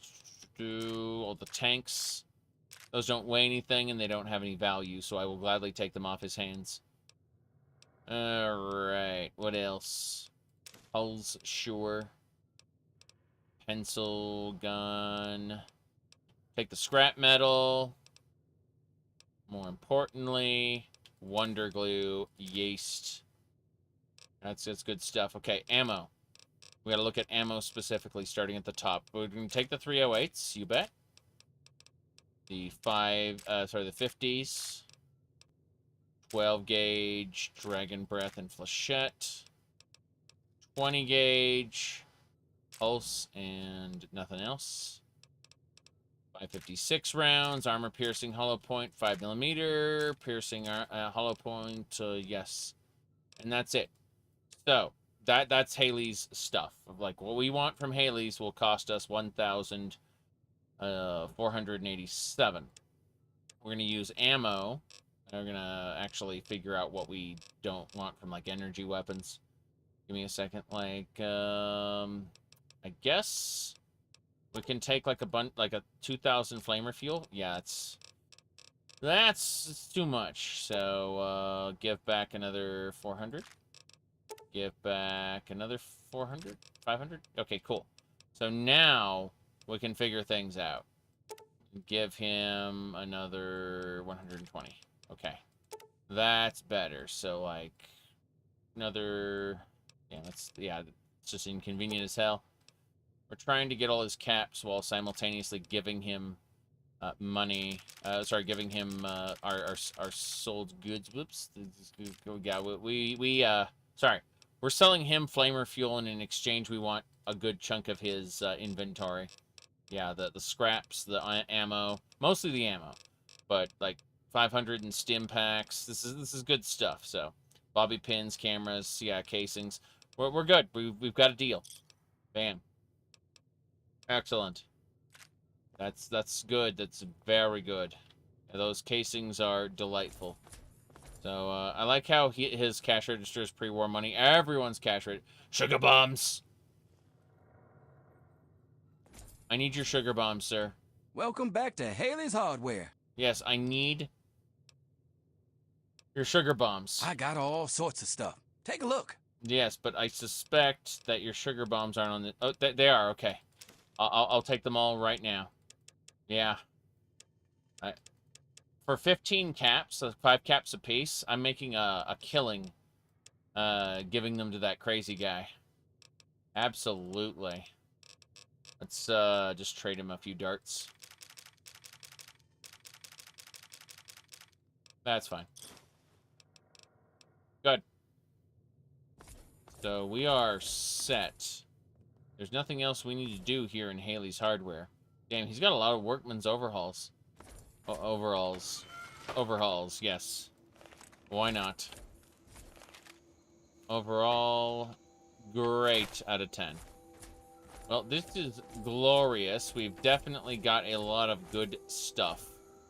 First things first, I think we got to continue north. Let's double check the map. Yeah, we're going in the correct direction. So, nice. We managed to find his hardware store, and we got great stuff doing it. So, first things first, we're going to save, and we're going to continue. Continue, yes. There's a chair here. I like how they treat the environmental storytelling as if people people's corpses were just kind of left there wherever they died when the bombs went off 200 years ago. And absolutely nothing has happened in the world unless it needs to have happened for quest purposes. It's quite absurd and quite fun. Jet, definitely as unrealistic as the super mutants. And all the other creatures, really. Radiation doesn't create giant ants. Radiation kills people. Ritual site. A burned out shack? We're gonna check out this ritual site in a second. This looks crazy. I can't wait to investigate when I get back. So, I'll be back, everybody, in about 5-10 minutes, roughly. See y'all soon. I've been streaming for 4 hours. It's break time.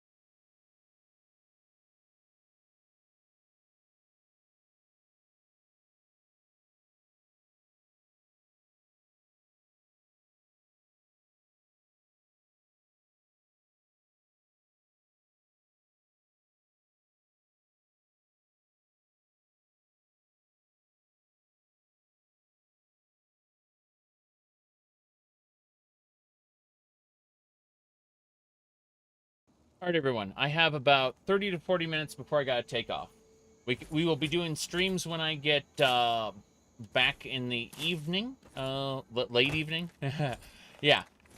So let's spend the rest of the time exploring this wonderful basement here. But yeah, I'm going to be going doing social things, you know, like humans are supposed to be social animals and stuff. So I'm gonna go out and live life for a little bit, and then we'll do more streaming when I get back. But we got another like 30-40 minutes to go, so let's do it. Okay, let's go. Let's go. Yep. Shouldn't do that. It's part of a quest. It's pretty empty. Yeah. This area is empty. Oh well. Oh no! There, the bruiser. Gotta fight him. As the man shouts, "There y'all is," and attacks me with a garden. Oh no, sorry, an axe. He said, "I hurt something," and he died. Oh no, no! It's one of those creepers. Shit! We're getting ambushed. Ambushed, I say.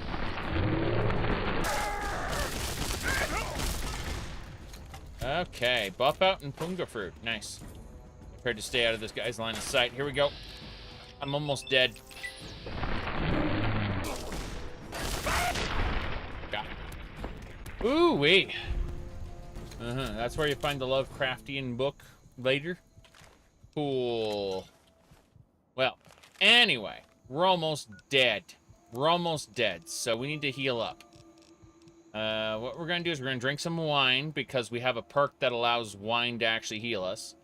And then, figure we'll go with red paste, a regular stim pack, and some blood sausage, and that should heal us up sufficiently to where we don't die instantly at the next set of whatever. Yep.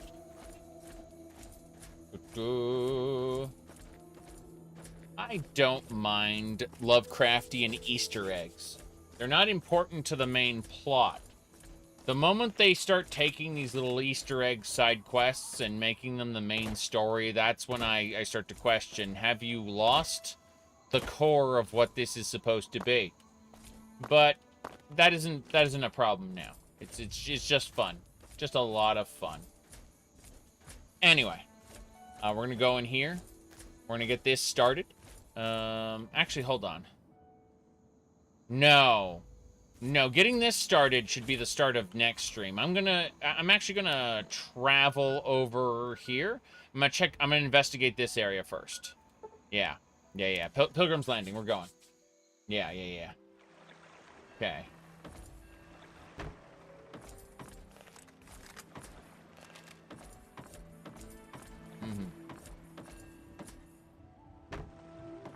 How likes is it?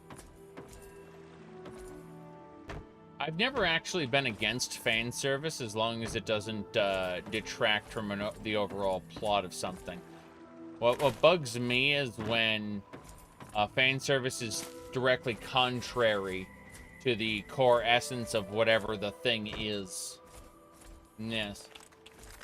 Yeah, I realized, like, because I only have like a half hour left to stream here before I have to go take a break. I'm going to explore this area first, and then we'll get back to that mansion at the beginning of next stream. That's what I figure. And next stream's gonna be like real soon, like just like 3 hours or so, you know, super soon. So, yep. That manor's been made into a player home via a mod. Wait, that's pretty cool. Yeah. That does sound really cool. All right, these tents look like I can go inside them.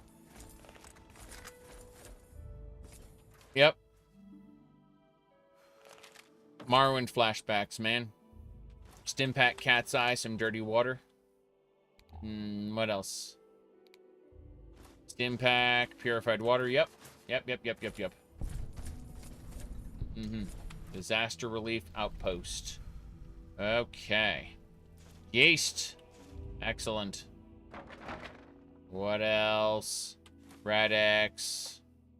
Good stuff.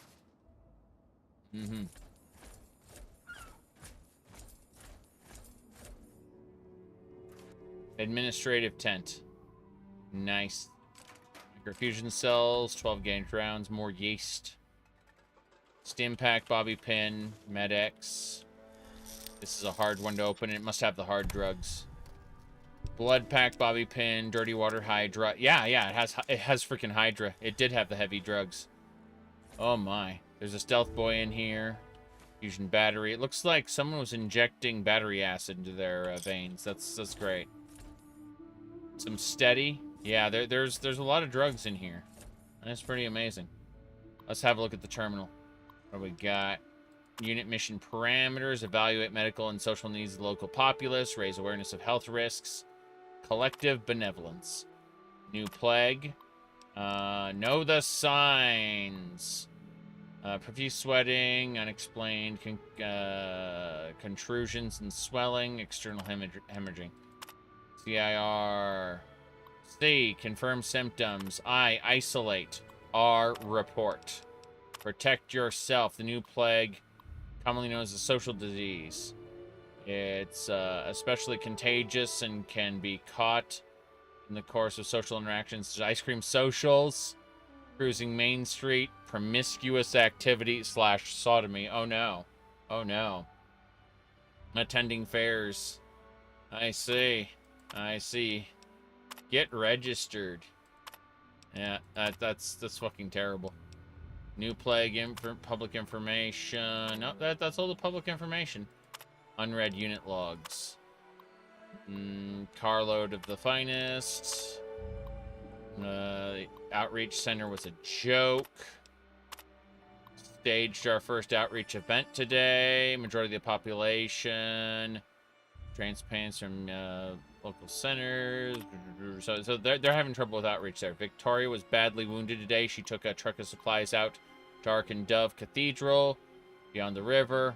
Most of the locals we want to help are living in primitive dwellings in the wetlands. Cathedral offered the closest public building. She wasn't in much a state to give details. My goodness. Nothing stolen from her person or the medical supplies, but I'm still going to err on the side of caution and forbid volunteers from wandering out there alone. Makes sense. Erring on the side of caution is usually the way to go. So yeah, that is definitely I was gonna say that is definitely interesting. This whole outreach center. I guess we missed a tent. I think we missed a tent. But the concept of the outreach center is they were trying to like treat the local diseases, and oh boy, did they spread. People died. I was gonna say the people who survived turned into those creepy locals. Marcella's tent. She's here. Hello. Greetings, child. I'm Marcella, missionary and student of the faith. How are you? Pleased to meet you, Marcella. The feeling is mutual, child. I'd enjoy sharing my belief in the faith, if you'll listen. Okay, we got enough time for that. I'd like to know about your beliefs. Would you like me to recite some scripture, or did you just want to know more about the faith? For now, my mother's favorite passage from the Bible, Revelation 21:6. Do you recognize it? Of course. I am Alpha and Omega, the beginning and the end. I will give unto him that is athirst of the fountain of the water of life freely. So lovely. Selflessness like that is a rare commodity these days. I can see why that particular passage inspired her. So, what exactly is your mission? We try to improve the state of the wasteland by doing good where we can, and by spreading the word of the Bible. We also recover and restore religious relics that we can find, but that's a secondary goal. Okay, how'd you become a mercenary? Mercenary. Missionary. Uh-oh. That's what we refer to as a Freudian slip. I was raised at the Abbey of the Road, where I was educated until I could receive my rites of mission. That's when I first left the Abbey. I see. Let's speak about something else. What else do you want to discuss? What do you think about Point Lookout? I'm relatively new here myself, but I'll share what I can. Yes. What do you think of the locals? Hostile, in a word. I try to observe, but the swamp folk are dangerously aggressive to any outsiders. Lucky for us, they tend to keep to the swamp. Right. What do you think of all the bones and sticks around here? Swamp folk fetishes or totems, they probably mark territorial lines or maybe are involved with rituals of some kind. I see. I've read about a lot of primitive beliefs that use similar symbols. Voodoo magic, Santeria, Obeah. Fascinating, if somewhat disturbing. Hoodoo with an the H. underlying beliefs seem quite dark, I'm not sure they're anything more than an empty set of traditions to the swamp folk. Yeah, it's hoodoo with an H.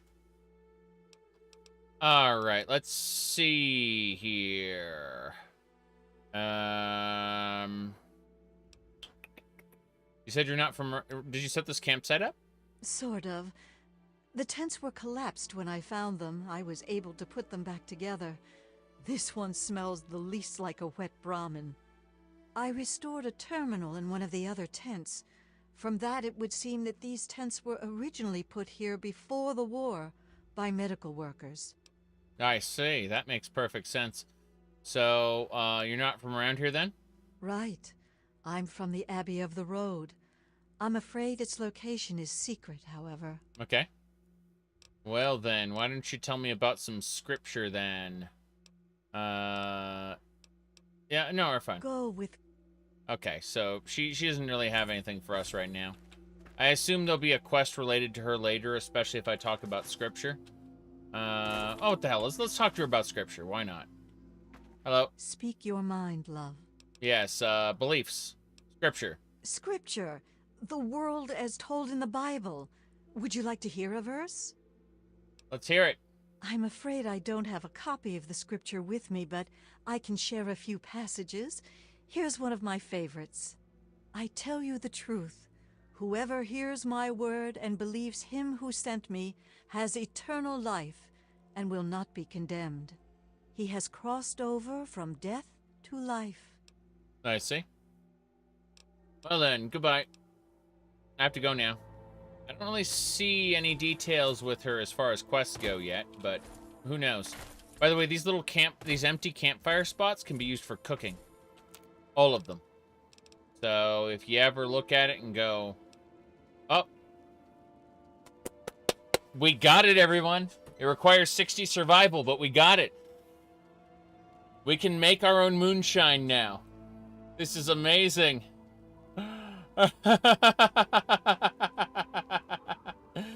Oh my goodness. Let's do it. Yep, make a moonshine. It requires refined punga fruit, though. Less than a day. I know. That's crazy. Okay, let's see how we can get unencumbered. Over-encumbrance is bad. Let's take those lever action rifles and combine them. That's it. Yeah, we're a bootlegger now. That's right. All those people who get, like, really bad afflictions. Is Lovecraft offensive? Not really. Let me see here. Oh, wow. Those spectacles we can't use here. Doesn't matter. There are some, and I mean some parts of Lovecraft that come off as quote-unquote racist, but Lovecraft himself admits that he would have written them differently knowing what he knows now, right? Because knowing what he knew in his letters post publication, because he ended up traveling the world and learning a lot more than he had when he initially wrote those early stories. It's a shame they use those only as quotes and not as a story. Yeah, I was hoping that they would have used more of her, like this lady here. Yeah, don't search the name of his cat. Well, that's a different matter, right? We're not going to discuss that here on this stream. All I'm saying is that he in his later letters said that he would have written a lot of his stories differently if he had written them when, you know, at the time he like, oh sorry, much later. Whoop. And it's interesting. People do grow and change over time, get exposed to new ideas. Then again, there are some people who are stuck in year 2006 internet, you know? I know a guy who used to work at Blizzard who's that way. It's unfortunate. I had no idea, but, whoop. Okay. In the post-apocalypse, people need more religion now than ever. It's true. I mean, they need something to believe in that's more than themselves in order to go on after experiencing great sorrow. Yes.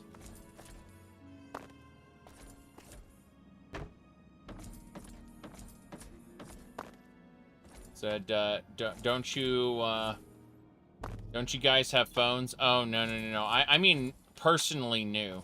As in, like, I used to play games with them. Like, it's not the don't you have guys have phones guy. It was, someone completely different. Yeah, the tone deaf don't you guys have phones, man, to my knowledge, still worked for the company. Yes. I mean, everyone needs salvation. Or yeah.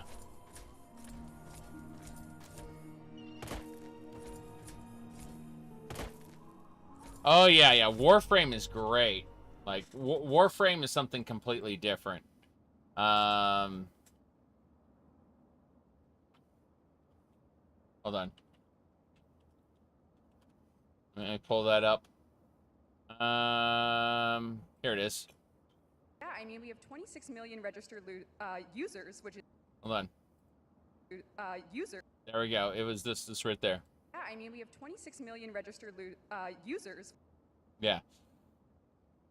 She deserves what she's gotten, which is, like, that slip aside. Like, I laugh at that. I point at it, right? But seriously, she's been promoted to, like, director.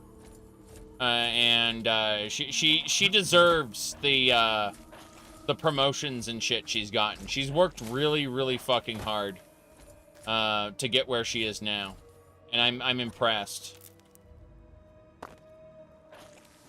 Oh boy, yep, we're almost there. She started off as a party planner for their like investment. What do you call it? Their investment shenanigans. So, what do you call it? Yeah, it's kind of interesting how she went from, what do you call it? She managed to set up their forums and communications department. Like, all of that was set up by her. The actual people doing the initial, doing like the development of the game, they had absolutely no idea what they were doing. They were basically reclusive nerds that you know, that like they were making their video games the best they could, and so she came in and she set up like the community management, the forums, like all of that. And basically just said, look, you can hire me full time for this, and I'll make it work. And that's what ended up happening. Is she went from a party planner to their community manager, and then from their community manager to their head of PR, and then from head of PR to actually project lead, because she was so locked into the development at that point that like where she was actively helping. Get that stuff going. It's kind of amazing. Now, that said, I will never stop giving her shit for having said that, because it's fucking funny, right? You know, like 6 million registered users. yeah, yes, 26 million registered losers play that video game. Anyway, it's amusing. Pablo was also elevated from user interface designer to creative lead, which I'm super happy about. That's like it's great seeing people who can thrive actually improving, you know, as opposed to many companies where people get promoted into areas where they are ill fit to be. That's like Pablo's talents were wasted on user interface development, for example. Like, but anyway, we are at the entrance now, right here, and when I get back later in the evening, we're gonna be doing this. We're gonna be heading on into this amazing place. But I'm going to go ahead and kind of drop it here because this is a great place to drop it. And we'll be back in about, I don't know, 3-ish hours, something like that. And we'll be doing this particular quest. So I imagine we'll get this done. We'll go do the cult. We'll get all that wrapped up. And then we'll probably move on to the next area today. Like, I'm pretty sure we'll move on to another DLC, like back to back to back, pretty quick. And when we get them all done, we'll switch over to whatchamacallit game. We'll switch over to New Vegas. You know, the Benny shoots us in the head, resets our level. So that's gonna be fun. But for now, this is the end of the stream. I will see y'all in about 2 to 3 hours, really. Bye, everybody.